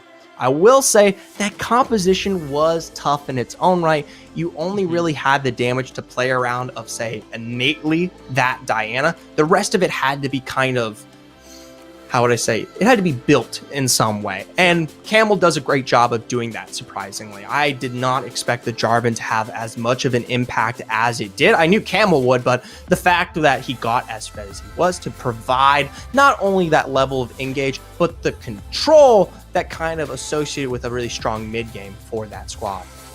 One of the big worries I think that you have to address going into this game was the Darius and the Renekton matchup. Being 1,000 gold down for free at 8 minutes into the game, it can't happen. And I don't mean that to blame Luan. He's amazing. He's good. And very clearly on the Darius was really good ultimately. But it made that game unnecessarily risky early on, and whether it means that Black Camel needs to come top lane more, whatever the solution to that is, you can't be having a scenario replicate itself game in and game out. You put him on a tank, you put him on a tank. That's going to be fine. But the 1,000 gold disparity on a bruiser especially hurts a lot, and it hurts your chances of winning in the mid game. I will say the Darius is kind of the first time we've really seen this one work out here for Luan, and has much better success. We say, look at that Renekton, the Camille, the Fiora, better presence here on some of those other picks that give a little bit more, I would say, bruiser-esque. You understand what I'm saying here? I know exactly what you're saying. I'm picking up exactly what you're putting down. Darius doesn't quite contest in that similar way here, and while it can be strong into the face to say something like Renekton, it already, as you brought up, had questions to begin with there. And you know what? I played to the favorites. I said Luan would be able to go against, say, something that was definitely into the meta of that situation and come out on top, but he didn't. I think with a better draft, a pick that plays more into the favor, especially since these top picks come out towards the end, as what we've seen, could benefit him. And that might provide for more of a consistent win with Chong Chortle. Well, I tell you what, with Chunk Chortle already up one game, let's see what they stand to win, who they stand to go up against. Is we've got a lot of our other quarterfinals already having been wrapped up. You can see the semis right there, Immortals versus Noticed Legends, and whether Chunk Chortle or Enemy win this one, they're going to be going up against Cloud9. This could be a rematch for the ages. Chunk Chortle versus Cloud9 would be very exciting. Chunk Chortle versus Cloud9. Don't know how that one would fare, but I'm more than excited to see if Enemy could work their way forward here. We talk about the underdog presence of this team, at least in the sense that they weren't able to find their way out of our first open qualifiers. Trust me, folks at home, I know more and well enough than anyone else that Enemy is an absolute star roster here in NA, given the opportunity. For now, though, we make our way over towards this draft here where these bans are coming out and they're going to be important.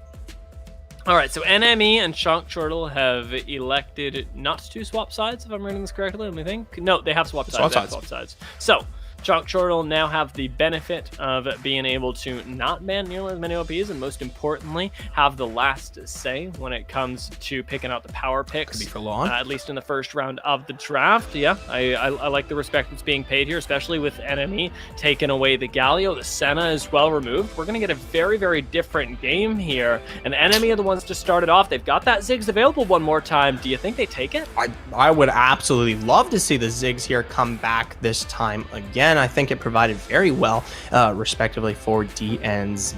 Oh, and I honestly think with a little bit more control, you play those team fights out with a bit more respect here, and maybe even draft a composition that can maybe protect that Ziggs more than just enable it, then it looks better here.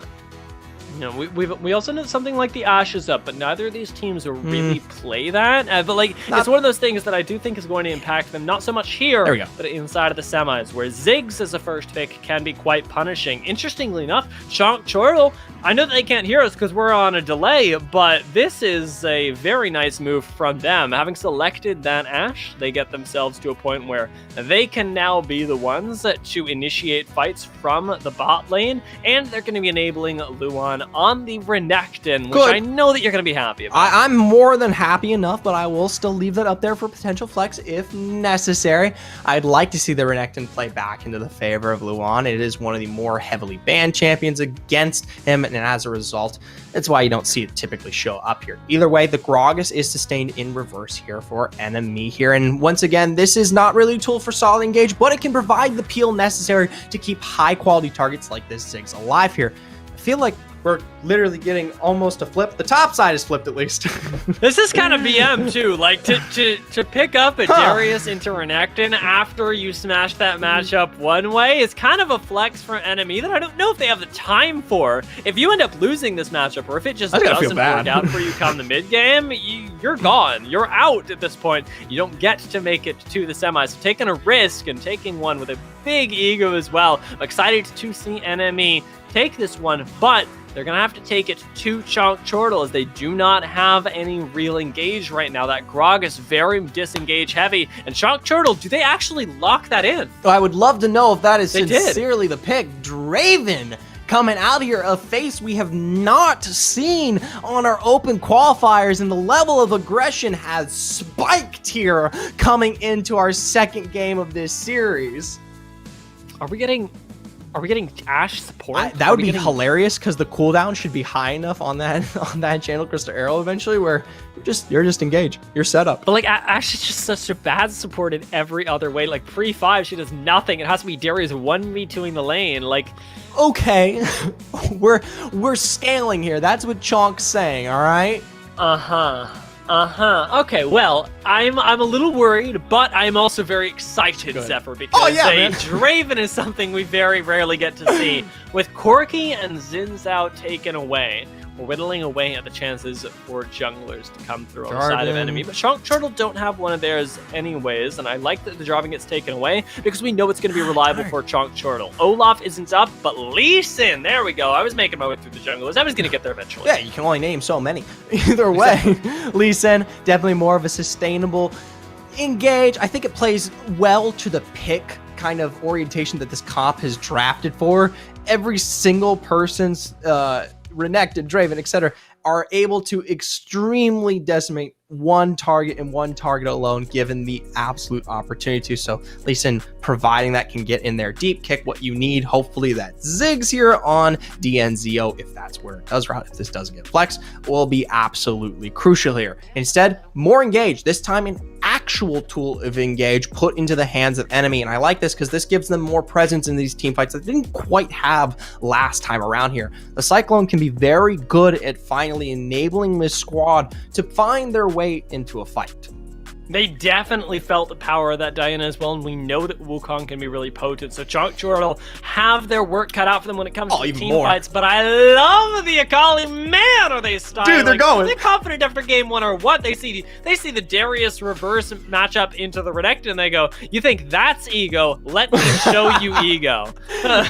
They got a little bit offended off of that pick and said, you know what? Throw the whole draft away. We're going to run these boys down. Skill is skill here.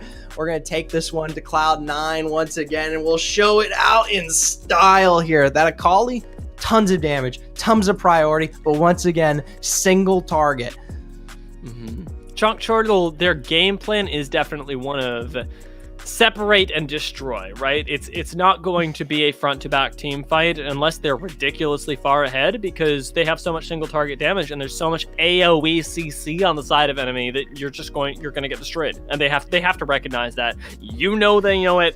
I know they know it. The question is, are they actually going to play like that inside of the game? Because Chonk Chortle definitely have a draft that is going to be difficult to manage come the mid game when enemy have so many pick tools. They've got to be constantly pressuring all three lanes. They have to be on exactly the same page, because otherwise they're going to get picked apart. Right, front to back here for enemy. They should easily win these team fights come the mid to late game. Once you get Ziggs and Diana to that point, it is very impossible to scale, and you have the opportunity to work with that Grogs when you need to peel, especially in the face of such obsessive damage. So with that in mind, I look towards this Lee Sin. Crucial here, Black Camel, of course, being that star carry that really enables this team, but more than that, has to enable this time around.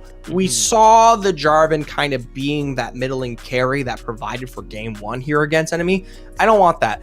I want you to put Draven on the forefront, Akali on the forefront, get it done, all right? Put that damage in a place where there is no chance for enemy to respond. Yeah, there has to be no question, and especially when it comes to somebody like Draven, who's bolstered so much by kills, you need to have him be super far ahead. I do want to say as well that Chonk Chortle need this game to be fast, and not just in your regular fast way. It doesn't need to be a 13 to it doesn't need to be a 15 to 20 minute game. It needs to be like a 13 6 to minutes 15 minute game. Yeah, like the faster this game is for As Chonk quick as Chortle, possible. the better. And that means that it's up to Black Camel to not just be starting fights, but to be starting fights everywhere, whether it be in the top lane to get Renekton ahead, whether it be in the mid lane or in his own jungle to get that Akali a few kills. God knows what's happening in the bot lane, whether we're getting the Draven Ashe lane that I think we're getting or not. Like, things need to be going down, and if he's not not starting those plays, it's got to be the Ashe on the other end of this, because there are only 2 ways that you start fights and find kills, and those are all of them. Well, Chonk Chortle willing to risk it for the biscuit here in the face of their victory. And you know what? If they do so, they look that much stronger going into what will be our semifinals. I think it's scary because you have to remember, I don't think we've ever seen a comp take this level of early aggression. If they can win like this, it goes to show the flexibility that Chonk has. I really like what they start off doing as well, just taking away a little bit of the jungle camp, getting themselves the extra bit of gold and XP. Nori and Hestia down here should be running this lane with the double range that they have, even though Ashe, I will say, not my favorite as a support, into melee support specifically, has a lot better of a time.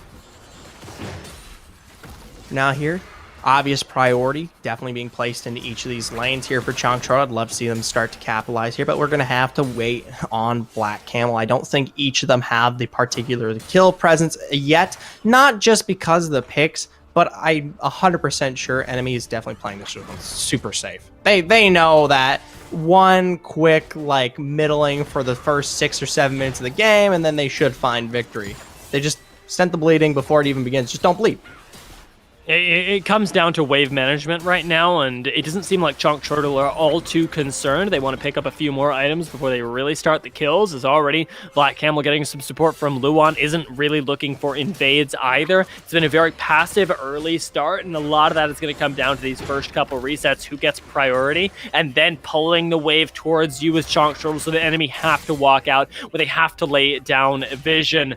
Fat Cat very comfortable against Truth in the mid lane right now, has been taking some trades, but is considering their options against what we know is a very potent skirmisher. This is absurd here. You see the gank come through on the top side from Black Camel, and they don't just take this pressure and run with it on the turret, completely proxies out this wave to keep everything lined, crash the damage as well here. And mind you, Camel's just waiting in that side lane for potential rotation as he clears out the blue side.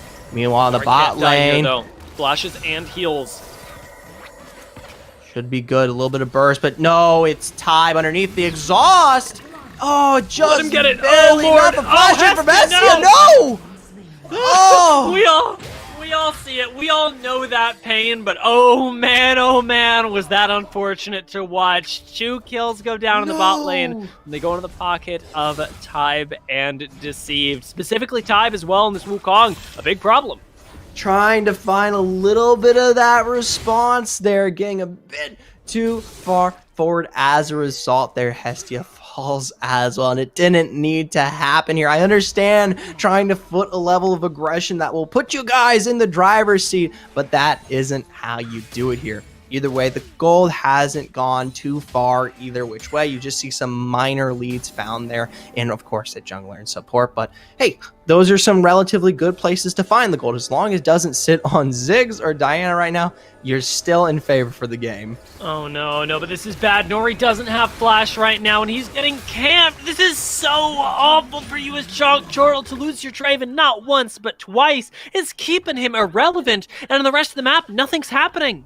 Well, there you go here. Enemy have found the obvious win condition, and they're doing everything in their power to stop it before it grows here. Nori now 2 down and out. Gotta give major props to Tybe here on this Wukong. Consistent where we haven't seen, say, someone like Black Camel, who we need to see step up the pacing here. I know we saw a little bit of control towards that top side, but you gotta support that bot lane, or at least find something on Fat Cat. Well, we're going to find something somewhere, as we've already got a bunch of pressure piling up towards this top side of the map. Luan and Black Camel want this, but they got to find Tybe first. Louis going to stop them, but who's going to win? Able to find a good Dragon's Rage into the Sonic Wave, and the arrow goes deep there to find the stun, but it still can't quite keep Luan alive. But no, just barely. The sustain works out into this Crocodile's favor. Either way, the entirety of enemy have rotated up here to make sure that no more fighting goes either way. One thing to note is Nori has sustained, kept within this lane, going to keep putting pressure down towards this tier 1 turret, maybe even find it. Yeah! No, wow, we're so we're still funneling a Draven after all of that, and you know what? I don't hate it, because honestly, Draven is a gamble that you keep taking. The moment you stop investing in him, that's where you got to be worried. But Nori, oh no, does have that flash once again, ends up burning it quickly, but Lloyd's already on top of him, and that is not going to save you, my friend. Nori's got a lot of lifesteal, but just gotta run. The tower is just gonna take him out. Far too aggressive there. He's got the turret. Okay, walk away. The job is done. Now with their major carry out, there should be an easy Drake for the taking. 5 seconds still left on Nori there. Black Camel's deep with a bit of the engage, but is knocked back by Lloyd. Me there with the response. A good stun comes through. Spat Kit's trying to shred with his Akali, but pinned to the wall against the explosive cask. Now with... How are they... How are they doing this? Like how is this an even fight right now? They're still doing okay. Chonk Chortle are still taking kills right now when they shouldn't be, when they lost their AD carry before it started. Well, either way, I mean, you have to remember they still don't have the supported damage from that Ziggs or Diana. It does take just a little bit of a second to scale up there, and I will say the focus of that fight was very much split. We talk about Fat Cat really getting in there. That's off the back end of Black Camel. For now, though, a quick response off of this Dragon, and Enna and me are able to find 2 there. A double now into the hands of Aloy. Double kill, 7-2. And they're behind in gold. Behind in gold. It isn't by a lot, but they are still behind, and that is terrifying. I think a lot of it having to do with the tower, though, and maybe with this one, they're going to be able to even that up just a little bit. DNZ takes towers like a king. We've still got pressure going on during throughout the rest of the map. Chonk definitely feeling very confident here. It shows not just in the draft, but in the way they've continued to play this game, arguably as disrespectfully as possible. Well, we'll see if the disrespect continues on, or if these boys get put in order. For now, Black Camel with an excellent insect, but a miss on the Enchanted Crystal Arrow. Either way, Chonk Chortle's quick to follow up here, and Aloy's gonna go down before he can get the Noxian Guillotine. Gotta be careful, though. Enemy are just waiting to pull the trigger here. We're still waiting for Rift Herald as well. This is one of the latest that we've ever seen, and now with Chonk turning their attention onto that, I'm sure that they're going to be baiting in another fight. The one thing that I'm not sure is whether Rift Herald dies here, because they are more than certainly looking for these kills more than anything else. Luan's doing a good job putting himself as a blockade here, right in the midst of this river with that Dominus. Going to be exhausted as a big Moonfall goes deep into the backline, straight on the Truth, into the major carries as they're split in half by the Castic, but Luan is still deep. Black Camel over the wall to fall to sustain the kill, but Aloy is back here from the dead. Massive double pull back here with the axe into a straight guillotine flash over the wall to get both, maybe even 3, but Nori's just barely bleeding. No! Still alive. My God.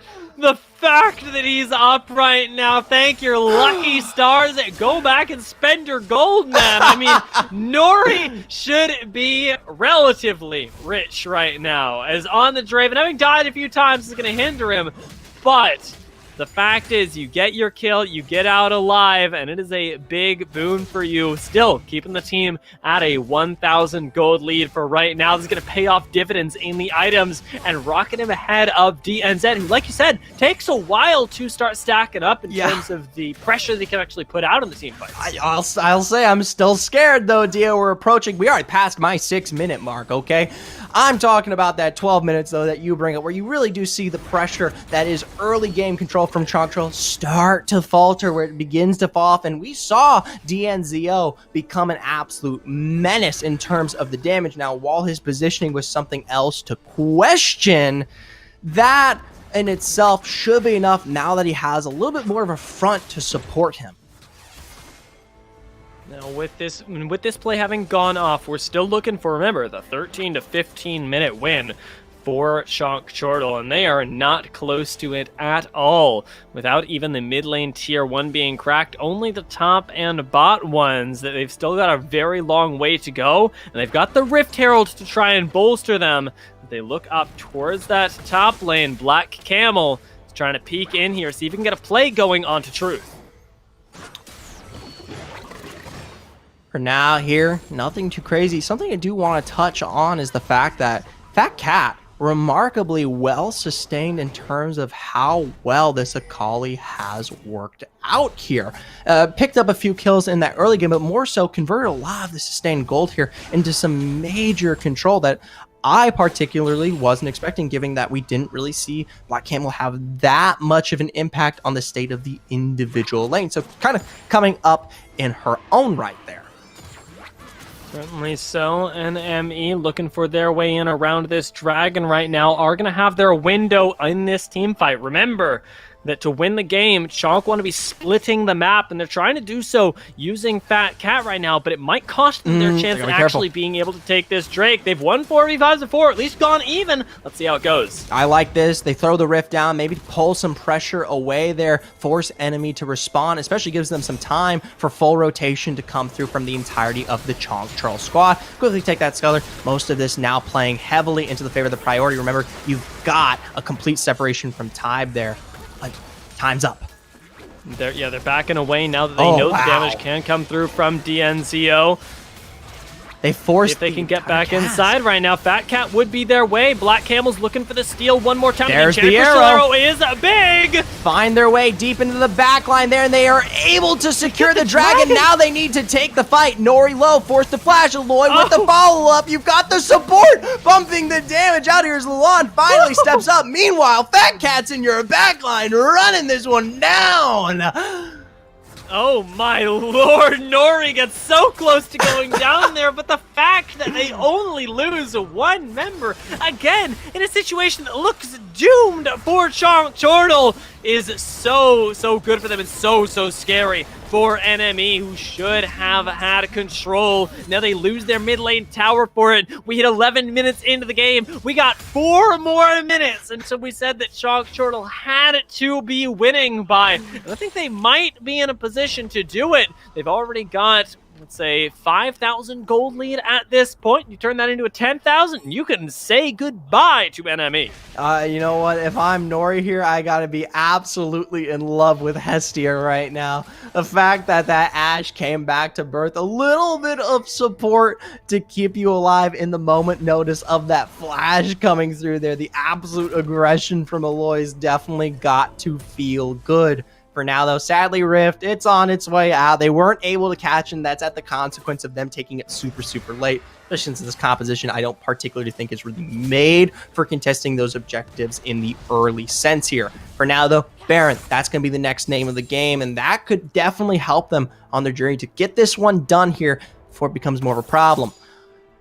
Hestia has built a locket enchantment on their boots right now. That's absolutely crazy to me. I mean, it's the thing that helps Nori stay alive in those situations, but still, the support Ashe building the Black Cleaver now to try and get a little bit more armor shred is definitely a build that we haven't seen for a long time, even in League, where this used to be a thing. This is very odd, and I'm excited to see Chortle whipping it out. I wonder if they feel confident using this strategy because something happened in game 1 that made them feel really good into NME, or whether this is just a very practiced strat for them they'd pull out at a higher level. How are you feeling about this? I don't know. I think it was a response to the fact that you picked Darius and Luan running that Renekton. I felt like from that moment I was just BM. That's true. It was just who can win this harder mentally.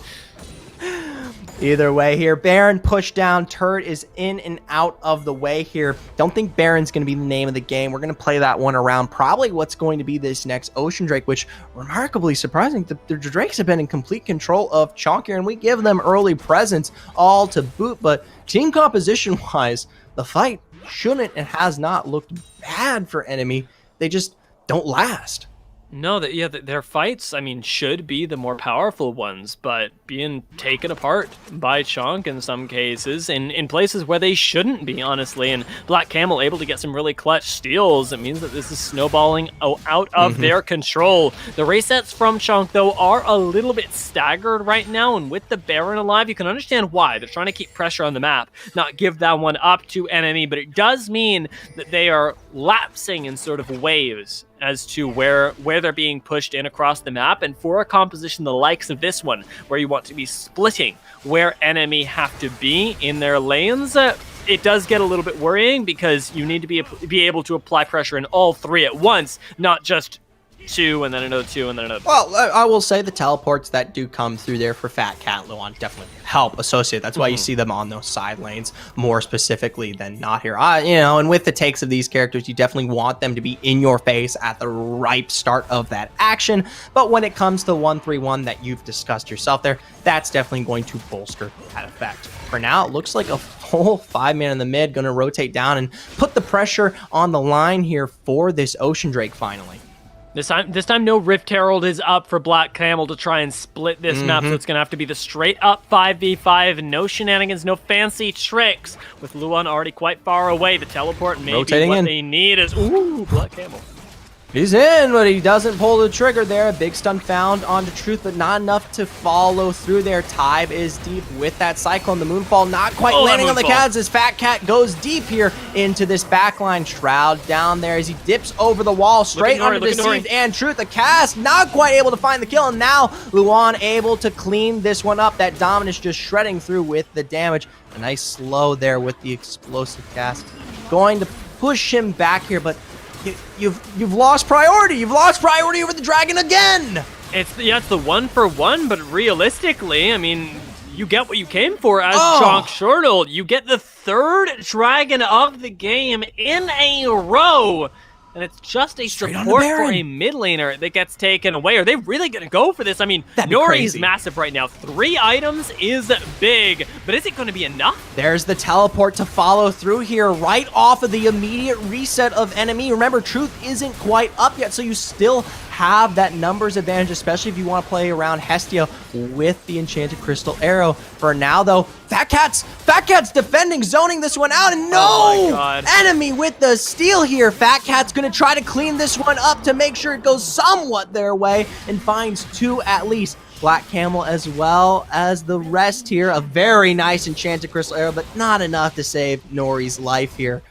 That was a little embarrassing. I gotta be honest with you, that was a little bit rough. With Black Camel getting executed, he couldn't smite because he was in GA of all things. And now things get really, really iffy because you've got to play into a Baron, into a comp that wants to be scaling. They can use this to turtle up and be totally fine. The only thing you can do at this point is you've got to pull the trigger on some of those individual picks here. I know you're trying to play around some of those major objectives, which I get it. That is the stereotypical type here, but as this game continues to pull forward here, these fights are getting harder and harder. Chunk Chortle didn't look in complete control coming off of that Ocean Drake take there. And as a result, they still found it, but they're losing members one by one here. It is really worrying for them as the next dragon approaches. It'll be the next chance for Chonk Chortle to fight, but they're trying to take one in the top side. And it's just Black Camel against the world. He's got Fat Cat on the way, but the Enchanted Crystal Arrow goes wide. It's a big Moonfall to deal out the damage, but the response here from Deceived and DNZO is able to keep this one alive for enemy. They get the quick response onto Fat Cat, and you're forcing the back out of Fat Camel. With the waves crashing, all Chonk Chortle can do is just sit. We got to take a look once again at the items right now. 3, almost 4 items complete for Fat Cat. It makes him powerful. 3, almost 4 items complete for Nori. Makes him very powerful. But the fact is that isn't converting into wins right now because Aloy and Deceived are very strong in their own right. Luan tries to find a cheeky kill, but a teleport is going to punish him. And again, you called it out. Going in 1 by 1 is murdering you. Black Camel gets the chance to assist there. Luan manages to survive, but survive is never what this comp was about. It was about thrive. It was about kill. Right. Feast or famine here, and while they did find some marginal success there, that Baron really might have just spelled the end of it. Because imagine this, Dia, you pick up that Baron and then you just start walking this one down, especially with those sidewave pressures that you've built up with the 1-3-1 here. For now, though, I still don't want to count it completely out for Chonk Chortle. They still have a lot of resolute strength, especially through Fat Cat here. If they can find their way where they need to, especially onto DNZO coming into these final fights here, it could definitely swing the tide here, but it gets harder and harder. Yeah, there's only a few minutes right now where enemy actually have a really good chance to take a team fight. I know they've taken some before, but with the items being very nearly even, at least until the next completions roll through for Chonk, you want to be looking for the small overextensions because this is your best chance as enemy. And I think Chonk know that and are playing a little bit more conservatively after the past few minutes. For now, though, the saddest thing of all, that Baron and Elder are going to be up at the exact same time here. And I don't think either squad's going to be handshaking each other either. So we're going to have to see that last major fight. And I only pray that it goes in the favor of Chonk Chortle here because I really do think this is their last and best bet. Yeah, this one is going to be pressured by Luan, though, once again making that visit up towards the top side. It's going to be the 1v1 against Aloy, who's going up to meet him. Turrets down. See. No teleport on Aloy means that he has to win this 1v1 or interrupt the teleport the other way.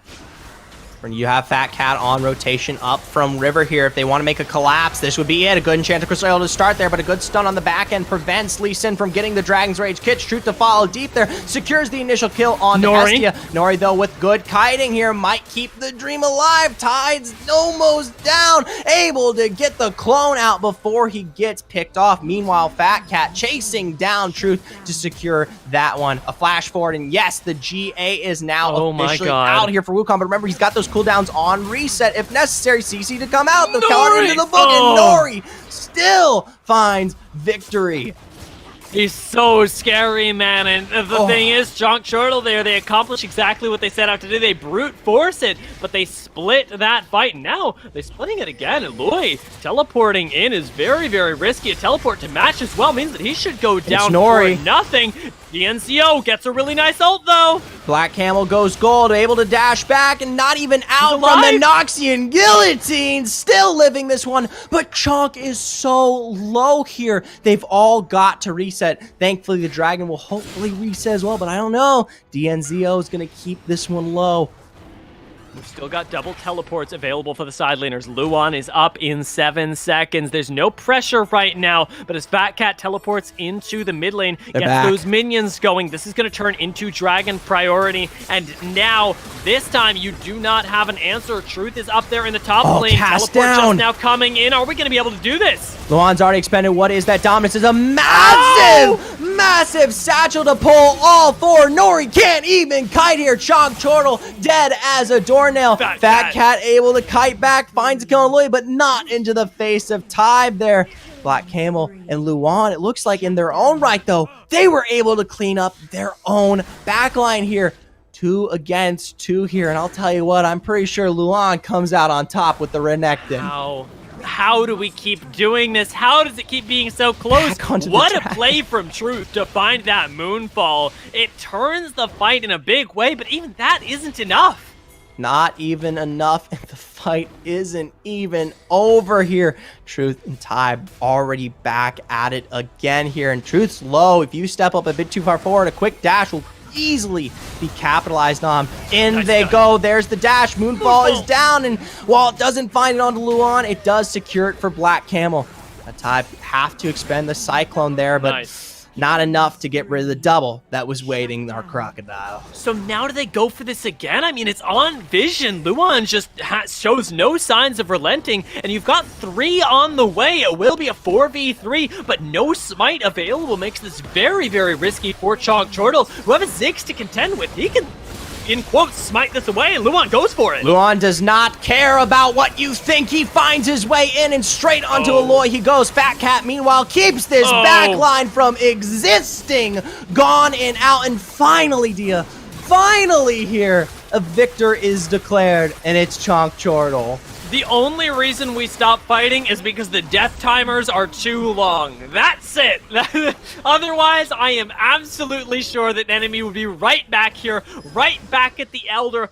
4 dragons for Chonk Chortle. They should win this, but it's 23 minutes into the game. I don't even know which part of this we're watching anymore. I could care less here. Watch Fat Cat. That's the dream. Oh, it's this one. This was the absolute magnificent slay here, but the big thing that turned this one around was Black Camel Luan playing through the backline to secure Dunzio. Meanwhile, on the live feed, it looks like we do get a bit of secure damage. I believe Chonk Chortle Chonk Chortle just wiped again there from Truth and Tip coming back into this, and that's going to be a secure Baron. Mind you, they've got all 5 members up. They can run this one down. This is so crazy. They're going to try and do just that. They've got the solo laners resetting right now, but it's all about the snowball. Chonk Chortle, will they be stopped? And Nori, big kill right there. Is this the end of the game, Zephyr? Finally, Chonk Chortle arrive at the Nexus. Luan's just been waiting, keeping this team behind and pushing Chortle all the way to semifinals where they'll take on Cloud9.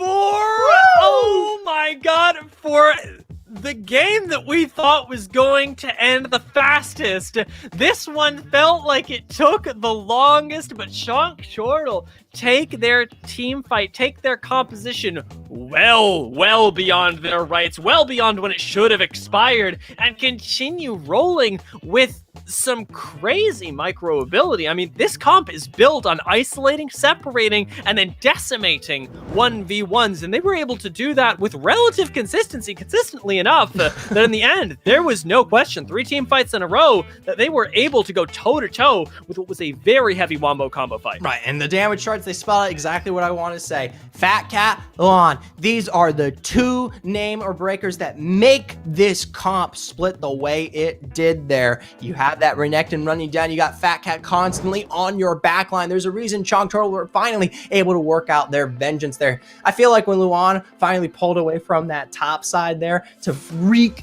onto these team fights, that's when things started to look a little bit less favorable for enemy. Yeah, things started to slip away from their control, and I always had the hope in my mind for enemy, and that Moonfall was a really big part of it. You remember the play around the dragon? Like, that's always what the dream fight was for them, but I don't even know who to honor the most, because Luan did amazingly, but Fat Cat and Akali was also just incredible. It was a force to be reckoned with, and if we go into even the game against Cloud9, I don't know how C9 stopped that. I would not even begin to understand that one. C9 here faltering in last week's open qualifier, right? I believe in what was those semifinals. Didn't even get to match up against Chonk Chortle here, which that will be a fantastic matchup. We talk about Tarzan coming up against Black Camel, the 2 junglers that carry these teams, give them the source of their engage. I mean, if you guys aren't watching tomorrow, you better be. Yeah. Listen, there's nothing else that is going to be as good as this on, because to see this kind of matchup is one that comes once in a blue moon. Chonk Chortle looks so good right now, and we know what Cloud9 can do. They also looked amazing in their own quarters, and all we got to do is wait, Zephyr. Yeah, only about 24 hours less, 20 hours away from seeing the finale of this one out, 6 p.m. Central Time. Not meaning to plug the stream I happen to currently be on. Nice. I mean, you should plug it. It's exactly where we're all going to be. We know what's up. You're preaching to the choir. Exactly here. Well, as for that, I believe we do not have any further matches prepared for all of y'all tonight, so I hope you enjoyed plenty of Rift Masters action as well as the cast here. We get one final look at this lovely bracket as you'll take a look. Immortals, Chonk Chortle, Cloud9, and notice Legends finding success this time around. Immortal's still in this. Are they going to take that back? Are they going to run it 2-0 in the qualifiers? Can Chonk Chortle, notice Legends, Cloud9 unseat them? It looks like we've got some really big competition here, but it's all up to the cards, because best of 3s are still extraordinarily volatile. Right, absolutely. We got to see plenty of that action today, where you can, on a hair's trigger, flip exactly how you play at a moment's notice, and for Chonk Chortle, still come out on top.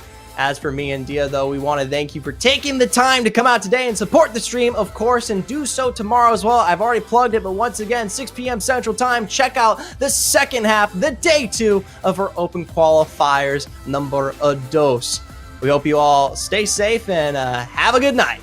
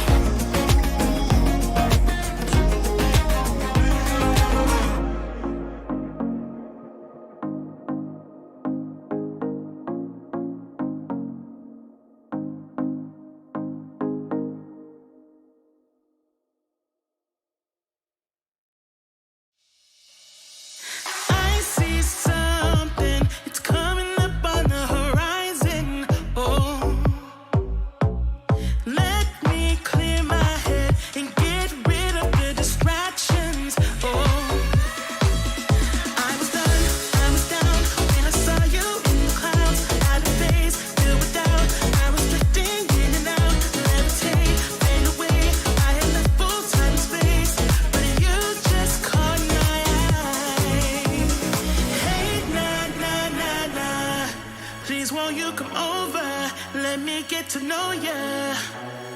Hey, nah, nah, nah, nah. Delve into emotion. Leave us in this moment. Yeah.